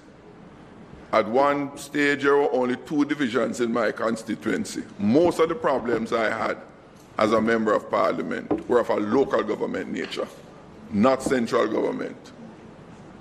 The residents in my constituency, they come to me for those local government issues to be addressed. That is the responsibility of the local authority. And they became frustrated right across Portmore. And that gave rise to the move by the residents of Portmore to create a local government authority of their own to deal with the issues that confront them. It was never an issue about what it is called, whether it is called a city, a parish, a county, a borough, a republic. No such thing was important to the residents of Portmore. It was about having the local authority with the requisite power to attend to the matters that affected their lives on a day-to-day basis. That is what gave rise to the movement of the citizens. And the truth be told, Madam Speaker, the political representatives at the parliamentary level, I being one at the time, and the other major one was in Southeast. A small part of it was in South Central at the time. Most of South Central at that time went into Spanish Town. We never got involved with the process other than facilitating the deliberations. It was really and truly a citizens-led and driven movement to create the municipality. And so partisan political consideration was never even allowed to be a part of it. That is how the Portmore municipality emerged from Portmore, from amongst the residents of Portmore. I was there. Well, you know, Madam Speaker, we can always mutter, the records are there, right? You know.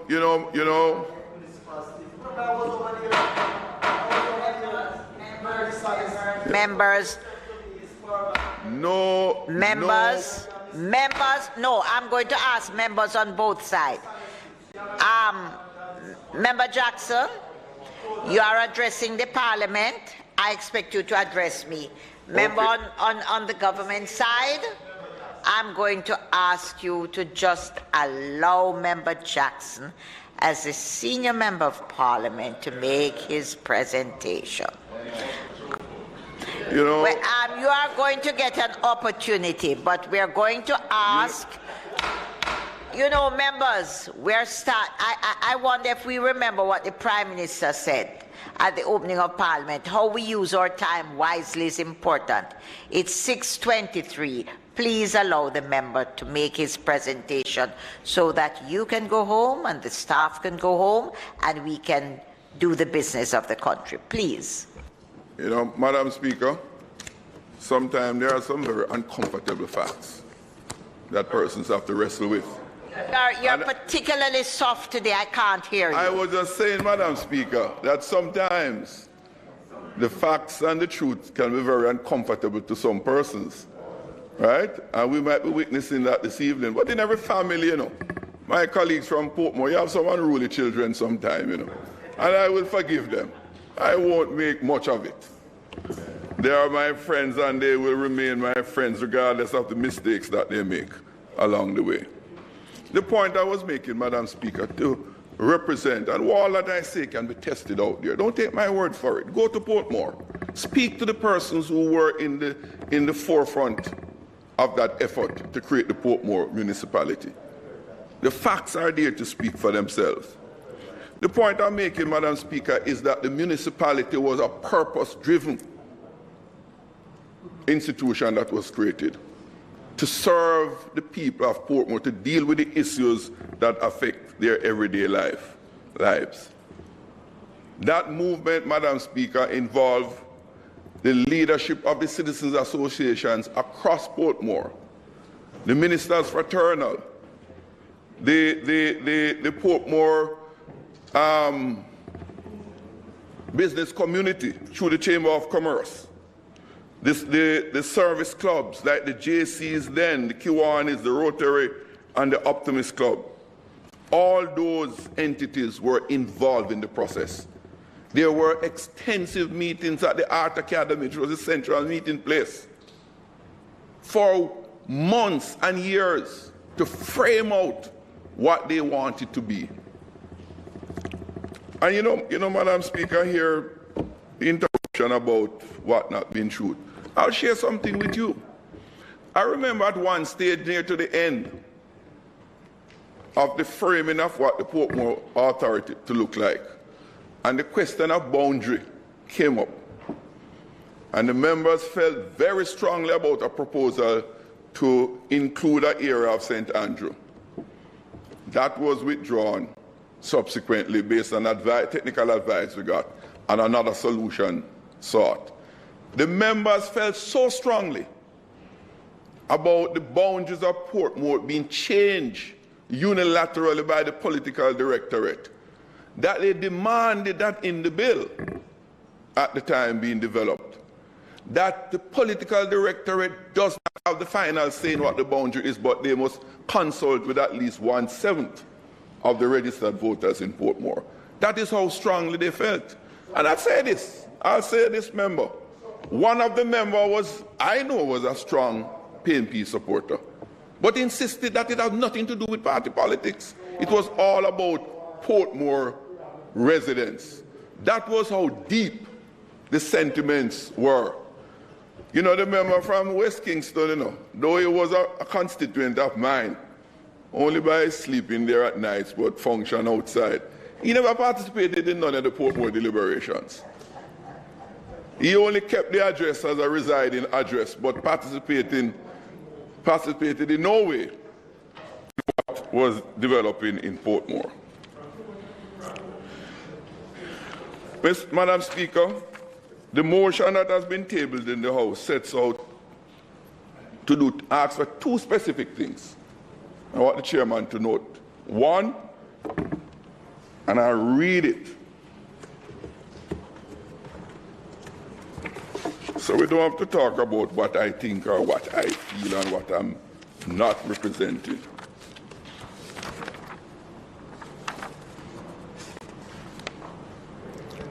And whereas there are economic, social, and cultural benefits and potential for generating revenue with Portmore becoming a parish. And secondly, the second one, for the demographic makeup of the Portmore municipality now demands that it be established as a parish to focus exclusively on managing the area in order to achieve sustainable development. Those were the two specific objectives that the motion asks the committee to address. The report is there. Nothing in the report speaks about how the governance and management of that geographic space is to take place. Nothing at all was dealt with in that area. In respect to the other matter of economic, social, and cultural benefits and the potential for generating revenue with Portmore becoming a parish. This is what most of the committee's time spent doing. And what were the findings? And they were quite interesting, to say the least. We heard from the JCF, we heard from the Ministry of Health, the NWA, the NWC, the Ministry of Local Government, NEPA, the Ministry of Justice, And as I indicated earlier, entities like the Ministers Fraternal and other citizens group. What did the JCF said about security for Portmore if it should become a parish? It said that the designation makes no difference because the allocation of resources is not on a designated basis, whether you're a parish, municipality, or community. It deals with what the security needs are for that community. The deployment of police officers is all dependent on the level of security or risk that obtains in that area. So from a security standpoint, a municipality or a parish makes no difference to the JCF. And that was made clear to us in their presentation. What would they have to do? They would have to change the structure in terms of the division. In St. Catherine, we have two divisions, St. Catherine South and St. Catherine North. Currently, St. Catherine South Division have some areas that would be out of Portmore. So they'd have to change that demarcation for the division. And that's all. The point I'm making, the change makes no material difference so far as the security of the people of Portmore is concerned. The Ministry of Health, who came before the committee, what did they say? Similarly, the health service provision is based on the needs of the community. It is structured administratively, it's structured on a parish basis, and depending on the size of the parish, they zone it. So you have one area for Portmore and one for the rest of St. Catherine, all managed by the parish office and the ministry central. So it's the Ministry of Health in Kingston that makes the allocation to each parish and to cover all the communities across the country. So in terms of health, nothing will change for Portmore as it regards to health, whether it is a parish, a county, a republic, or whatever we choose to call it, nothing will change. The NWA, similarly, the NWA made the point that they are on an ongoing task of developing the road network in Jamaica, not on a parish basis, not on a municipal basis, but based on the traffic flow in the different corridors throughout the country. Whether it is Kingston, Morant Bay, in Elsha, in Burton, in Waterford, wherever there is a traffic issue, the NWA attends to it regardless of designation. So the question is, what is the advantage to come? They have answered, and they have said none. The NWC, similarly, their investment in water delivery infrastructure is based upon needs. So, for example, there are more houses being built in this particular area, there's a higher demand, there's a need for more investment of resources. Has no regard to whether you are a county, you are a parish, or you're a municipality.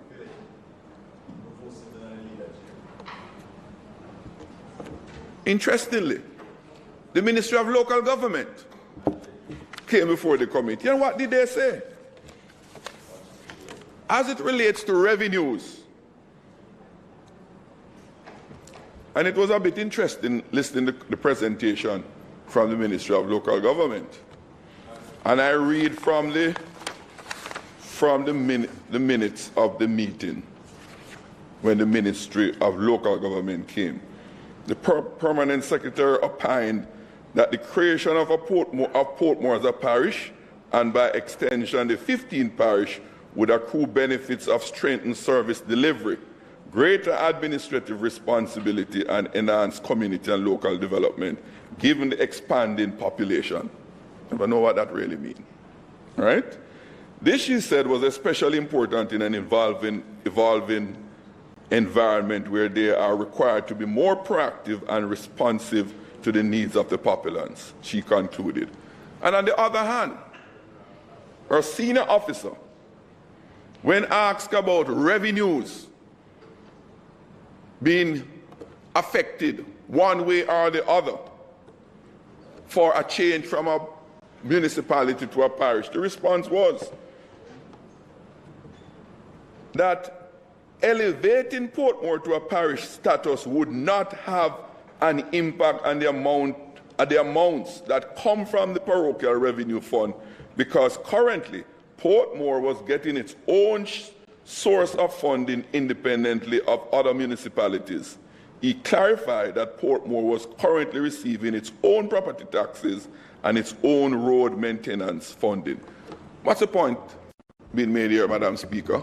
That from a revenue generating standpoint, the impact is zero.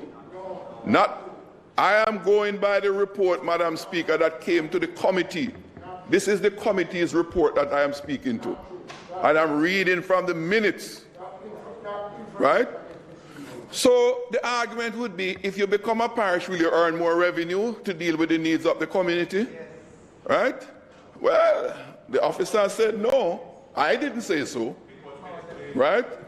I'm reading from the minutes that all of us approved. When it came to the committee for approval, we all approved it to be so. So don't challenge me here now. It wasn't challenged then. So it is a zero impact so far as revenue. And the PS made the point that for improvements to take place, then you would need additional or new inflows of revenues to realize that. Your reasoning seems backward. Madam Speaker, what did NEPA said when they came to the committee? In their conclusion, and I read from their submission. No, man. I went and say what them say. The creation of the Portmore Parish represents an opportunity to create a model and smart community in which citizens can enjoy and improve quality of life. In order to achieve this, it is very important that the governance and financial structures be carefully crafted so as to ensure the sustainability of the area. At present, there is a draft local sustainable development plan and a provisional development order for the area. These documents should be finalized and promulgated and used as a guide for the investment and development of the area. From an agency's perspective, it is anticipated that if those things are done, much could be achieved. The same thing can be said about Kingston. The same thing can be said about St. Mary. Why is St. Mary, though being a parish, is not more developed than it is? Right? We could ask the same question. All these glorious things that the chairman and others will clap about and get excited about, these are going to happen if you become a parish. Where are they in all the other parishes that have their designation of parish for many years? Where is it? Where is it? Where is the evidence of it? All of a sudden, if you put a tag, a designation on Portmore, wonders will come. More roads will come, more water will flow, more roads will be repaired. Everything will just change. Madam Speaker, that was what was said. Yes. I will give it to you. You won't tell me what to read. I read what I choose. Madam Speaker, the member is misleading the House. The member made an assertion. Please yield. Why is he wasting it? No. This is very important. The member made an assertion, and I'm asking the member to read from the minutes to prove the assertion that he has made. Except that when you have a report, you can't just pick, you have to read from the report as a whole to get what is being said. You can't. Thank you very much, Madam Speaker. He read one section, quoted a section, and he then, without quoting the section, verbalized it. I am challenging the member to read the relevant section of the minutes. He admitted that it is from the minutes. So I am asking the member very humbly that he is to read that section from the minutes. All right, we're not going to waste time. Member, I'm going to ask you, since you quoted, just read the section from the minutes for us. Madam Speaker, I referred the member to the Speaker, and I will not read it. I will refer him to the minutes. I'm directing you now. Hold on. I'm directing you. It's not difficult. If you have the minutes in front of you, just read where you're quoting from, member. No, Madam Speaker, the copy of that minutes that I refer to is not in my hand at this time. I read from the one that I have. Madam Speaker. Well, that's what you must say. It is not in the minutes in front of you. That is the correct thing, but you cannot say I'm reading from it, because from what you said, any one of us, including myself, thought you were reading from the minutes. Madam Speaker, could you guide the member that you cannot quote from fictitious material? If he's quoting from, he must have it. The standing order is very clear. Very clear. What I will guide this parliament as to is that those words that he just uttered from the minutes should be struck from the record.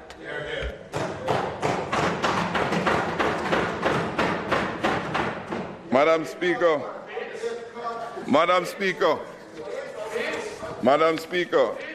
it might be useful to advise you that the committee had 14 meetings, and there are 14 sets of minutes.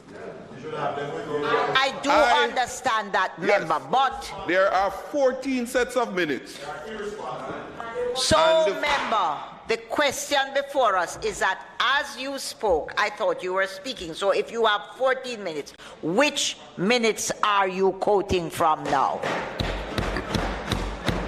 I am quoting from one of the 14 that is not here with me today. No, you know, Madam Speaker, if you permit me, let us not be the member, any member making a presentation.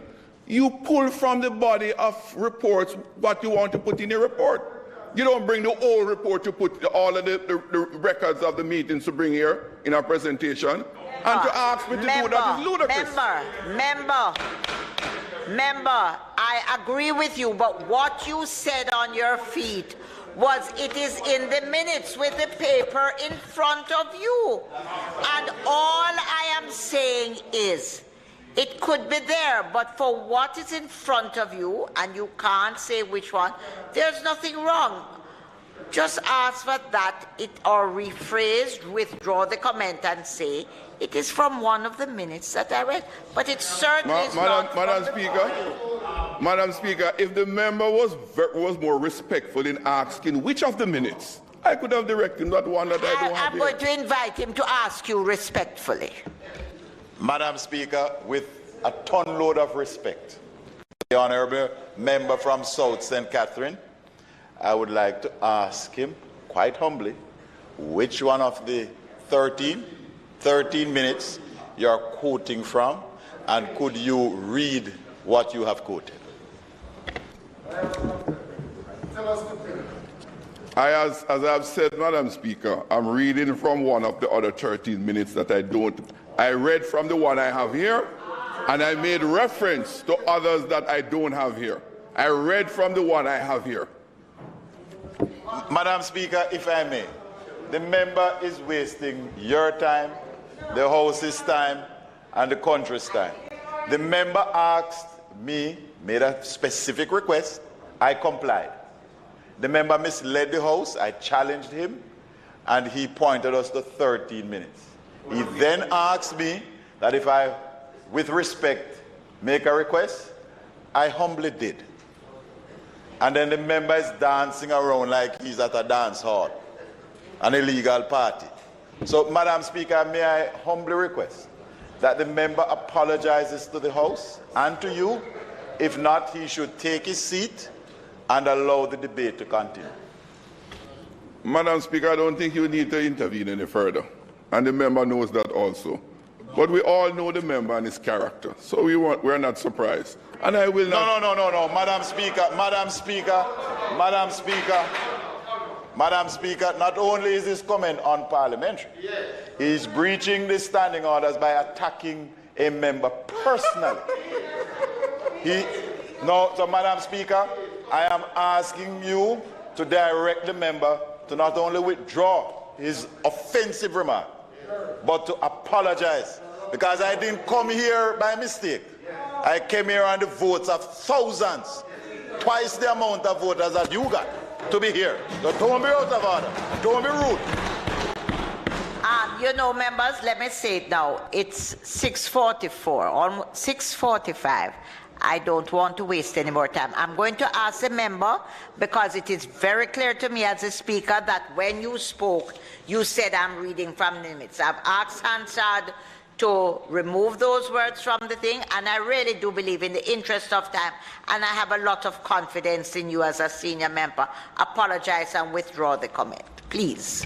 Madam Speaker, what am I to apologize for? I said that I made reference to some other minutes that I don't have. And let me clarify, I read from one of the minutes that I have here, and I made reference to others that I don't have here. What is so unclear about that? I think that the member... that is what you said well, I hope that my clarification helps. I hope that my clarification helps. I made a clarification. Not apologize for the unparliamentary comment about the member. What was the unparliamentary comment, Madam Speaker? What was the unparliamentary comment? To say my friend was making mischief? No. Said that we know his character. Yes, he's a very jovial person. That's his character. We know that to be the case. Madam Speaker. Before you say anything, members, I don't want you to laugh, because it's not a jovial matter. It's not, no, and I'm serious. Jamaica looks on, and let me tell you, when you pick up the papers and read, and you see things that are placed in there, and you see cartoons, I'm saying to you, and I know the senior member understands fully the implications of what was said. And I do believe that as parliamentarians, we all enjoy a good relationship across the aisle. But I do not think that the comment that was made to suggest, there was nothing in the comment to suggest that the person raising the objection was a jovial person. And I really think, in all earnestness, Madam Speaker. allow him, the member is senior, can help himself. This is yourself. Member, you know, Member Jackson, I called on you this evening. Hold on. I called on you this evening because on the last occasion when this debate was started, I recall you saying you wanted to contribute and therefore could it be suspended. It was primarily on that.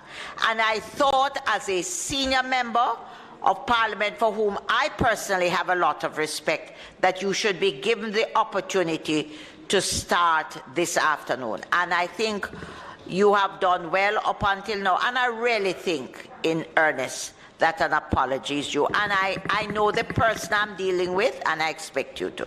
Madam Speaker, with all sincerity, I've never said anything to offend my colleague across there. And I think he knows that. He knows that. Nothing said was intended to insult him or belittle him. He knows that. Madam Speaker, even the term I use, being jovial, the context I think is also been taken out of context. I said jovial because he's a pleasant person. Even when he appears to be mean, beneath it he has pleasantness in it. And it's in that context I refer to him as being jovial. So as I said, I had no intention of insulting the member. If anything I've said is so construed, then I respectfully apologize, because that was never intended. Thank you very much. Thank you very much. And, hold on, and that is an example that I want every member on either side of the aisle to adopt. Thank you very much. Madam Speaker, may I thank you for your patience and latitude. For your patience, Madam, to wait on the honourable member from South St. Catherine. Your latitude to allow him to dance all around the parish of Portmore. The parish of Portmore, to make an apology. To make an apology. And I accept that apology.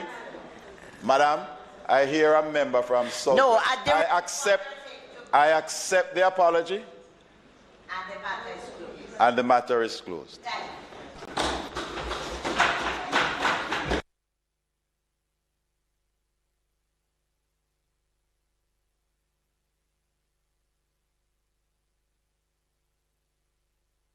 Both members must address whatever they're saying to this speaker, not to each other.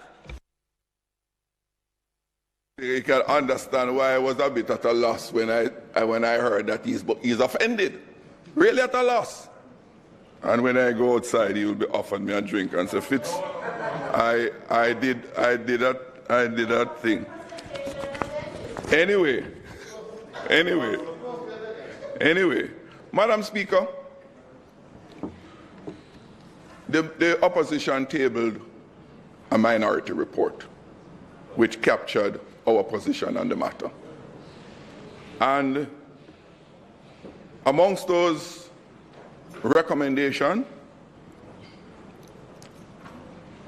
is our expression of concerns regarding the many aspects of the proposal to separate from St. Catherine by way of it becoming a separate parish.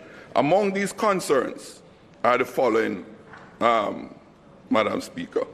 The existing and separate and self-governing structure of Portmore Municipal Council was arrived at through extensive consultations with all the communities of Portmore and their active leadership over an extended period of time.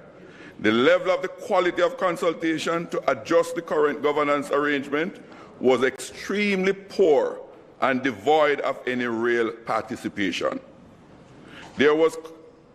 This was contributed to by the prevailing pandemic and the protocols in place to restrict gatherings and face-to-face interactions.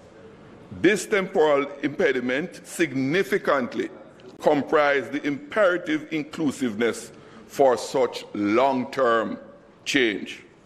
Second, the proposed separation was proffered no defined advancement in governance, infrastructure, social and economic opportunities for Portmore residents.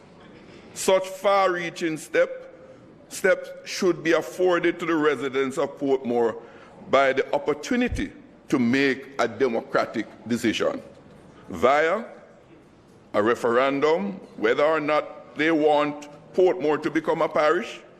It should not be a decision taken by the government without prior democratic endorsement of the people of Portmore.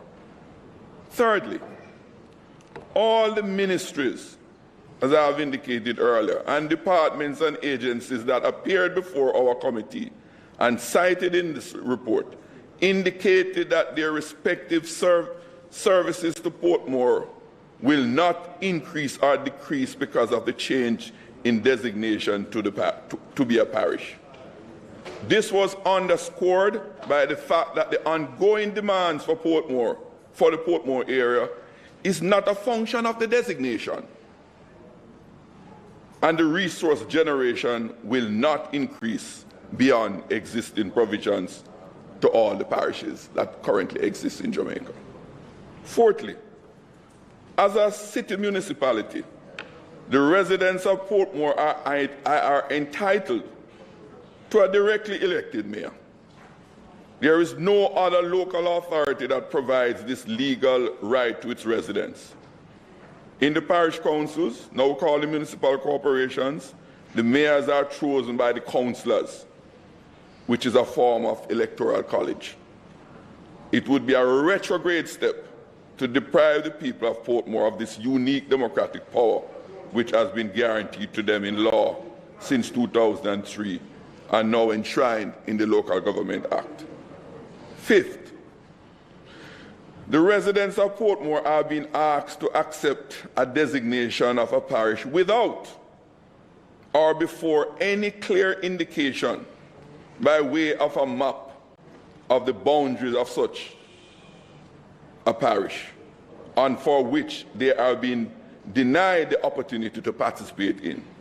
Such an attempt is a blatant affront to the explicit expression of the Portmore residents as contained in the Portmore Municipal Act of 2003. Member, as a senior member, I've given you 10 minutes over the 30. Are you winding up now? Sure. Right. I'm in the conclusion. In the Portmore Municipal Act, where 7% of residents within the existing boundaries are required to assent to any proposed changes in the boundaries, the further utilization of government institutional resources such as those of the Ministries of Justice and local government and agencies be discontinued at this time. That the government focus on using the taxpayers' funds to improve the capacities of the existing Portmore Municipal Council and the range of services being provided to the Portmore central government, provided by central government entities such as the Constabulary Force, the Ministry of Justice, Health, Works, and the National Water Commission. That any further pursuit of separating the residents of Portmore from the rest of St. Catherine be done of a proper organized face-to-face consultations with all the communities and their respective leaderships from civil, church, business, and social organizations, no less than what obtained in creating the current municipality of 2003. That considering the ranging pandemic and the occupying necessary restrictions, the limited government funds to deal with the protracted high levels of crime and crisis in health from COVID-19 and other areas of health service delivery in Portmore and across Jamaica at this time. Madam Speaker, we cannot say to the people of Portmore, we're going to create a parish and they have no clue what the boundary of that parish is. It's like giving someone a parcel of land. Say, you have this land and it has no boundary. Are you going to sell a piece of land and it has no defined boundary? That is what is being put to Portmore residents. That is unacceptable. I'm simply saying, Madam Speaker, we're putting the cart before the horse. We have no objection to, at some point in time, a parish or whatever else be designated. But there are some fundamental things that must be done. Adequate consultation, prioritize the developmental issues that face the residents of Portmore. So at the end, a designation can be a meaningful step for all concerned. Thank you very much, Madam Speaker.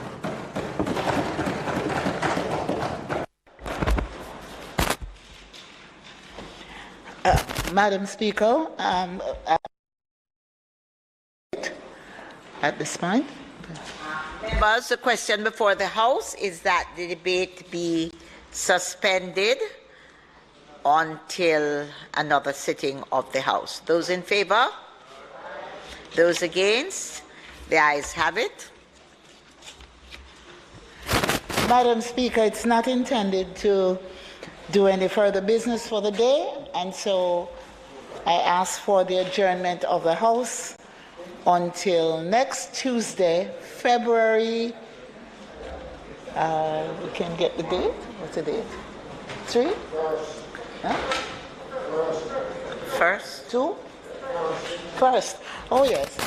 I ask for the suspension, for the adjournment of the House until next Tuesday, February 1st, when we will begin promptly at 2 p.m. The question before the House members is that the House adjourns until next Tuesday, the 1st of February 2022. Those in favor? Those against? The ayes have it. This House is now adjourned.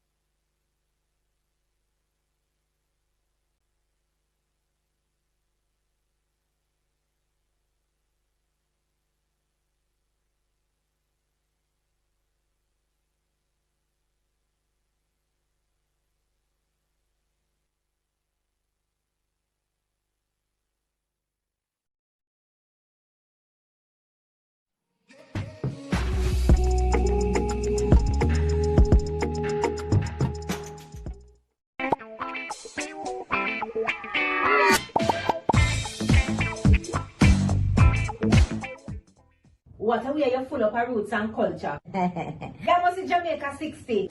Jamaica 60? What a piece of news, Miss Matty. I feel like my heart going bust up. Just in, the island of Jamaica is on the verge of celebrating its 60th year of independence. I only we have to celebrate it. They say the people them in them come here, you know. But you see when our people decide, say the other people them free paper burn up, them say if it's war, start it, whatever. We all collect medal pants and collect medal. Amount of tongue we did them. The celebrations are slated to begin on January 1st, 2022. Organized by the Ministry of Culture, Gender, Entertainment and Sport. We have more in this report. I am on site and planning activities are ablaze. Persons are advised to download the Reggae Jamaica app to know what it pre. Activities for the Jamaica 60 celebration. If you don't know the app to get the updates then.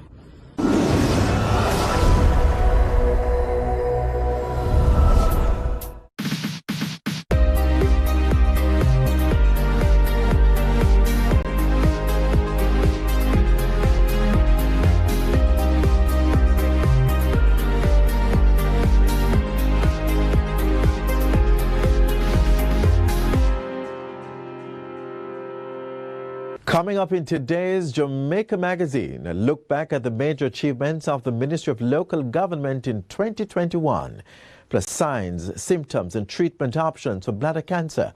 But first, we have the news. After this message, I'm Adrian Atkinson. Stay tuned. What a way you're full of our roots and culture. That was in Jamaica 60. Jamaica 60? What a piece of news, Miss Matty. I feel like my heart going bust up. Just in, the island of Jamaica is on the